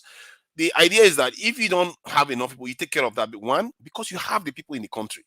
Secondly, they are jobless. They need jobs because military jobs are better than a lot of civil servant jobs out there. They don't give most civil servants property. They don't give them uniform. They don't give them a lot of things. People have to bribe to join our security forces. Secondly, if you want to deal with the compromised ones, you have a sizable. That's because there's no job. That's why people are dying. Exactly, but that's why you need to give them the jobs. Why should Nigeria be losing $50 billion in GDP every year when people are jobless? It's crazy. And secondly, if you want to take care of the compromised one, you go and recruit people into the security services, like the other security services, like DSS, NIA, all the other security services that are capable of flushing out this in fifth columns. Every nation have them. Let's face it. Every nation that is functional has fifth columns in their. So your solution is recruitment. You're not disputing that. Yes. Every nation we can agree. Your solution is flood it more with more people. Yes, because you have to have enough to secure the country in the first place. That is, see, I don't know why you have broken wheels. No. Wait. You have broken wheels on the carriage. You have broken wheels on the carriage. You also agree that the political class is part of the problem? Can a new person contribute to it? We don't have enough people. When you see Egypt, that we double in population, have 1.3 million soldiers, and Nigeria is making do with 100 and something thousand. That is ridiculous situation to put our people in. Contribute. Egyptian military are not fighting on the side of terrorists. Let someone contribute now. Because I came. Sorry, you came with nobody even paying attention. Because of you and Ison, and it seemed like everybody. Don't mind Ison. I will kick his backside there, and by the time this is done, let's see where. No, both you and Ison. I came purposely because of you, because there's this thing that you'll be saying, and to me, it sounds funny to me. And on this, the issue of TINUBU being compromised.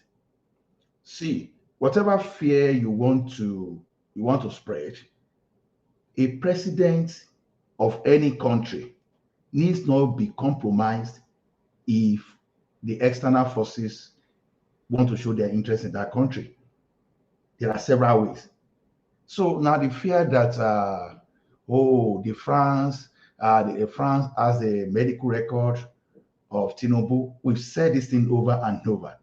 You just have to be very explicit in what you think they can do with the medical record. This big word of, they can hold them to ransom. What ransom?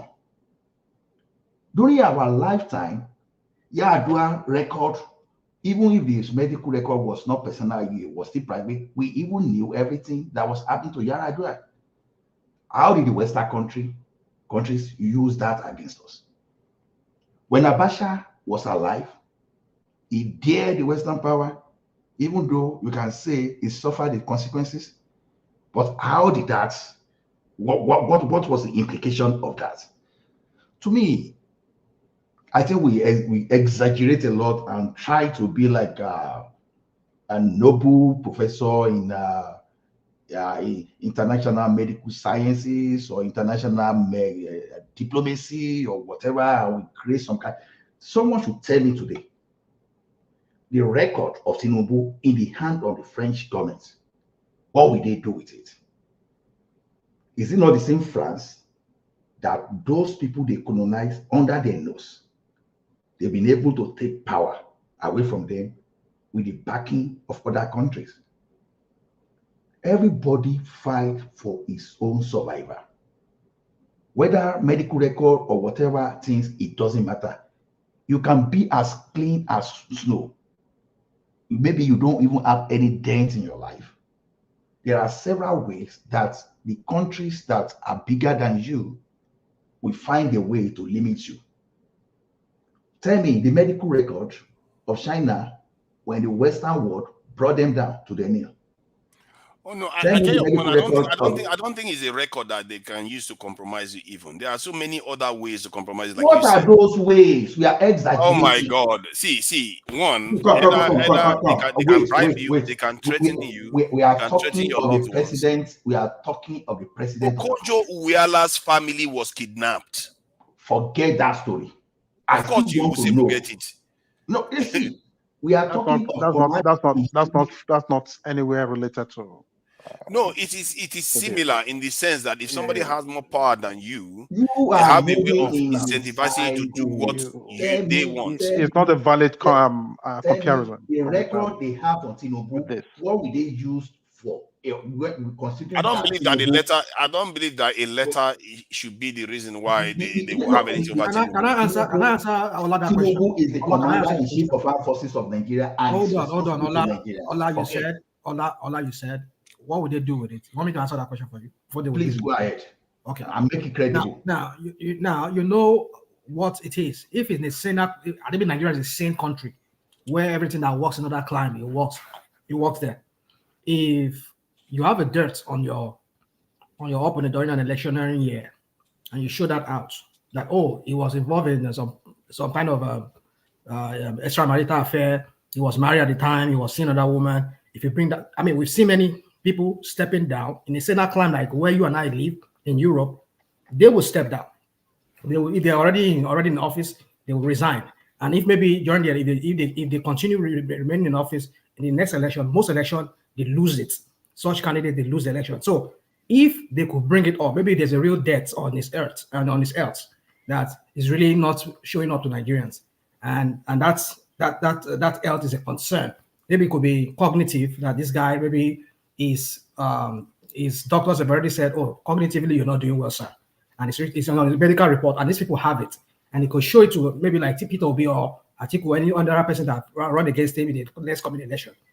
That is enough to really bring him down. That is, if Nigeria is the same country, which I don't believe Nigeria is the same country, we'll see how people that will come here on this platform and other platform, and they'll come and spin it and justify it, make it look like trivializing as if it's not a concern. So do you know that Can Imran I Khan respond? Can I respond to that? It doesn't work in Nigeria because Nigerians are not sane. Let's allow other people to talk. Irrational mind, calm down. If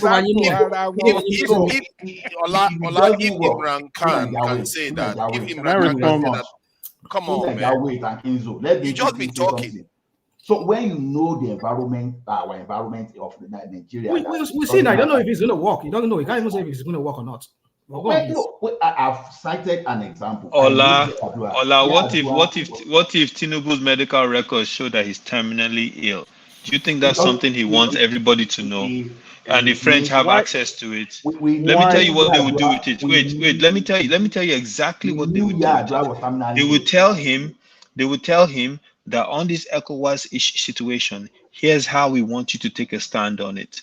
And if you don't, of course they can. Nigeria is a sovereign nation now. Come on now. What are you talking about? What do you mean Nigeria is a sovereign nation?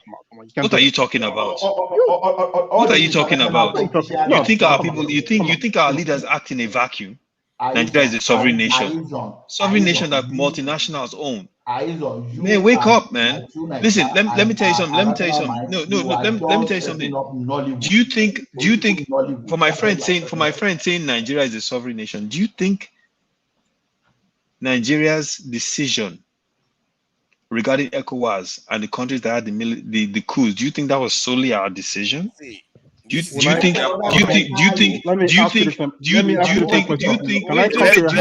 calm down. Hold on. Do you think Kamala Harris calling? Who is this person? I refuse to be quiet. See, Kamala Harris. I'm trying to share something Tinubu here. Who is this person? And telling him how. This guy refuses. You are looking for my trouble. See, Imran Khan, a nuclear power state, head of state, is being threatened by the US to remove him from office, and they succeeded in removing him from office. Why was it threatened? Because he's not doing their line. IMF. Let me go back now. Because he's not doing their line. He wants to cooperate more with China and do other things. Strike out on his own. But now it's my friend. Do you know how many orchestrated coups they have been in Africa? This guy, I don't think you understand what's going on. He's over here talking about sovereign nation. You don't understand what's going on, do you? Do you know how many coups they attempted on that? I follow the trend very well. And Ola is over here talking about if they have his medical records, they can't do anything with it. I mean, it's invalid now because at the heat of the whole thing, why not? Completely broken down discipline on this panel. With respect to Nigeria, Nigerian record, as long as it's not doing anything against the Western country, it's one thing. But with respect to the Nigerian situation, what all these things you are saying, they are just fable. You understand? Even without any record against TINUBU, if you want to start nuclear weapon today, just because of Boko Haram and some insecurity around us, everybody within the global community will pay detailed attention. That has nothing to do with the air record. He cannot do that even if he wanted to. How as compromised as he is, they will remove him from office. He cannot do it if he wanted to. You are not. Ola, if you believe that he can, you are living in fantasy land. He cannot do it if he wanted to. Let me tell you something. Right now. TINUBU is a foreign agent. You are not. You understand me? Do you know what that means? Let me explain to you what that means. That means let me explain to you what that means, because I don't think you fully understand. I don't know.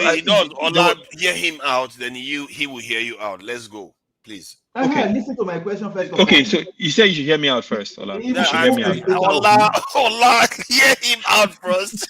Then he'll come to you. One after let Aizo go, then he will speak. Please go ahead, Aizo. Ola, that means my question is speaking. Ola,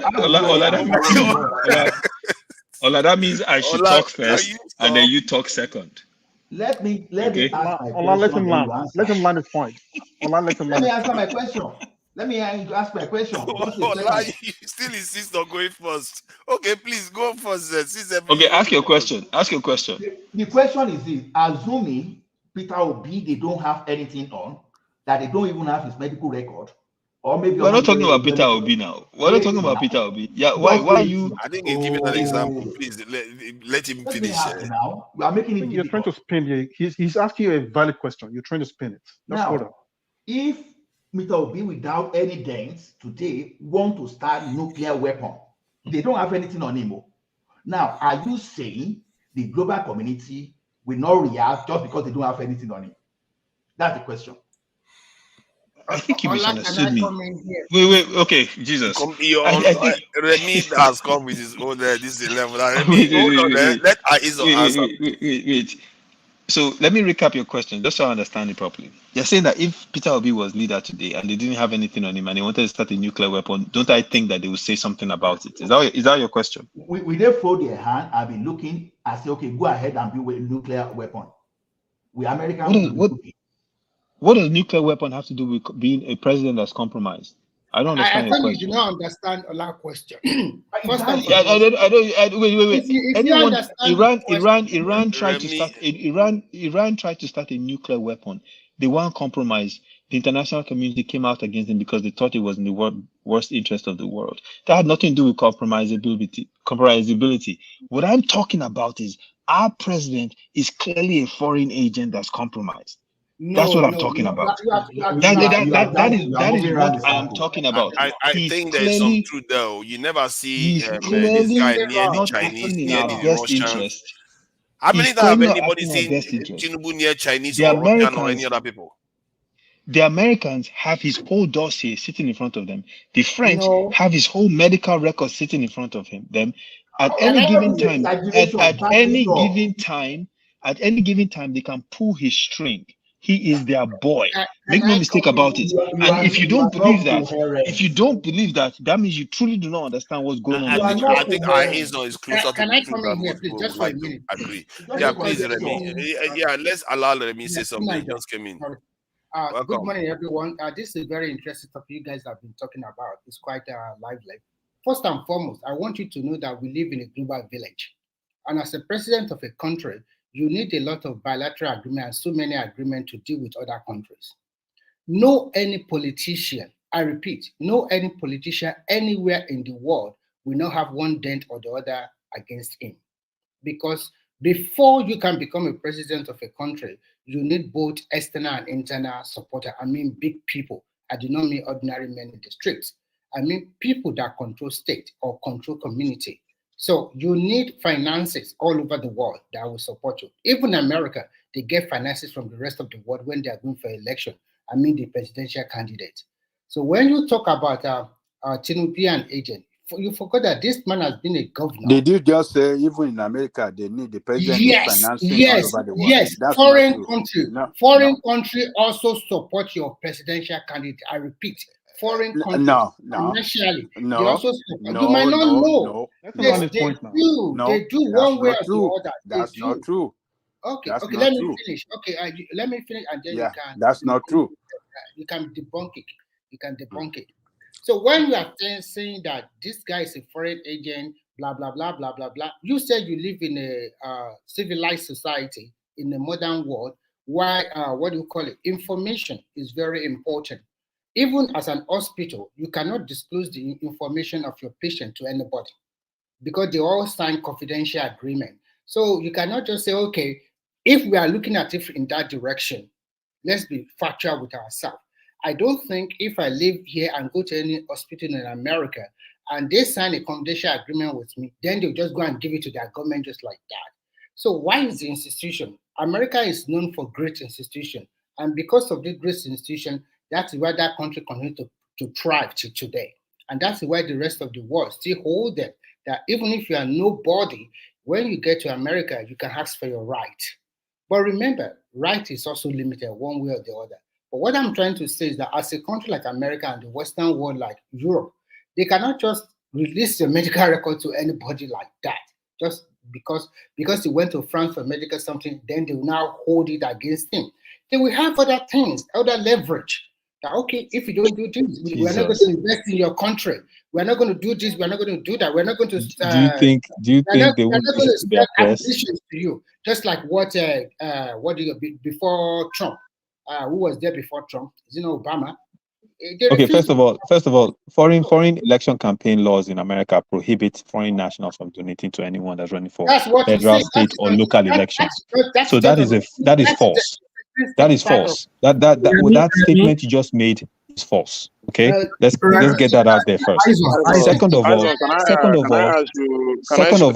of all, any foreign government that wants to release his medical records, all they will do is leak it to their press. And their press will then go through all the press channels in the world and then release it. If he doesn't do what they want, there's something they do called blackmail. It's a thing, it's a real thing, and it's used to leverage people around the world every day. So what you're saying makes no sense whatsoever. Okay, hold on. Let me hold on, please. Please hold on for a second. See, they have different ways of doing it. I don't know why we're arguing over this one. They could use letter, they could use blackmail, they could use all kinds of things. I think Remy has a point that they could use contracts and all kinds of. There are different ways to pressure people. The point is that I want to move the conversation forward. The point is that when I look at the way Nigerians behave, Nigerian leaders behave, this is why I say that there's something else to it. It's not just blackmail. Because yes, the blackmail people, Nigeria has not been under sanction, but yet Iran that has been under sanction for about 50 years seems to be doing better than us. And you have to ask yourself the question, if Nigerians were just afraid of blackmail or all this stuff, they can see Iran, that is fine. So why are they so in kind of, they are incapable of thinking outside the box, of doing something different? Why? Another thing is this. In the couple of last months, this UN, this foreign thing, we are giving directive on how much Nigerians should be selling there, giving Nigerian price, the price they should be selling their petrol. That Nigeria is still selling below price in terms of petrol, depending on our exchange rate. So what right do they have? A member of OPEC now. What are you saying here? I don't understand. What do they have that right to be giving directive on how? No. The question is Nigeria is a member of OPEC. Give me a second to respond to Ekene. Remy Jo, let me respond to Ekene. You see, things like crude oil, they are what they call tradable. Tradables, they are not determined locally. They are determined at the international pricing rate. So that Nigeria is even a member of a monopoly, or if you like, you can call it oligopoly. You understand? Make it even more interesting, because OPEC intentionally ration your output so that they can control the international price. Nobody outside OPEC dictates how much Nigerians sell. So all those things, if anybody is telling you, that's one of those propaganda. Like Aizon and TUNIGER have been doing the propaganda now, as if the air record will have made TINUBU lost that election in 2023. But TUNIGER already changed his stand immediately that they have. Don't mind TUNIGER, they are obedient. That's why they are trying very hard. And you think, Ola, what's the current state of TINUBU's health? See, it doesn't matter. What is the current state of TINUBU's health? I will respond to you. What is the current state of TINUBU's health? Let me respond to him. Let me ask you a question. What is the current state? Is he healthy? I will ask you a question. Is he healthy? It doesn't matter. It doesn't matter. Oh, it doesn't. Let me tell you why. No, let me tell you why it matters. Do you want to know why it matters? Let me explain to you exactly why it matters. Because he is running a country of 200 million people that is filled with problems up to the neck. So if he was the last time Trudeau went to America or went to France? So for you to sit down there, and say that his health records don't matter means one of two things. Either one, it means that you're so blinded by your loyalty to this Agbado thing that you don't even want to see the truth in front of you, or two, you don't understand at all the dynamics behind international politics. So I think he either has one a of the problem. two. The fact that you have to reduce this to politics, I don't even know. We are talking about compromised leadership here. You have been making a lot of allegations. Let me ask you something. Agbado people, all of you have problems. I don't just know. Mr. you need to rewatch hatred. No, you are not coherent in what you are saying. What is the current state of Tinubu's health? What? So that's I think King Charles made public exactly. Ekene, thank you. Thank you. What is the current state of Tinubu's health? Is he healthy? I think King Charles released his own health status. King Charles himself released his health status. So what is happening to our own leaders when it comes to their health status? Can you give me his floor to speak for just 30 seconds? No, let me respond. No, 30 seconds respond there so that the person who asked the current state of Tinubu has been trying to say something. Asking from the angle of bias, right? Can we just one at a time talk? Okay, Ola go, Remy go, and Kinzo, if you want to say something, you can go ahead. Okay, definitely. Aizon, I said whatever decision you are taking, you have to consider your environment. Nigerians are not Americans. We are not Britons, and we are not. We are not. When it's convenient for you, we're not American. We're not Catholic. When it's convenient for you, hey, let him talk now. If you want to listen to yourself, I will allow you to listen to yourself for rational mind. The question is this. You have to look at your environment. We all those story that about this, we need dictate people from Ekiti, people from Lagos, and those people that vote for Tinubu. It will never. That is what I'm telling you. Look at your own environment. Stop saying medical. Go and release the medical record now, and see where and come back here and let us debate. All those you are they shake. He shit for pants. Oh, can we leave that out of it? Let me please go ahead. Okay, what I want to say is this: he is the president of a country, and he has a right to go on private visit or medical issue anywhere in the world, where he can find the best. No, he doesn't have the right actually. No, you said I should talk now, okay. Unless if you want to go ahead and go ahead. I'm just so trying to that point. He has a right, even as an individual, just a citizen of the country, you have a right to seek medical something anywhere in the world you feel like. So when this guy is asking for medical report of Tinubu, he is being very, how to say, I think he's looking at it from the negative angle, probably because he supported another candidate and his candidate lost. This is the man, since he became the president. Let me ask you. Let me finish. This is the man that, since he became the president of the country, he has been to several occasions. He has been in Nigeria, tendering to Nigerian problem. Maybe they have not totally been solved now because they are generational problem that has spanned 4 decades. It's not easy to deal with it in 1 or 2 or 3 days. So all you guys are talking about health or no health. This is a guy that came into Nigeria 2 or 3 days ago, hale and healthy. You saw him on TV. Why are you asking for How do you know he was hale and healthy? You see medical records. No, eyes on, hold on. I put it to you that you are not also medically fit. Okay, now I want to ask you a question. Hold on now, Remy. You are not going to get away with it because you want to try to get away with this one. You said he can go anywhere to just go and be as a private citizen, just do whatever I like. One, he's not a private citizen. Hold on. One, he's not a private citizen. Then, as a president, he doesn't. One, the reason why I say that, because if he went to Boko Haram hospital somewhere, you are not going to find that funny. If he goes to ISIS hospital somewhere in the desert of Afghanistan, you're not going to find that funny. But yet, if he goes to people that colonized and enslaved you, but it's okay for you. That is fine. It shows you that your mentality is wrong. I think you guys are hold on. This goes to the crux of our problem. We perceive things the wrong way because we are not seeing it. That's why we're having this conversation in the first place. That I think some of these leaders don't even have to be compromised. They sell us out. They are willingly selling us out. Because look at what he just said. He's okay for this your leader that is supposed to represent you to go to the countries of the people that colonized and enslaved us. It's okay for you for that, but you are not okay with him going to ISIS. I want to ask you an hypothetical question. Let's assume your father, your biological father, is the governor of Anambra State or Edo or Delta. I don't know where you come from. And he happens to be sick.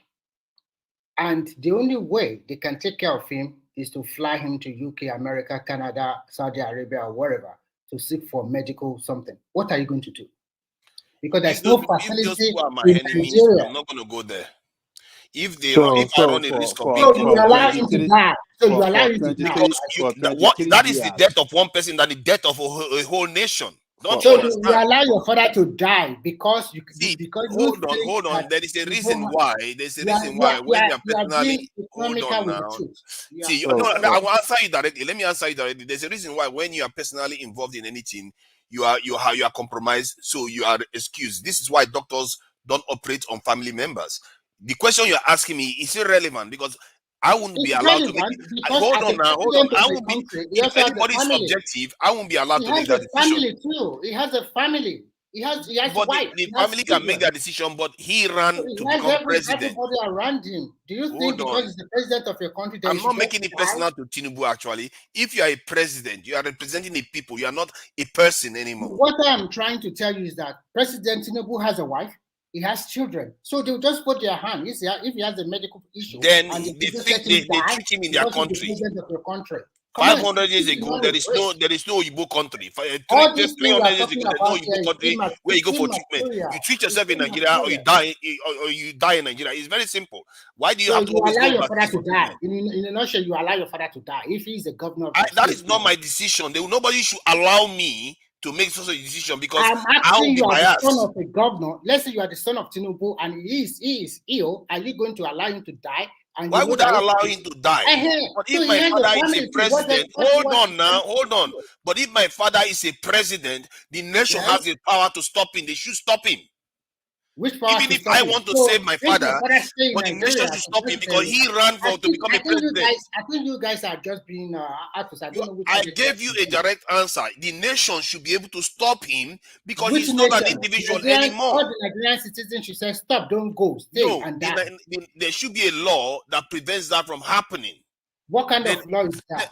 See, that will suddenly make sure that your healthcare system in the country your healthcare in the country will improve automatically by doing that. It shows that you people are thinking for yourself. How many leaders have you seen go overseas for treatment? Even UK. To Nigeria, I will ask you, I'll put something across to you now, and I want you to tell in all honesty the truth, and everybody here. Cuba is known as a country that have a lot of medical doctors. Cuba is also known that a lot of people go to Cuba or India to seek for medical redress, whether as a private citizen or as a government official. Even Americans do go to Cuba to do medical surgery or operation. No country is an island on its own. For example, we have a lot of medical doctors in Nigeria. Not their leaders. I don't know where they're going around. I'm saying the same. I wish you luck, man. I wish you luck. Like a Maradona everywhere. This Agbado Kool-Aid is sweet, I swear. Let me finish. You don't drink and finish. Let me finish. Please, I beg you, let me finish. That you have to look at it in several angles. Fine, it's your president. But would you wish your president to die? Most people will say no. I don't wish my president to die, but I wish my people to be alive. I wish my president can fix the hospital at AFCON so he can be treated in my country. Exactly. That's what I wish. I want my people to die. That's what I wish for him. So my president is not open to security threats by going to a foreign hospital where a French can open his chest in the foreign countries. Seriously, that's okay with you. Medical that if they want to fight you, they will fight you. These are superpower. If they want to fight it's not about fighting. It's not about fighting us. In your neighborhood, it's not about fighting us. Are you afraid of a fight? What is? No. When did you fear a fight? You are going to get fight. I will ask you some simple question. The headquarters of all the financial institutions in the world, where are they? In the UK and in America. Who controls them? Americans. The Anglo-Saxons. So America. So what's your point? What's your point? Who are the major allies of America? Can you tell me the major allies? European. West European. What is your point? What is your point? And they control the financial institution of the world. What is your point? Get your point. My point is that they use this instrument to make sure that this is what we want and you must do it. Oh, you mean like Iran is doing? Iran is basically becoming a superpower, while Nigeria is not even being sanctioned at all. Look at how poor we are. It's a superpower. Look. Yeah. So Remy, your argument is wait. Your argument is that because they control the global financial system, we should put our leader vulnerable. Experience today. One of my colleagues, when I still work in Shanghai, is an Iranian. Is an Iranian. If you see the way they talk about their own country, you even think that we Nigerians we are not even the way the people there are suffering. They suffer more than you Nigerians. They don't have freedom of speech in that country. Meanwhile, this team Iran has put Nigeria on a list of countries that would allow visa, that need visa to come. Listen, left and right. You won't allow bouncing everywhere. I mean, I don't they have 24 hours electricity in Iran. He's going around. Remy, you know they have 24 hours electricity in Iran. Let me finish. What I'm just trying to You know they have 24 hours electricity in Iran. I don't know. Okay, they do.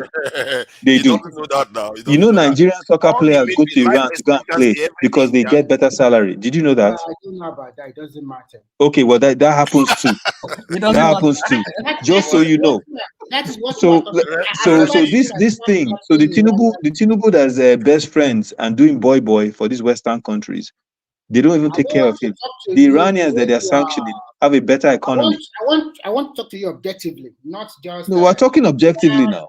Mere rhetoric of being hatred. Are you seeing countries that have not been sanctioned? Look at Iran that has not been sanctioned once. How many? Iran is 14. Where is Nigeria on this list? 14 what? Nigeria, that's in terms of military strength in the world. We 14. That's why when I said that they are about to become a superpower while they are sitting at home in sanctions, you refuse to believe. Hold on, let's while we're willingly giving up our president's medical records to the French. Exactly. Look at let's keep going down. Let's keep going down. Where's Nigeria? Nigeria is still not even there. Okay, this is where Nigeria is, number 39. That's where we are. See, my point, I'm making a very simple point, Remy. You have to start putting your people first. The idea that you compromise your national security because it's available out there. The question you have to ask yourself is very simple, really. Why are other people not doing it? Why are other nations not doing it? The matter of health of a president to me is immaterial. What really matters is policies. Hold on. How we can solve the economic. Of course, it matters because if you have them go to a more powerful country, they will compromise them. Even America taps the phone of this in German chancellors. Okay, look at the UK now. Do you think American healthcare system may not be more advanced than UK's to an extent? Do you see them traveling to America for treatment? No, you will not see them doing that. Because their medical facilities is good. Nigeria own is not as good. It's the leader's job to make it good, not to be traveling and compromising their national security. And when you say the healthcare system in the West here is good, but some are better than the others. Some could save lives, but yet they don't even go overseas to save their people's life. They are in terms of their leaders. Their leaders would rather be treated at home than go overseas. So that is the point I'm making. You can't keep having your leaders go overseas. What I'm trying to tell you guys today is that you talk about health of a president. To me, it's immaterial because this guy we have as president today is still lucid enough to continue to churn out policy day by day, continue to administer your country. Policies that are destroying the country. Give me one policy that has been positive so far. Please give me one. Please, I beg you. Can I ask you a question? I will give you a question. I will give you a lot. You ask a question. Let me give me one positive one now, so I will see that has shown results. Tunanja, let me ask him. Yeah, the question you're asking now, I want to rephrase it this way to him. Now, Remy, can you tell us what was the reason? Partly one of the reasons that Buhari failed in his government. Thank you. I will be objective with you, and I want you to also be objective. The major problem of Buhari is that number one, he does not tackle that insecurity very well because of tribalism and because other factors which he himself knows. The second one, we know that. Let me finish. I said besides many reasons. Hold on. I said besides many reasons, which is one of them is what you just said. Or what is one other reason that you knew? I don't know. Maybe you want to. You understand what I'm trying to say. There's another one major reason why he wasn't successful in his as a president. Yeah. So I will give you the second reason. To me, I think it does not handle the economy of Nigeria very well. Unfortunately for him, there's so many turbulence during his regime. The COVID setting, and he does not also plan very well. So those two are the major problem. The major problem that affected it's junketing every time to United Russian man, can I answer that? Russian man, can I answer that? No. Russian man, let me answer that. Russian man, let me answer that. Hold on. You cannot answer it because it's not a question that I know you. I know you can answer it, but I wanted somebody who's an Agbado person to answer that question. Okay, so you in your own mind, you thought because he was jumping. No, I agree with you that some of the things you mentioned were some of the reasons why. Can I help you? Can I help you with some of the answers? Can I help you? No. Are you an Agbado person? Are you an Agbado person? No. Call anybody an Agbado person. No, hold on a second. Let me help you. I'll call you a name now that will make you cry. No problem now. Go on now. Can I help you with at least two of the answers? No, you can go ahead. You see, no, dude. I don't want to overflog it. My point is this: I understand there are other reasons. Like I said, one of the reasons I didn't say just one major. So there are other reasons. Now we just mentioned some of them. I know you might have another one. You are king, but one of the major reasons was that he could not concentrate on governance. It was John Keating going to taking care of his health. He said, hold on. He said, according to initial 6 months. Hold on now.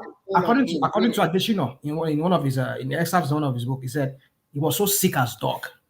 Yes, of course, you are right. So when you have a president that is so sick as dog, hold on. When you have somebody that is so sick as dog, cannot take care of his health. Is that what? I don't understand. He was so sick for the first. He's a human being. Anyone can get sick. Anyone can get sick. And so because he gets sick, and then was it sick for nearly 1 month, you didn't come to this platform. And when you came one day, you said you were down with flu. So you are sick. So what are you talking about? You're talking about me or you're talking about yourself? No, I'm talking about you. Nobody knows what's wrong with you internally.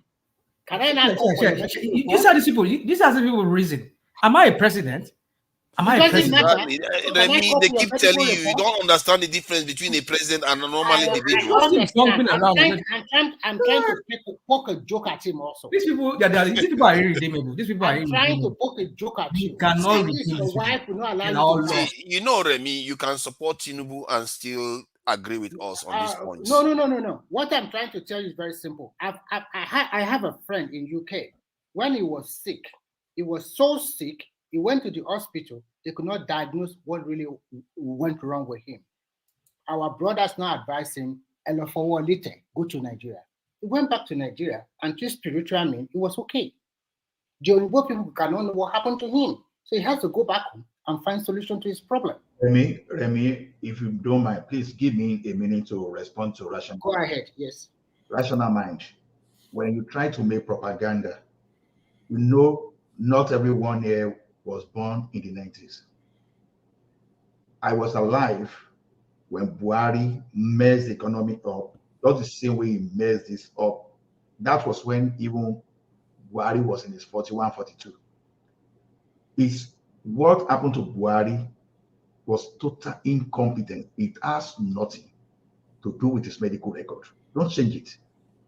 In the 80s, Japa syndrome started from Buhari.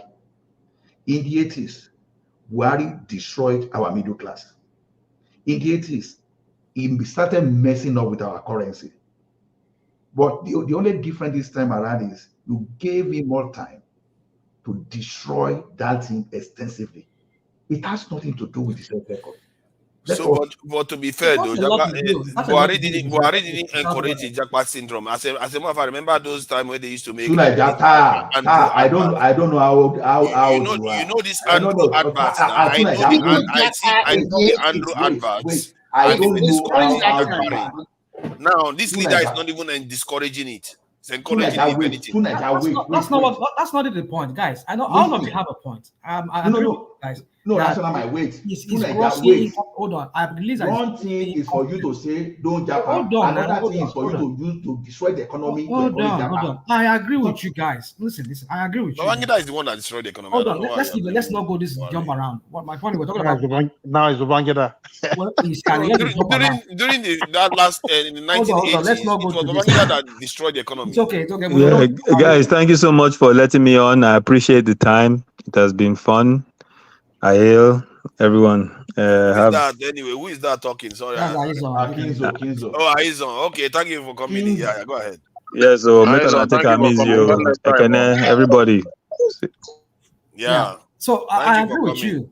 This guy was grossly incompetent. I understand. I agree with every other reason that you can give.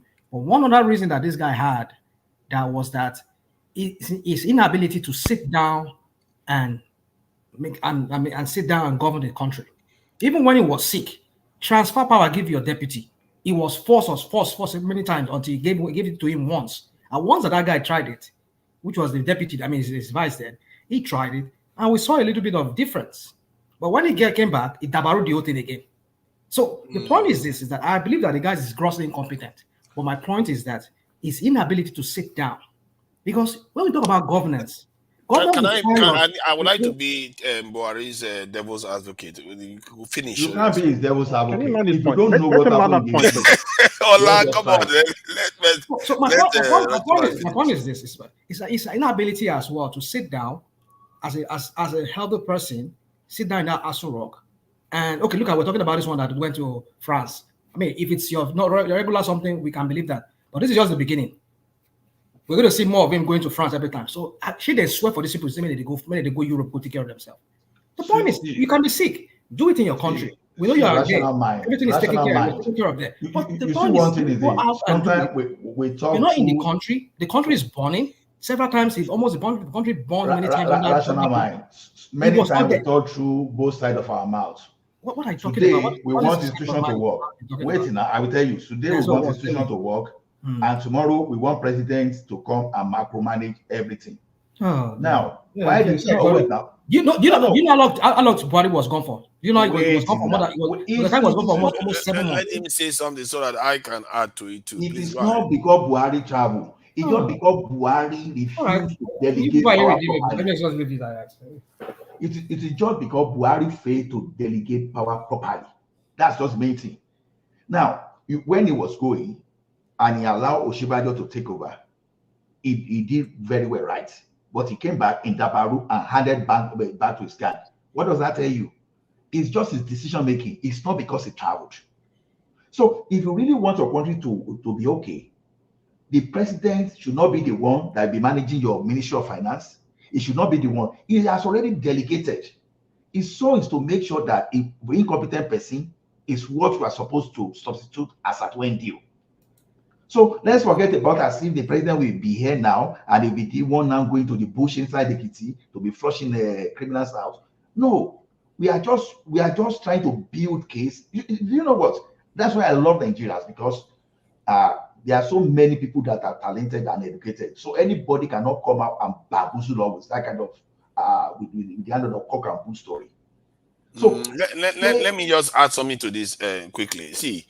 Regarding this in Buhari, I think he's not very good at some intricate stuff. Economy. Going to office, when he got into office, he had a lot of headwinds, and sometimes the circles of economy means that's what you inherit. A lot of things didn't work in his favor, and but he did some fundamentals, given all the things that were handicapping him, from crude oil prices, insecurity, and then his health on top of that again, then COVID-19 on top of it. If you combine all those things together, you can see why, if Buhari was healthy, I think maybe the outcome would have been 10-20%. I said stop this. We experienced Buhari in the 80s. What do you want to say? No, when the 80s is the reason why they elected him now. That 80s, people wish we had that now. Because people he like was quite disciplined. Is that what TINUBU said in one of the campaign? Hold on. If a country is in, when France was one of his stomp in one of his campaign stomp that Tinubu was selling Nigeria, selling people to us. He said when France was going through war, what did they call shadow go? What did he say? Shadow go. I mean, like, it's not the same Bobo they said. We all know that. You know, so you all know that. So you know that. So you know that. No. And then you're telling us that he was grossly incompetent.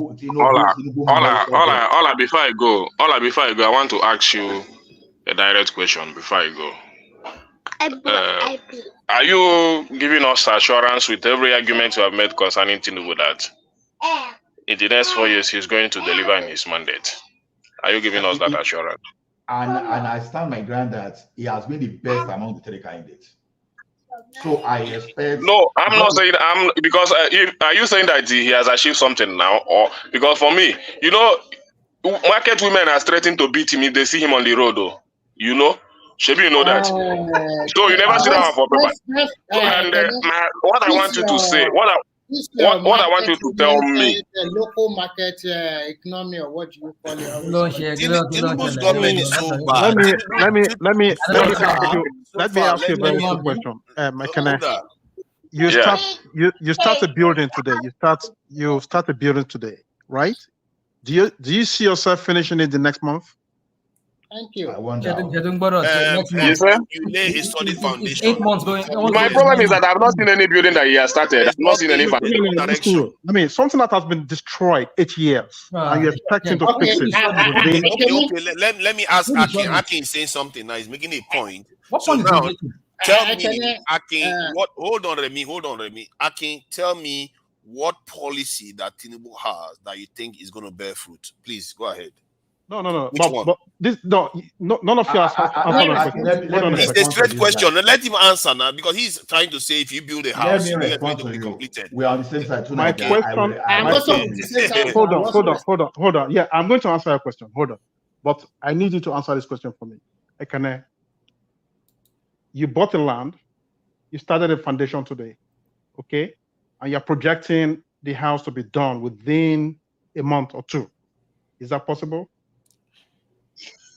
I can see my problem is this. Let me say something to Nigeria. My problem is this: Tinubu has not bought a land, and he has not even mowed a block. As I'm seeing it, his government. So that's the problem. So when you're talking about buying land, where is the land? Where is flooding the land? That's the issue. He's flooding it on top of it. Thank you. He's even taking us to rent page. He wants us to begin to live in rent. So that's my problem. You are saying he bought a land as if he has already bought a land or he has already mowed a block. I can now give you a very good response. You Alex Otti is the governor of Abia. Yes or no? Yes. Alex Otti. What does Alex Otti? No, let him come. Let him come. Let him give me the response. People are irredeemable. You just like bad people are all really irredeemable. Let him speak now. Calm down. So, according to you, Ekene, I was listening to you. I did not join the platform, but I was listening to you some few weeks ago, or few days ago, I should say. You said that the governor of that state is doing wonder in that state, building road, doing a lot of stuff, blah, blah, blah, blah, blah. In fact, you seem as the best governor. Can you confirm that, yes or no, please? Not even can confirm that. It's in the news. That so even in the last... Can I ask you a question? Do you know the allocation that your governor of Abia is collecting from the federal government? What are other governors doing with their own allocation? No, is he the only person collecting the allocation? If you don't know, say, I don't know. It's better to compare with other governments. I said, is he the only governor collecting allocation in Nigeria? Do you know or you don't know? I don't know. You're not answering the question. Do you know or I don't know? If you say I don't know, I will understand. Do you know or I don't know? Do you Tell know? me, I don't know. Tell me. Explain to me very well, yeah. Now, I will now tell you one of the things that most of these governors are enjoying, that the people in the state, they are not really holding their governor accountable very well. Before the removal of subsidy, most of these states, their allocation have dwindled from the federal government for a long time. But after the removal of the subsidy, most of these state governors have been getting more than double allocation that they are getting before. That is why some of them were able to do wage reward. That is why some of them were able to pay 13 salary, apart from the 12-month salary. Your so-called governor that you said is the best, that I'm trying to tell you, if not because of that policy, where do you expect him to get that kind of money from? Because he has gotten more than double. That is one thing. That is one policy that has really made. Can I come in here now? Let me quickly finish. This is one policy that allow all the states in Nigeria to still continue to pay salary to today without owing their workers any money. Okay. Can I come in?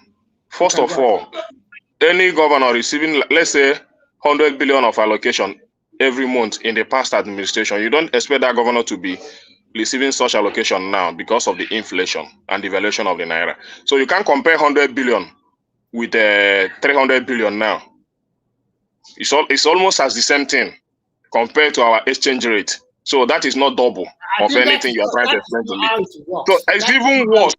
Yes, let me finish. You have made your claim now. Let me make my own claim. It doesn't work. Let me make my own point now. You have made your point. It does work like that. Remy, hold on. Oh my goodness, Remy. Let me make my point now. It's very difficult to. You have already devalued the naira to 1,500, and you expect a governor receiving. You expect 100 billion to be the same thing as of today. It's not. Less than 1 year. In less than 1 year. So what are you telling me? Yeah, you are telling me that governor is receiving a triple of his allocation. So you expect to give a governor 100. You give a governor 100 billion in the last 4 years, and you come now. You expect to give a governor the same 100 billion. Okay. Is it done anywhere? Okay. Apart from that, Tunaja, let me finish, Tunaja. 15 seconds. I wanted to tell Remy one other record Tinubu left. Tinubu has left another record whereby ECOWAS has lost half of its landmass within a year of him getting to office. Let me finish with the Governor Oti that he's talking about. Another thing is that check the record of Governor Oti. Himself only, Abia State, is the only state that have attracted the highest foreign direct investment in the whole Nigeria. Yes. The record is there. Oh my God, I laugh to the both local and international. Both local and international. Remy, let me respond to Ekene. Immortalized mill. Is it a local investment? Immortalized rice mill. Which one? Know how many immortalized mill in Lagos? Thank you. It does not know. I'm not talking about Lagos. I say in the country today. In the country today, Abia State is. Go and check. The record was released there. We talked about it here now. I think apart from Lagos, he is the only state that has attracted foreign direct investment in the past few months in this current administration. So you don't say that Tinubu give him a triple of what he's receiving before and all that. What are you telling me? And you compare you see the way we think in this country. You compare somebody receiving. Are you comparing this 100 billion naira 4 years back? The same amount in this current administration. Is it the same amount? Tripled under this thing. Tripled cost of petrol. You crippled the economy and you try to meet up with the expenses of governors. You are telling me that you have tripled the allocation. What kind of thinking is that? So I want to debunk your claim. The state that attracted the highest foreign direct investment in 2023, as of December 2023 in Nigeria, is Lagos State. It has to be Lagos now. Go and Google it. I'm not talking about Lagos State. Yeah, Lagos State is standard. Yes, Lagos State is standard. Just Google it. After Lagos State, Google it. Abia State.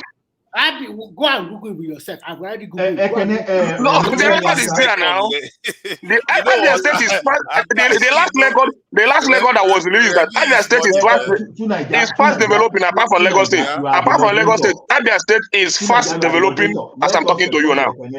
Let us respond to Ekene. Ekene, I said what. Respond to me, Ola. Don't say. Ekiti State alone attracted foreign investment under the last regime. So what are we talking about? I'm talking about the current regime in the past 8 months. You are telling me the past regime. I'm saying for the past few months. It's not Abia. What situation? I'm talking about that. We attract You that. can't Google it now. It appeared on the news. Abia is not in top 10. Let me wait, you know. Let me wait. Abia is the second apart from Lagos State. Google it. In the past few months. Abia is the second apart from Lagos State. Google it. This thing is not covered. There is nothing to better. It's just that you don't want to see the way in the direction of the truth. And I asked you a direct question. You should have not been able. Allow Allah to say something, please. I think he wanted to say Allah something. has not answered me. Oh. I said the assurance is given me for the success of this government in the next 4 years. No, they've not provided any sustainable They stuff. have not provided any answer. And the direction we are moving than what we expect to meet at the end of the next 4 years. The man already asked you a very simple question. Build a house today, and then you want your house to go up in the next day, tomorrow. What kind of question are you But there is no house he is building. Tell me which house he is building, because it looks like he's flooding the area. Tell me That what is house it. I'm telling you, where is the house and where is the land? They give me where is the house and where is the land, and you bring Alessoti in. So tell me where the house is and the land, so that we those of us that didn't see it, we see it from there. Remy, please let me get to Remy now. Remy, I hear your analogy. But tell me, because it looks like he's flooding now. He's flooding. Which house is he building? I would like it. I'm quite open. I'm not being mean. Give me something that TINUBU is building that is sustainable. Dance around everywhere. Thank you very much. House around everywhere. Calm down and let us respond to you. Now they are formulating different policies from different ministries. They are formulating for president. Let's hear him now. What policy are they forming that's going to benefit us? Go ahead now, Remy. Okay. The guy they are formulating policies from different ministries to other ministries. Some of them have started working. If you don't know, as we are talking today now, there is an agricultural framework that they want to embark upon, in which they are going to create more than 50,000 acres of land all over the country about to farming. And then we are talking about road construction. All over the country now, they are doing rehabilitation, and soon they are going to build a super highway from Lagos State to Abuja that you are going to travel within 4 hours, and they intend to complete it before 2027. So you can check David Umahi program for that. Okay. Super highway. You see, you ask. Hold on, I'm asking. Yeah, that's what I want to ask. You ask, and I'm trying to give you point by point. Yeah, you have more to say, or you're finished? I have more to say, but if you want to go ahead. I can let you interject. Okay. So in terms of education, as you know from the budget, they just started releasing money to various ministries. They let the educational loan policy for the state and for the student in higher institution will take effect as soon as possible in terms of education. And they are trying to find a way. Since January now, as soon as possible. That right? one, I know that very few people will get it, but let him carry on, please. So on that one. And then recently, the TINUBU administration released money owing to, I'm talking about sports now. They received all the money owing the national team. I don't know whether it's only about football or any other national team. They released about 3 billion naira to that effect. And then they are looking at it again. How are they going to intervene in poverty alleviation? Because as you can see, they have a scandal in the humanitarian ministry. They have already created a kind of commission to start to look at it and have a very robust plan. How we are going to distribute money to the poor people without using an intermediary, maybe directly from the federal government to various accounts. But how are they going to know who are these people that really need this money? The poor people. That's what they are working on. They also set up a new police commission, set up of different Inspector General of Police about new police reform. Well, for me, I would still go for state police instead of saying we want to reform the so-called central policing system. I still want them to delegate it so that we have a state police. If we cannot have state police, then let's have regional police. Whatever they want to call it, there must be decentralization. So they are taking it bit by bit. I know that the country is not in its good stand today because of economic downturn and because of insecurity. Thank you. Let me address. You see, most of the things you listed, the only thing that stands a chance of actually being I don't even know whether it's even possible. Remember, anything we say here is our opinion, right? Yes, yes. But I'm trying to analyze it from my own point of view. That the 50,000 acre, which is something that has not even happened yet. And you know, they give us promises all the time that they never ever actually fulfill. And there is nothing about power generation strategy there. There is nothing about security, serious security changes there. So especially that part of the security in country that is hemorrhaging $50 billion in GDP every year. The police are recruiting 30,000 people as at present now. They are recruiting. I saw if you have a link for that. No, I think I saw a link that they have started.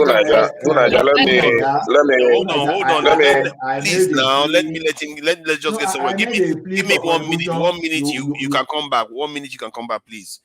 The police. I heard that they were recruited. A lot of people applied. And are you saying that, Remy, that they have actually there's a progress now the way they say they are? There's a progress. They're on the second stage now. You remember that time there was a program one day. Okay, let me start. People from Lagos State, only 1,000 people show interest, and then where people like Kaduna, Kano, and the rest, they have about 30,000-40,000 people showing interest. Our people in the Southwest, they did not show interest. They don't want to join police.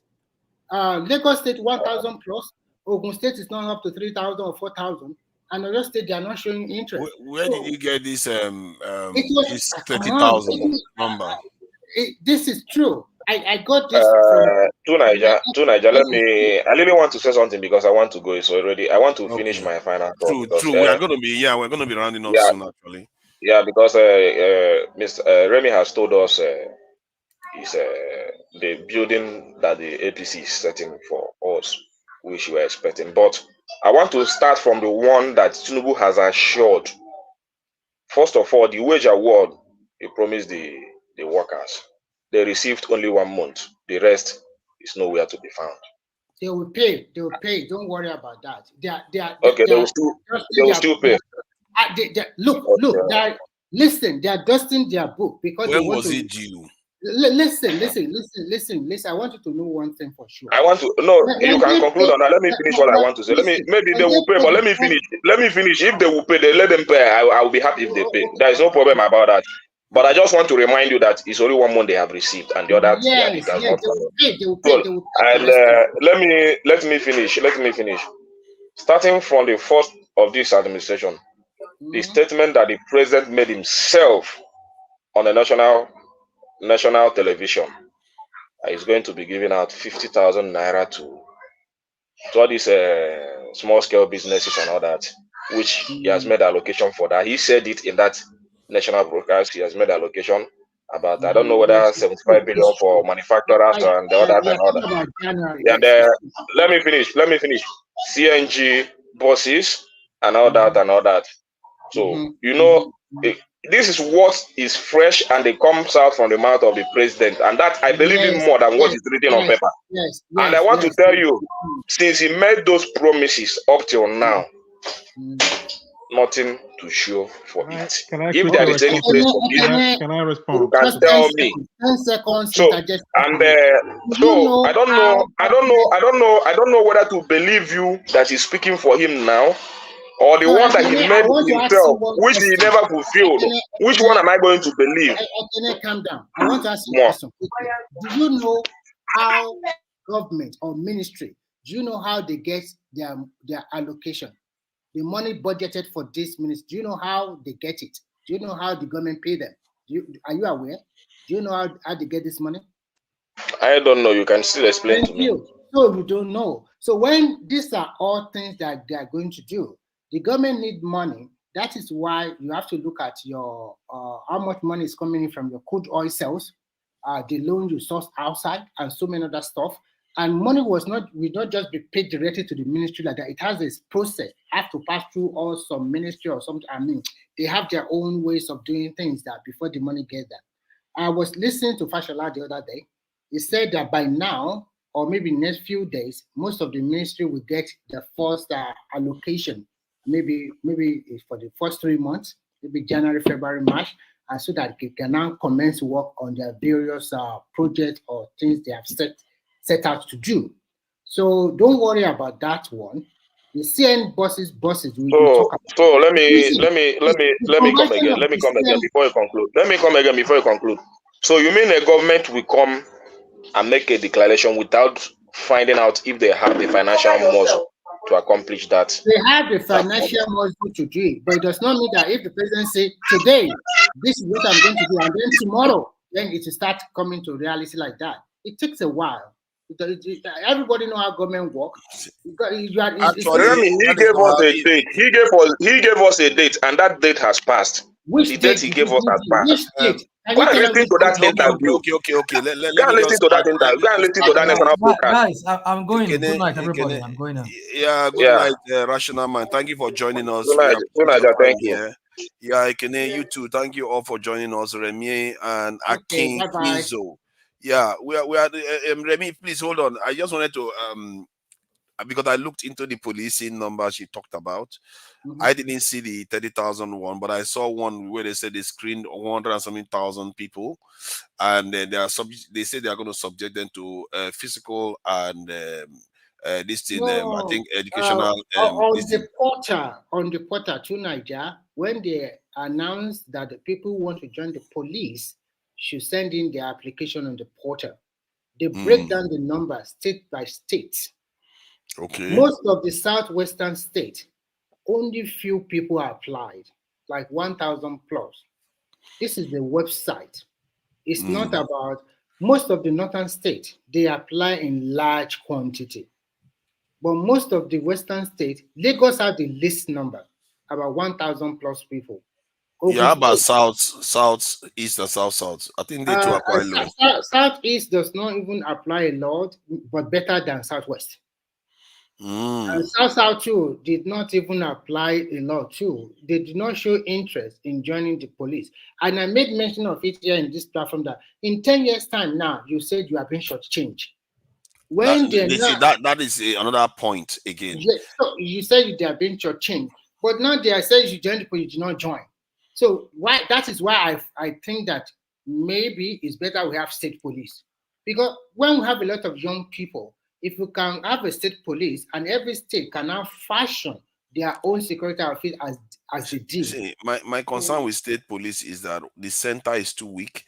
The governors are already too powerful, and then when you put it in states, the money they have now, they can even barely be able to use it. But what can we do when the central policing system is not working too? They don't pay their staff. They don't pay their staff, and now you have people that carry guns that you are not paying in the states. Okay. To Nigeria, what can we do? The central policing system is not working. There's kidnapping over there. How can we do it? What can we do? I think in 4 years, if TINUBU was a serious person, in 4 years you can transition to state police. First, you need to make the center strong, recruit heavily into the security forces in the central area, and shift to state. They are trying to recruit 30,000 this year, and maybe by next year they are going to recruit. 30,000 is too little. They will need at least 50,000 to 100,000 per annum. Another thing we are having is that Nigeria, we don't want to get money. We don't want to get loan anymore. I am the advocate that maybe our National Youth Service, the first 3 months of our National Youth Service, we should just pull all of these guys into Nigeria needs 100,000 police per annum. No, I'm not talking about. I'm talking about food sufficiency. Maybe TINUBU should enforce it. State, create land by yourself. Create at least 10,000 acres of land. Everybody posted into that. I think that's what they are doing now. Isn't that what they are doing now? Use our youth copper. Let them work there 3 months. We have 4 streams. That's true. Yeah, 4 streams. The first stream. Gentlemen, I have to go. Yeah, Kinzo, nice one. Thank you for coming in. Thank you for coming in. Have a good night. You too. This way we can at least improve our food sufficiency. I think whether TINUBU like it or not, he has to find a way to restructure that country little by little or step by step, so that because it gets to this point, the central policing is not working anymore. I think the country is being restructured, so that people are not noticing it enough. Yeah, it's been like the other day we are hearing that some states, like Oyo State, even surprised me, telling us that that state will be energy self-sufficiency soon. So, and they are looking Yes, at maybe there is something happening that hasn't because we fully are come. not there. We are not there, and we only See, hear stories from our Remy, people. I said earlier on that Tinubu has it because of the omens and the things surrounding his time coming into office. He had the chance to be the best president Nigeria has ever had. Do you know why? Seriously, I'm not joking. But I fear that he's going to squander it all. You know why I also like what he did? It's not going to squander it. It's better Let's for hope you. not, for the sake of the What I country. want to say is this: it's better for you to have troubled days in the beginning than to have troubled days at the end. That is from the political point of view. My own problem is that the troubled days from the beginning are unnecessary ones. There are real troubled days we should be having. Okay, let me ask you a question too, Niger. Before Buhari left, they already signed it that they are going to remove fuel subsidy. Yes. The country does not have money to be subsidizing it anymore. Whether he likes it or not, that one has to go. You see the beauty of that? The fuel subsidy is not the problem. If the fuel subsidy went, then he didn't mess with the currency. We'll be in a better state. So he messed with the currency heavily. The currency was, because I and you, we are not there. Unfortunately, the problem we are having is what we call the speculators and the racketeers. And there's a lot of money stolen. There is a lot of money stolen that people hide somewhere in Naira form, and they will convert it to dollar one way or the other in connivance with our How many times have you had your president say, stop hoarding dollars, stop using dollars in Nigeria? How many times have you heard him say that? But of course, you don't expect him to be talking that way. Maybe of course, you should say that, because it's ministers, you want your currency to be strong. You have to discourage your people from using dollars. It's minister or is what do you call it? Is what do you call it? CBN or CBN, finance. But what I know is this: I don't know how he's going to do it. If I want to follow what the Chinese did, although it's like also find a way, they first peg it and then later they let it flow, they control it a lot. There are three different ways that you can control currency. There is the floating one, there is the marginal floating, and there's also the fixed rate. The Chinese first do the fixed rate. They do like Nigeria also did before, where you can exchange your dollar in the street anyhow. But then later they see that these people are speculators. They cancel it. They now make sure that only bank alone, you can exchange your dollar to. That is the way to have done it in Nigeria. Listen, they now fix it. For you as a foreigner, you cannot exchange more than $500 in a day. For you as a citizen, you cannot exchange the equivalent of 20,000 renminbi. That time it was about $1,200 a day. So that way they were able to control. But remember, China is also a kind of superpower also, because I have been there, I've lived there, so I know how powerful that country is. But they are so smart; they play their international policies very well. China will never go to war with anybody. They don't want their country to be destroyed. When it is time for them to start going to war with that country, they know when to start. Because now economically the country is not good also now. They follow the art of war strategy. So if Nigeria wants to do like that, if for example, Tinubu said you can only change dollar, any currency in only the bank alone, all their bookies all over Nigeria. And as a politician, you also have but you don't see Tinubu doing that. Tinubu opened the floodgates for all of them, and Nigerian currency depreciated massively. The floodgate for all of them. They have seen their handwriting now. Now they are controlling them. Now they are even afraid to speculate like before, because they put a lot of plainclothes security people around them, so they have already started arresting some of them. But the speculation is not going to stop if you don't outlaw it. Like you said, make it so you can get only the currency in the banks. If we can outlaw it, but at the same time, if he's going to outlaw it, first I want him to first make the currency to reduce, the exchange rate to reduce first.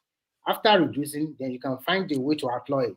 See, there was something, let me add this. There was something somebody said. That man really said something. That's why I talked about Singapore today. He said, Singapore, when the guy wanted to shift the countries, he said there are only three things that they are allowed to import into the country: machinery for industrialization, medication, and I think one other thing. I've forgotten what that is.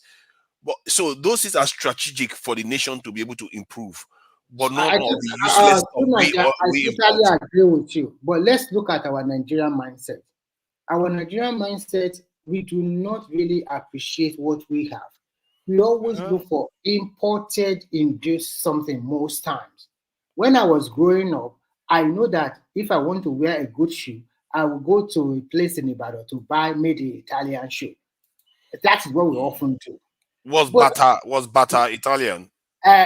No, Bata is Nigerian. But I'm just, when I was growing up as a teenager, at least I want to wear a good shoe. I would go to where they're selling imported shoe. But when I was in the secondary school, my father would buy Bata for me. We know we can wear it for 1 year. That shoe is very strong. Okay. So what I'm trying to say is that our people we cherish imported stuff more than the local one. So in other words, we are the ones doing it to ourselves. Part of the I'm saying the leaders have problem too, but our followership, we also have a lot of big that is exactly what I'm saying. This is why I said before that when we say they are blackmailing our leaders, I think it goes beyond that. Yes, of course, but people will not say that. Our people are happily compromising themselves. Yes, they allow this to happen to us because they don't understand the value of defending your own things and supporting your own products and stuff like that. This is why you've not had TINUBU say people should not use the dollars. This product shouldn't exist. It really shouldn't exist. I have to go. Sorry. No, it's okay. It's okay. I know. Thank you for coming in, Remy. I really appreciate it. And thank you. And let me thank all the people that are on the chat. Oscar Blackstone, I see you there. Heavy. Wow, that's an interesting name. Heavy, I see you there too. The Progressive NG, I see you there.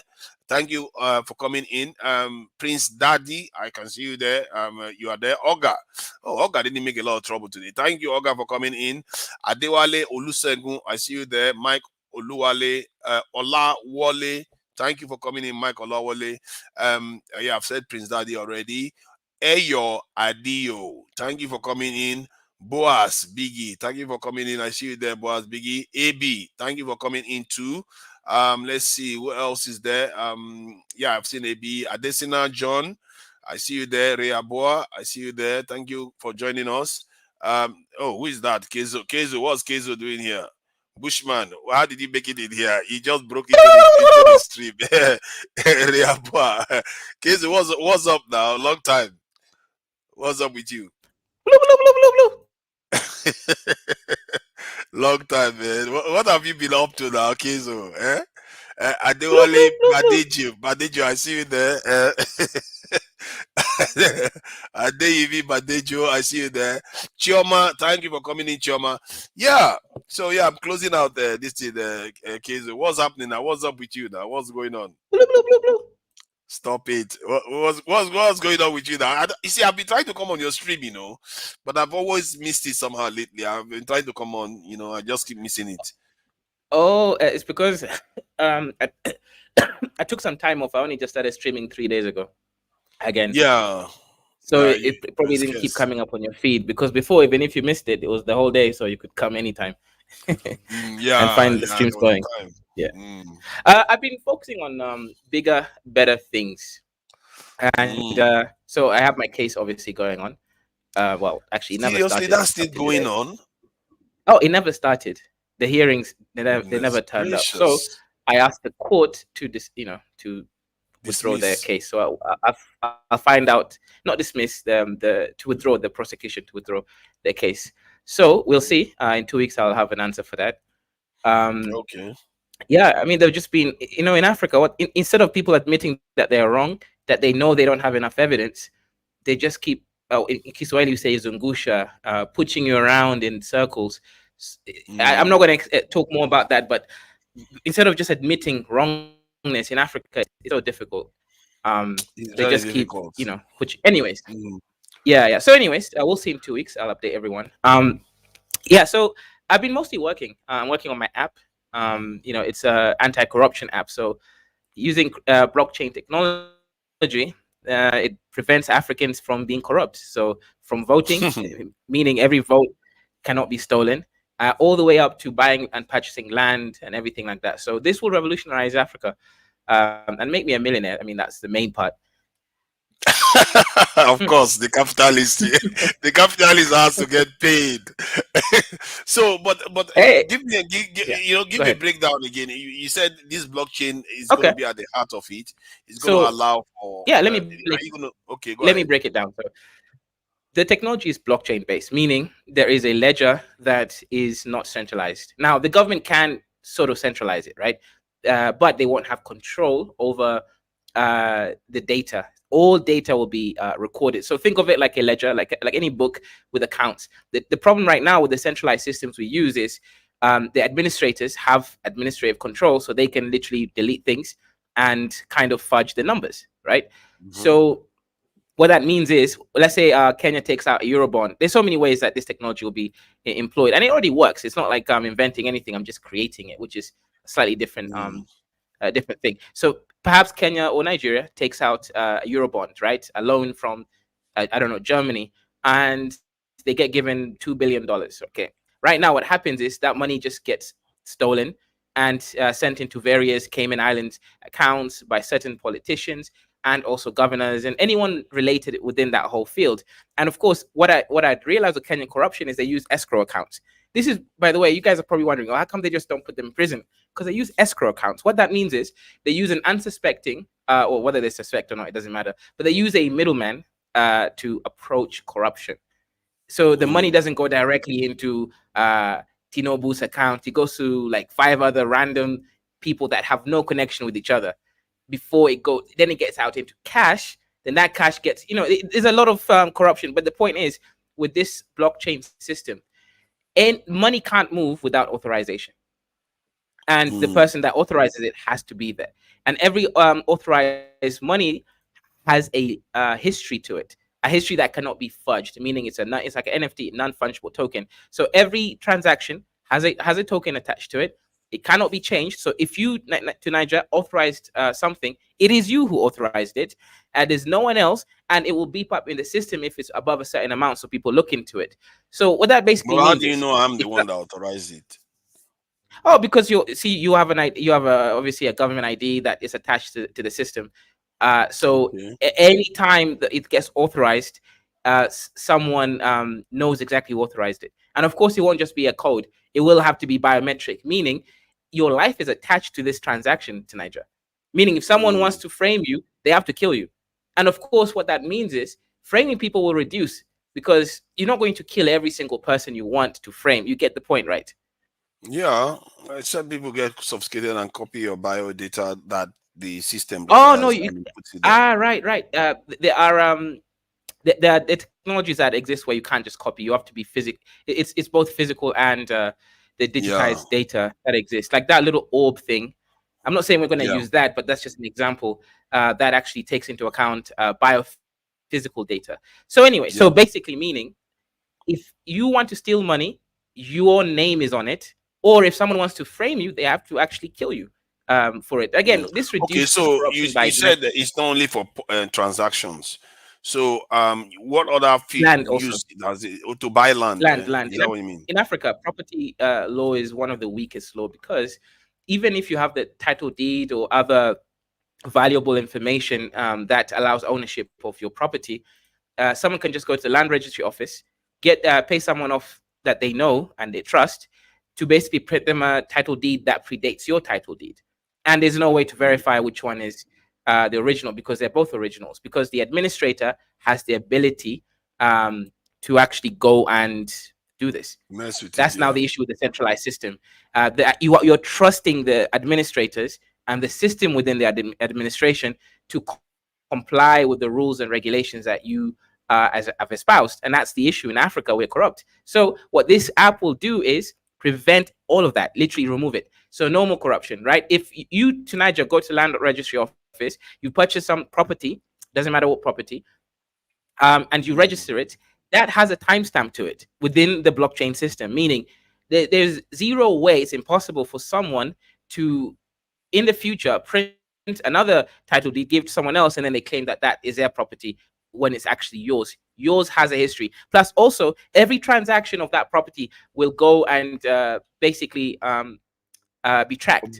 So we'll know who owned what person. Also, when it comes to fractionations, when you're now turning that land into smaller pieces, this allows a much more seamless process because you can actually hard code the data into kind of creating smaller tokens of this land piece. It has the GPS, the location, and all of that, all kind of satellite sort of distribution land system. It's again, this one's going to take a bit longer to implement all the functionality, but I already got the baseline for it.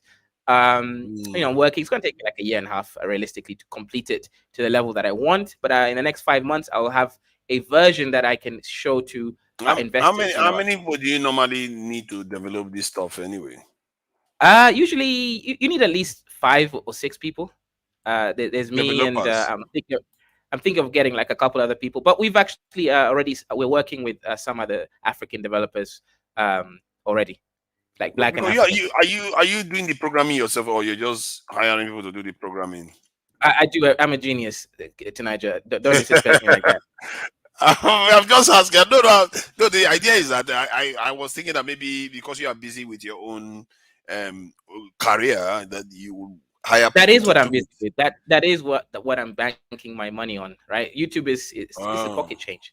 This is barely making me survive. Like I'm earning $2 a day to Niger.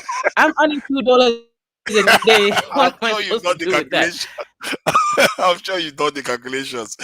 No, I don't think you are $82 a day. You do get some serious donations sometimes, and but $2 a day, like yes. No, I get where you're coming from. That this is not your career, but because for me, I have this idea of the app that I wanted to develop too. But I was looking to employ people to do that because I didn't want to do it myself, because I will be choked up with what I'm doing right now.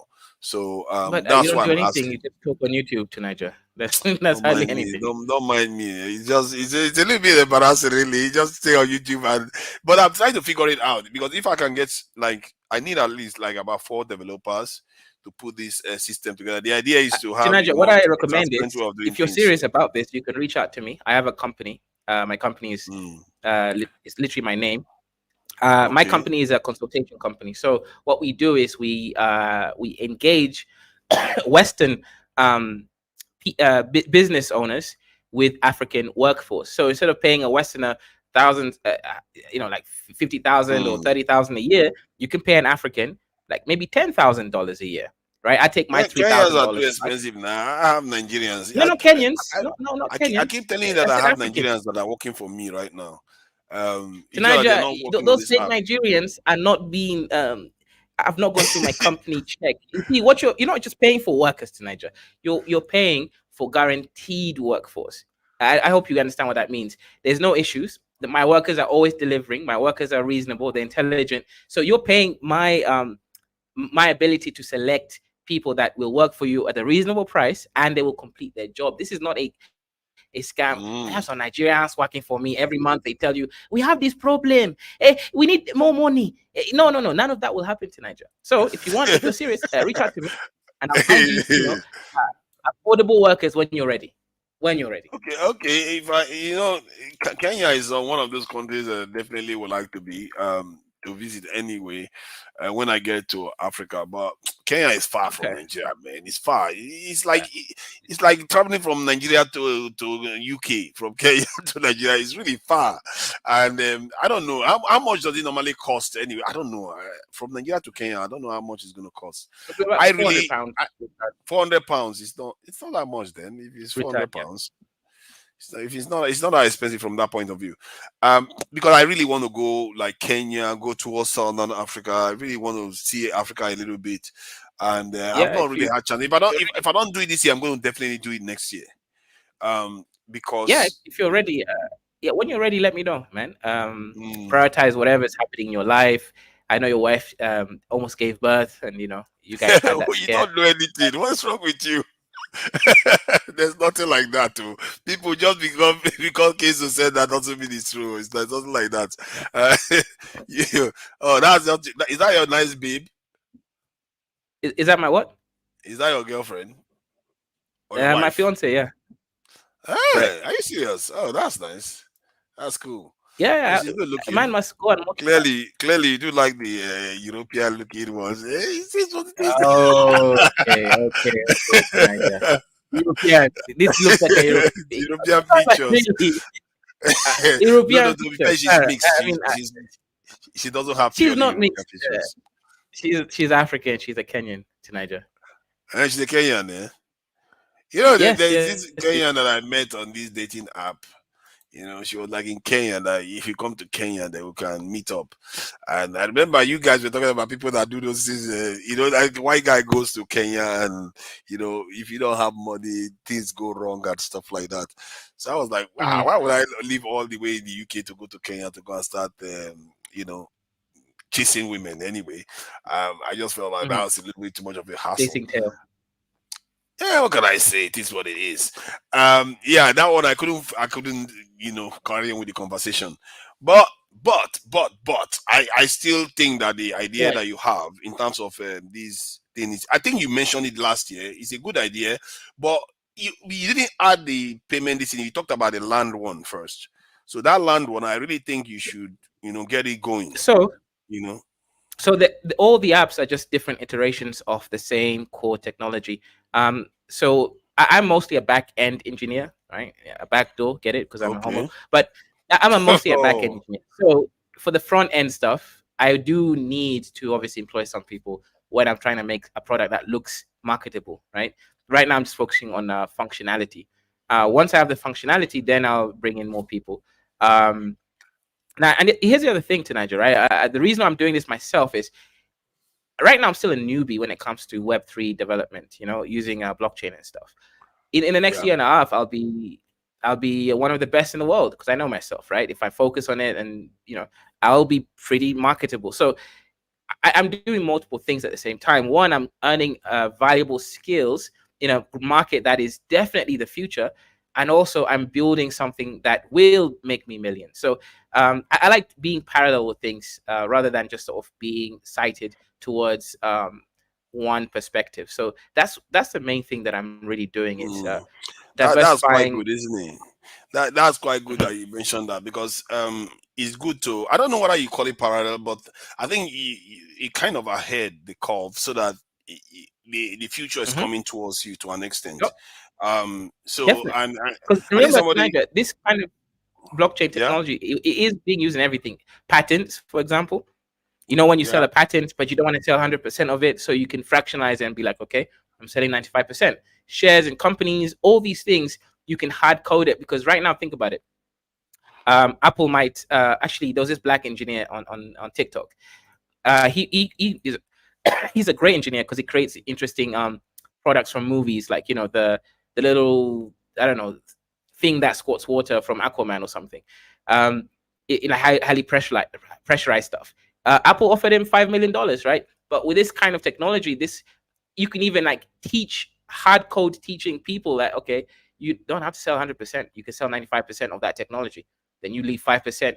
And you don't have to be like, oh, 5% of anything. No, 5% of any profits that they make. Meaning, even the Apple doesn't lose anything because Apple can do whatever they want with that technology, but you just get your 5% if they make money. You get it? So you can hard code certain contractual agreements within any contract. So really, this is how any contract is going to be manifesting.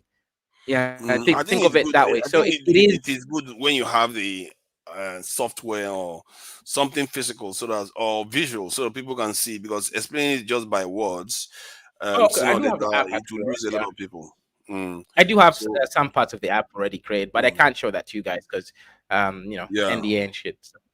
Yeah, take your time. Take your time. Once it's ready, you know, now you will be able to promote it yourself. You come here, everywhere we'll promote it, and I'm happy to promote it. And yeah, it is what it is, and I hope you really succeed on that, because I think it's a good thing that the land issue. I think Nigeria does have that land issue too. Actually, that's CSO nonsense.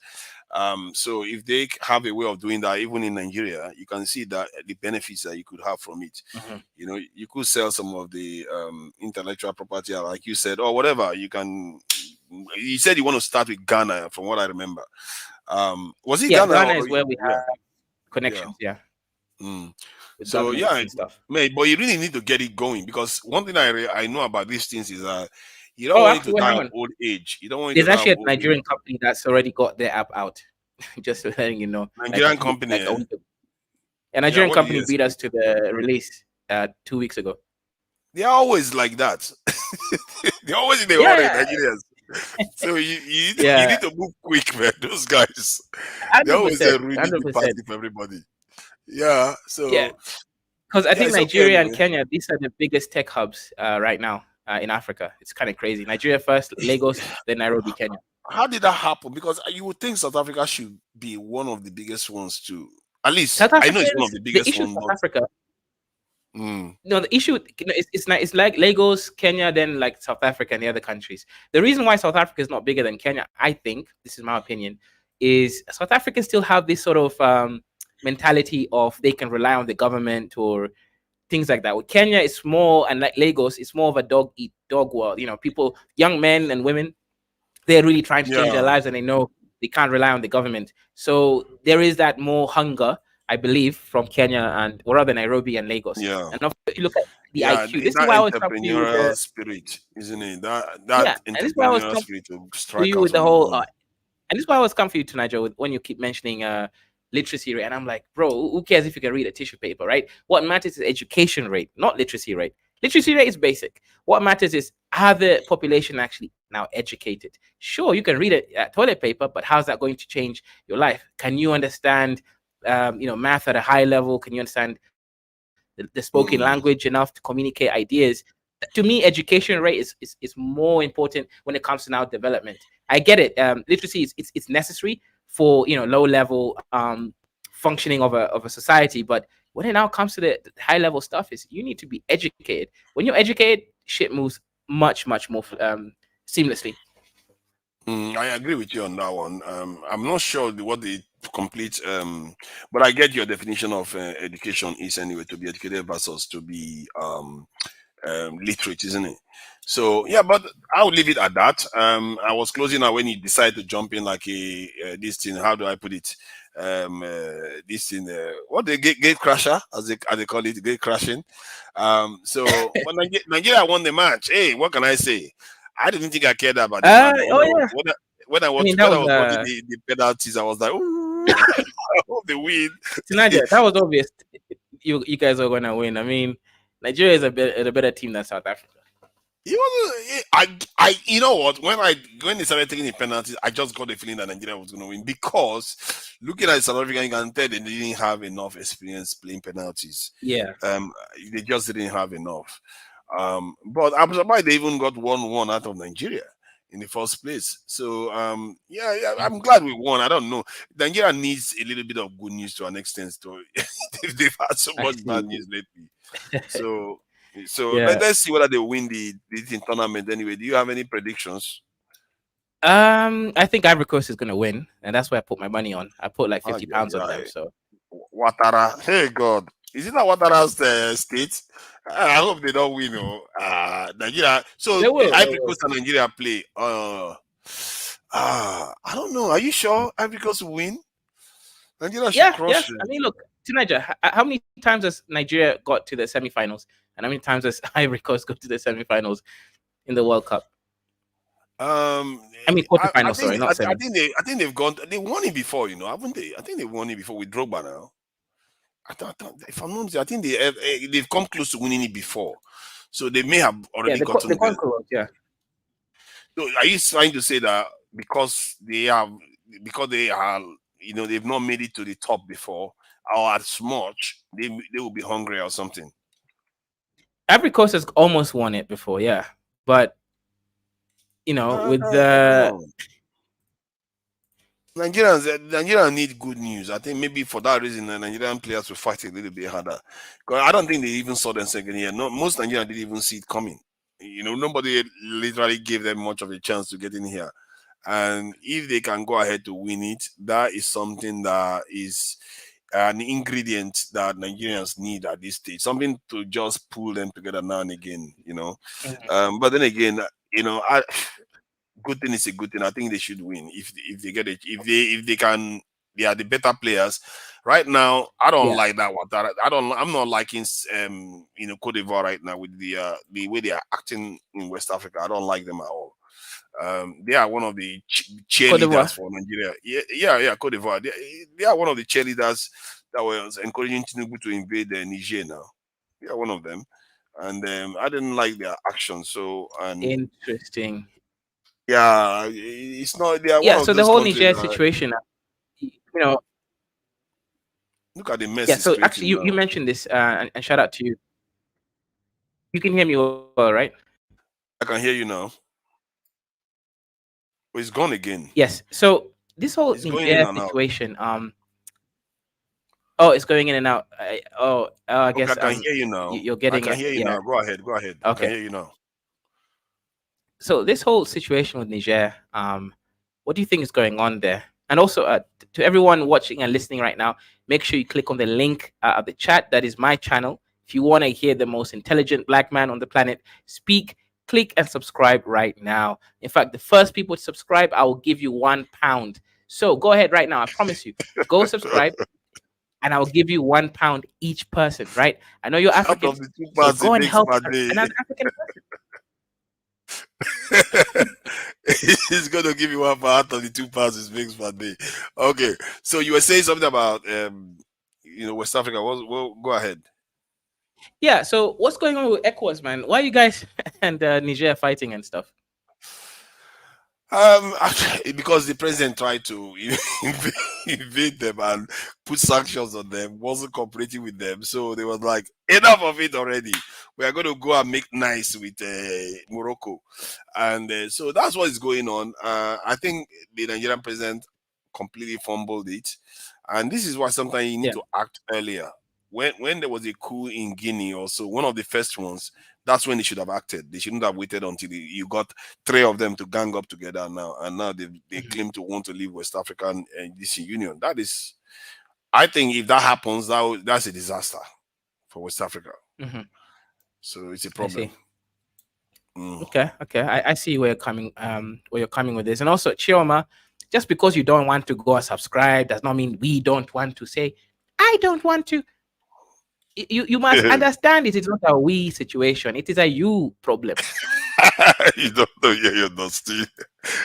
She's even using the dusty one. She's probably had enough of it already. Oh my goodness. I think because you've been off for a bit, the temperature has calmed down in that this is space. Our Somali brothers are not showing up as much anymore. I don't know. Where is No, there's a Mo? reason why. A lot of people have disappeared. Yeah? Yeah, it is a reason why I stopped making shows geared towards them, because they like Somalis and Kenyans are similar. They like people mentioning their names. Yeah, they do. And also, at my channel, I purposely rebranded it, because when you're if you want long-term sustainable growth, you can't have it around dust. You need to have content that is easier to do. You don't have to think too hard, and also it's more palatable to the algorithm. So what I realized, for me changing from dust to more, geopolitical analysis, I was able to make way more money. When I had the Somalis, I was making like $200 a month. At some point, I was making 2,000. So with the no rebranded stuff, right? So I definitely I understand how money works, because I can't be earning $2 a day, man. Come on to Nigeria, that's insane. I'm an educated man.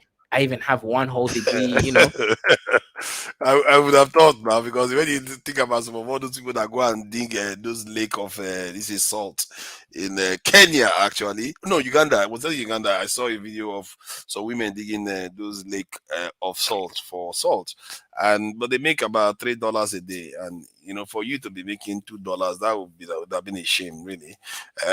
But I guess I knew it was a joke. No, from YouTube, not from our businesses, just from YouTube. So you have multiple businesses going now. Of course, you cannot rely on one thing. What if one thing collapses and then you don't pay rent, and then your girlfriend leaves you for to Niger? That's not good. I have to give you credit. You know, you are literally on the ground on the continent there doing your thing. It's not everybody is doing that and surviving it really just fine. So I have to give you credit for that. I'm about to go meet up with Brandon now. You see. Yeah, Brandon, I was on the channel yesterday now. He was really going at this thing, African American women and some of their behavior. And in short, the kind of issues that they have in there, how those things roll now. So I was talking to him. He did say that he was there, but he also said, do you know where David Hussein is? He in Kenya? I think he said something about David Hussein. I don't know. It's a Nigerian. South Sudanese. Oh, is it Nigerian? No. Okay. South Sudanese. Where is South Sudanese? David Deng sounds like a very a Luo name from Ethiopia or South Sudan. Hussein. He's a Nigerian guy. I found out my middle name literally means praise God. My middle name is literally Oba Igwe. Literally. Oba Igwe. Like I swear. Okay. Yeah. You must be. Why do you think I call myself an emperor? It's because I am the Oba Igwe. You must praise the king. Oba Igwe, show offs. It's all good now. If you are a king, it's all good. And to be fair, you've carried yourself quite well. You manage yourself online just fine, and you've grown, and you are doing some work on the ground. So for me, I have not been in Nigeria for 3 years now. 3 years I've not been in Nigeria. But it's okay. Once you have your papers to Nigeria, I know you'll go back, right? Like, it's fine. I know why you don't go back. Look at this one. You are not even allowed into a civilized world anymore because you are deported. Okay. they deported you never to return again. At least. Oh my. We know why you're not there, right? Because we know you're Niger. Yeah, we know why you're not here too. Like I know you never even sent £1 super chat, but I know you. I don't think you're poor, so you can afford £200 return ticket from UK to Nigeria. Well, the only reason is you're waiting for your papers. We know why you're not here too now because they deported you, never to return back to the UK again. He has now stuck in Kenya.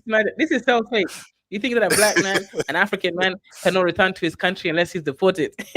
Exactly. Exactly. Deported you. Yes, now. Yes. So yeah, that's all good. That's all good. You really came here to keep me here. I was supposed to be closing out by now. Well, by now already. I've already said my thank you to all the people, including Chioma, of course. And all the great people that came to the show today. I just thought I should jump in for this thing. One man, he was signing off. So yeah, it was an interesting show today, though.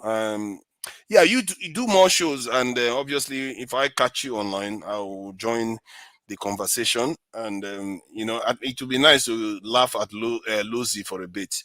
With this football loss that they suffered. I have to try to rub. He was there the other day. I have to try to rub. Oh yeah, he was there yesterday. Yeah, all you have to do is mention something. Oh, you want to rub something on his face? Yeah. It don't start now. You are a proper British person, with your innuendos all over the place. Jesus Christ, your head is always in there constantly. You are proper British. Okay. All right, man. Let me close out. Otherwise, I'm not going to go today. All right, guys. Okay. The next time, let me close us out with some of the speech of. Let's see, where is the good music that this guy got here? Even let me see. Adeleke is dancing. It's not a good one. Igbo fights. Oh goodness, no, that's definitely not a good one. Nobody needs an Igbo stuff here where. It's good. People are just gonna get angry. Let's see. Hassan finds this. What's that? What are you? What? Something just changed. Let's see. What's that one there? I don't know. You know what? I'll just play the one. Welcome to the Kaizorian experience. Over here, we're gonna be talking about everything African. We're gonna be having debates, discussions, entertainment, as well as learning about business. art, history, and everything in between. Cultural, tribalism, and everything. We're going to be out here debating with some really interesting stuff. So like the video, share the video, and make sure you subscribe. Make sure you subscribe. Subscribe for the best experience ever. This is the biggest channel on the Afrosphere. So come and join the team, become a Kaizorian, and join the Kaizorian Empire.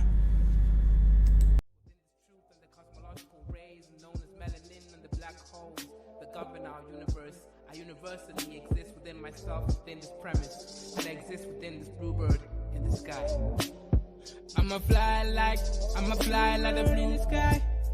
I'ma fly like bird in the sky. I'ma fly like bluebird in the sky. I'ma fly like bluebird in the sky. I'ma fly like bluebird in the sky. I'ma throw my bluebird in the sky. I'ma soar like bluebird in the sky. I'ma soar like bluebird in the sky. I'ma fly like bluebird in the sky. I'ma fight like bluebird in the sky. I'ma eat like bluebird in the sky. I'ma be like bluebird in the sky. I'ma be bluebird in the sky. I'ma be free, bluebird in the sky. I'ma be free like bluebird in the sky. I'ma be like bluebird in the sky. Back again like the second coming. Strumming my vocal cords like the hummingbird in the sky. Y'all can't deny this. Real rap lyrics, it's like I ain't got no rhyming through the sky limit. What is skin tone, shade of color, but a parallel form of frequency like a ringtone on your phone. Melanin expression, tied up in the universe, feeling like gods. Is really I thought that the stream was supposed to end. Is it really wrong to be diverse? It is. This is the last song to end. Okay, are you gonna end it?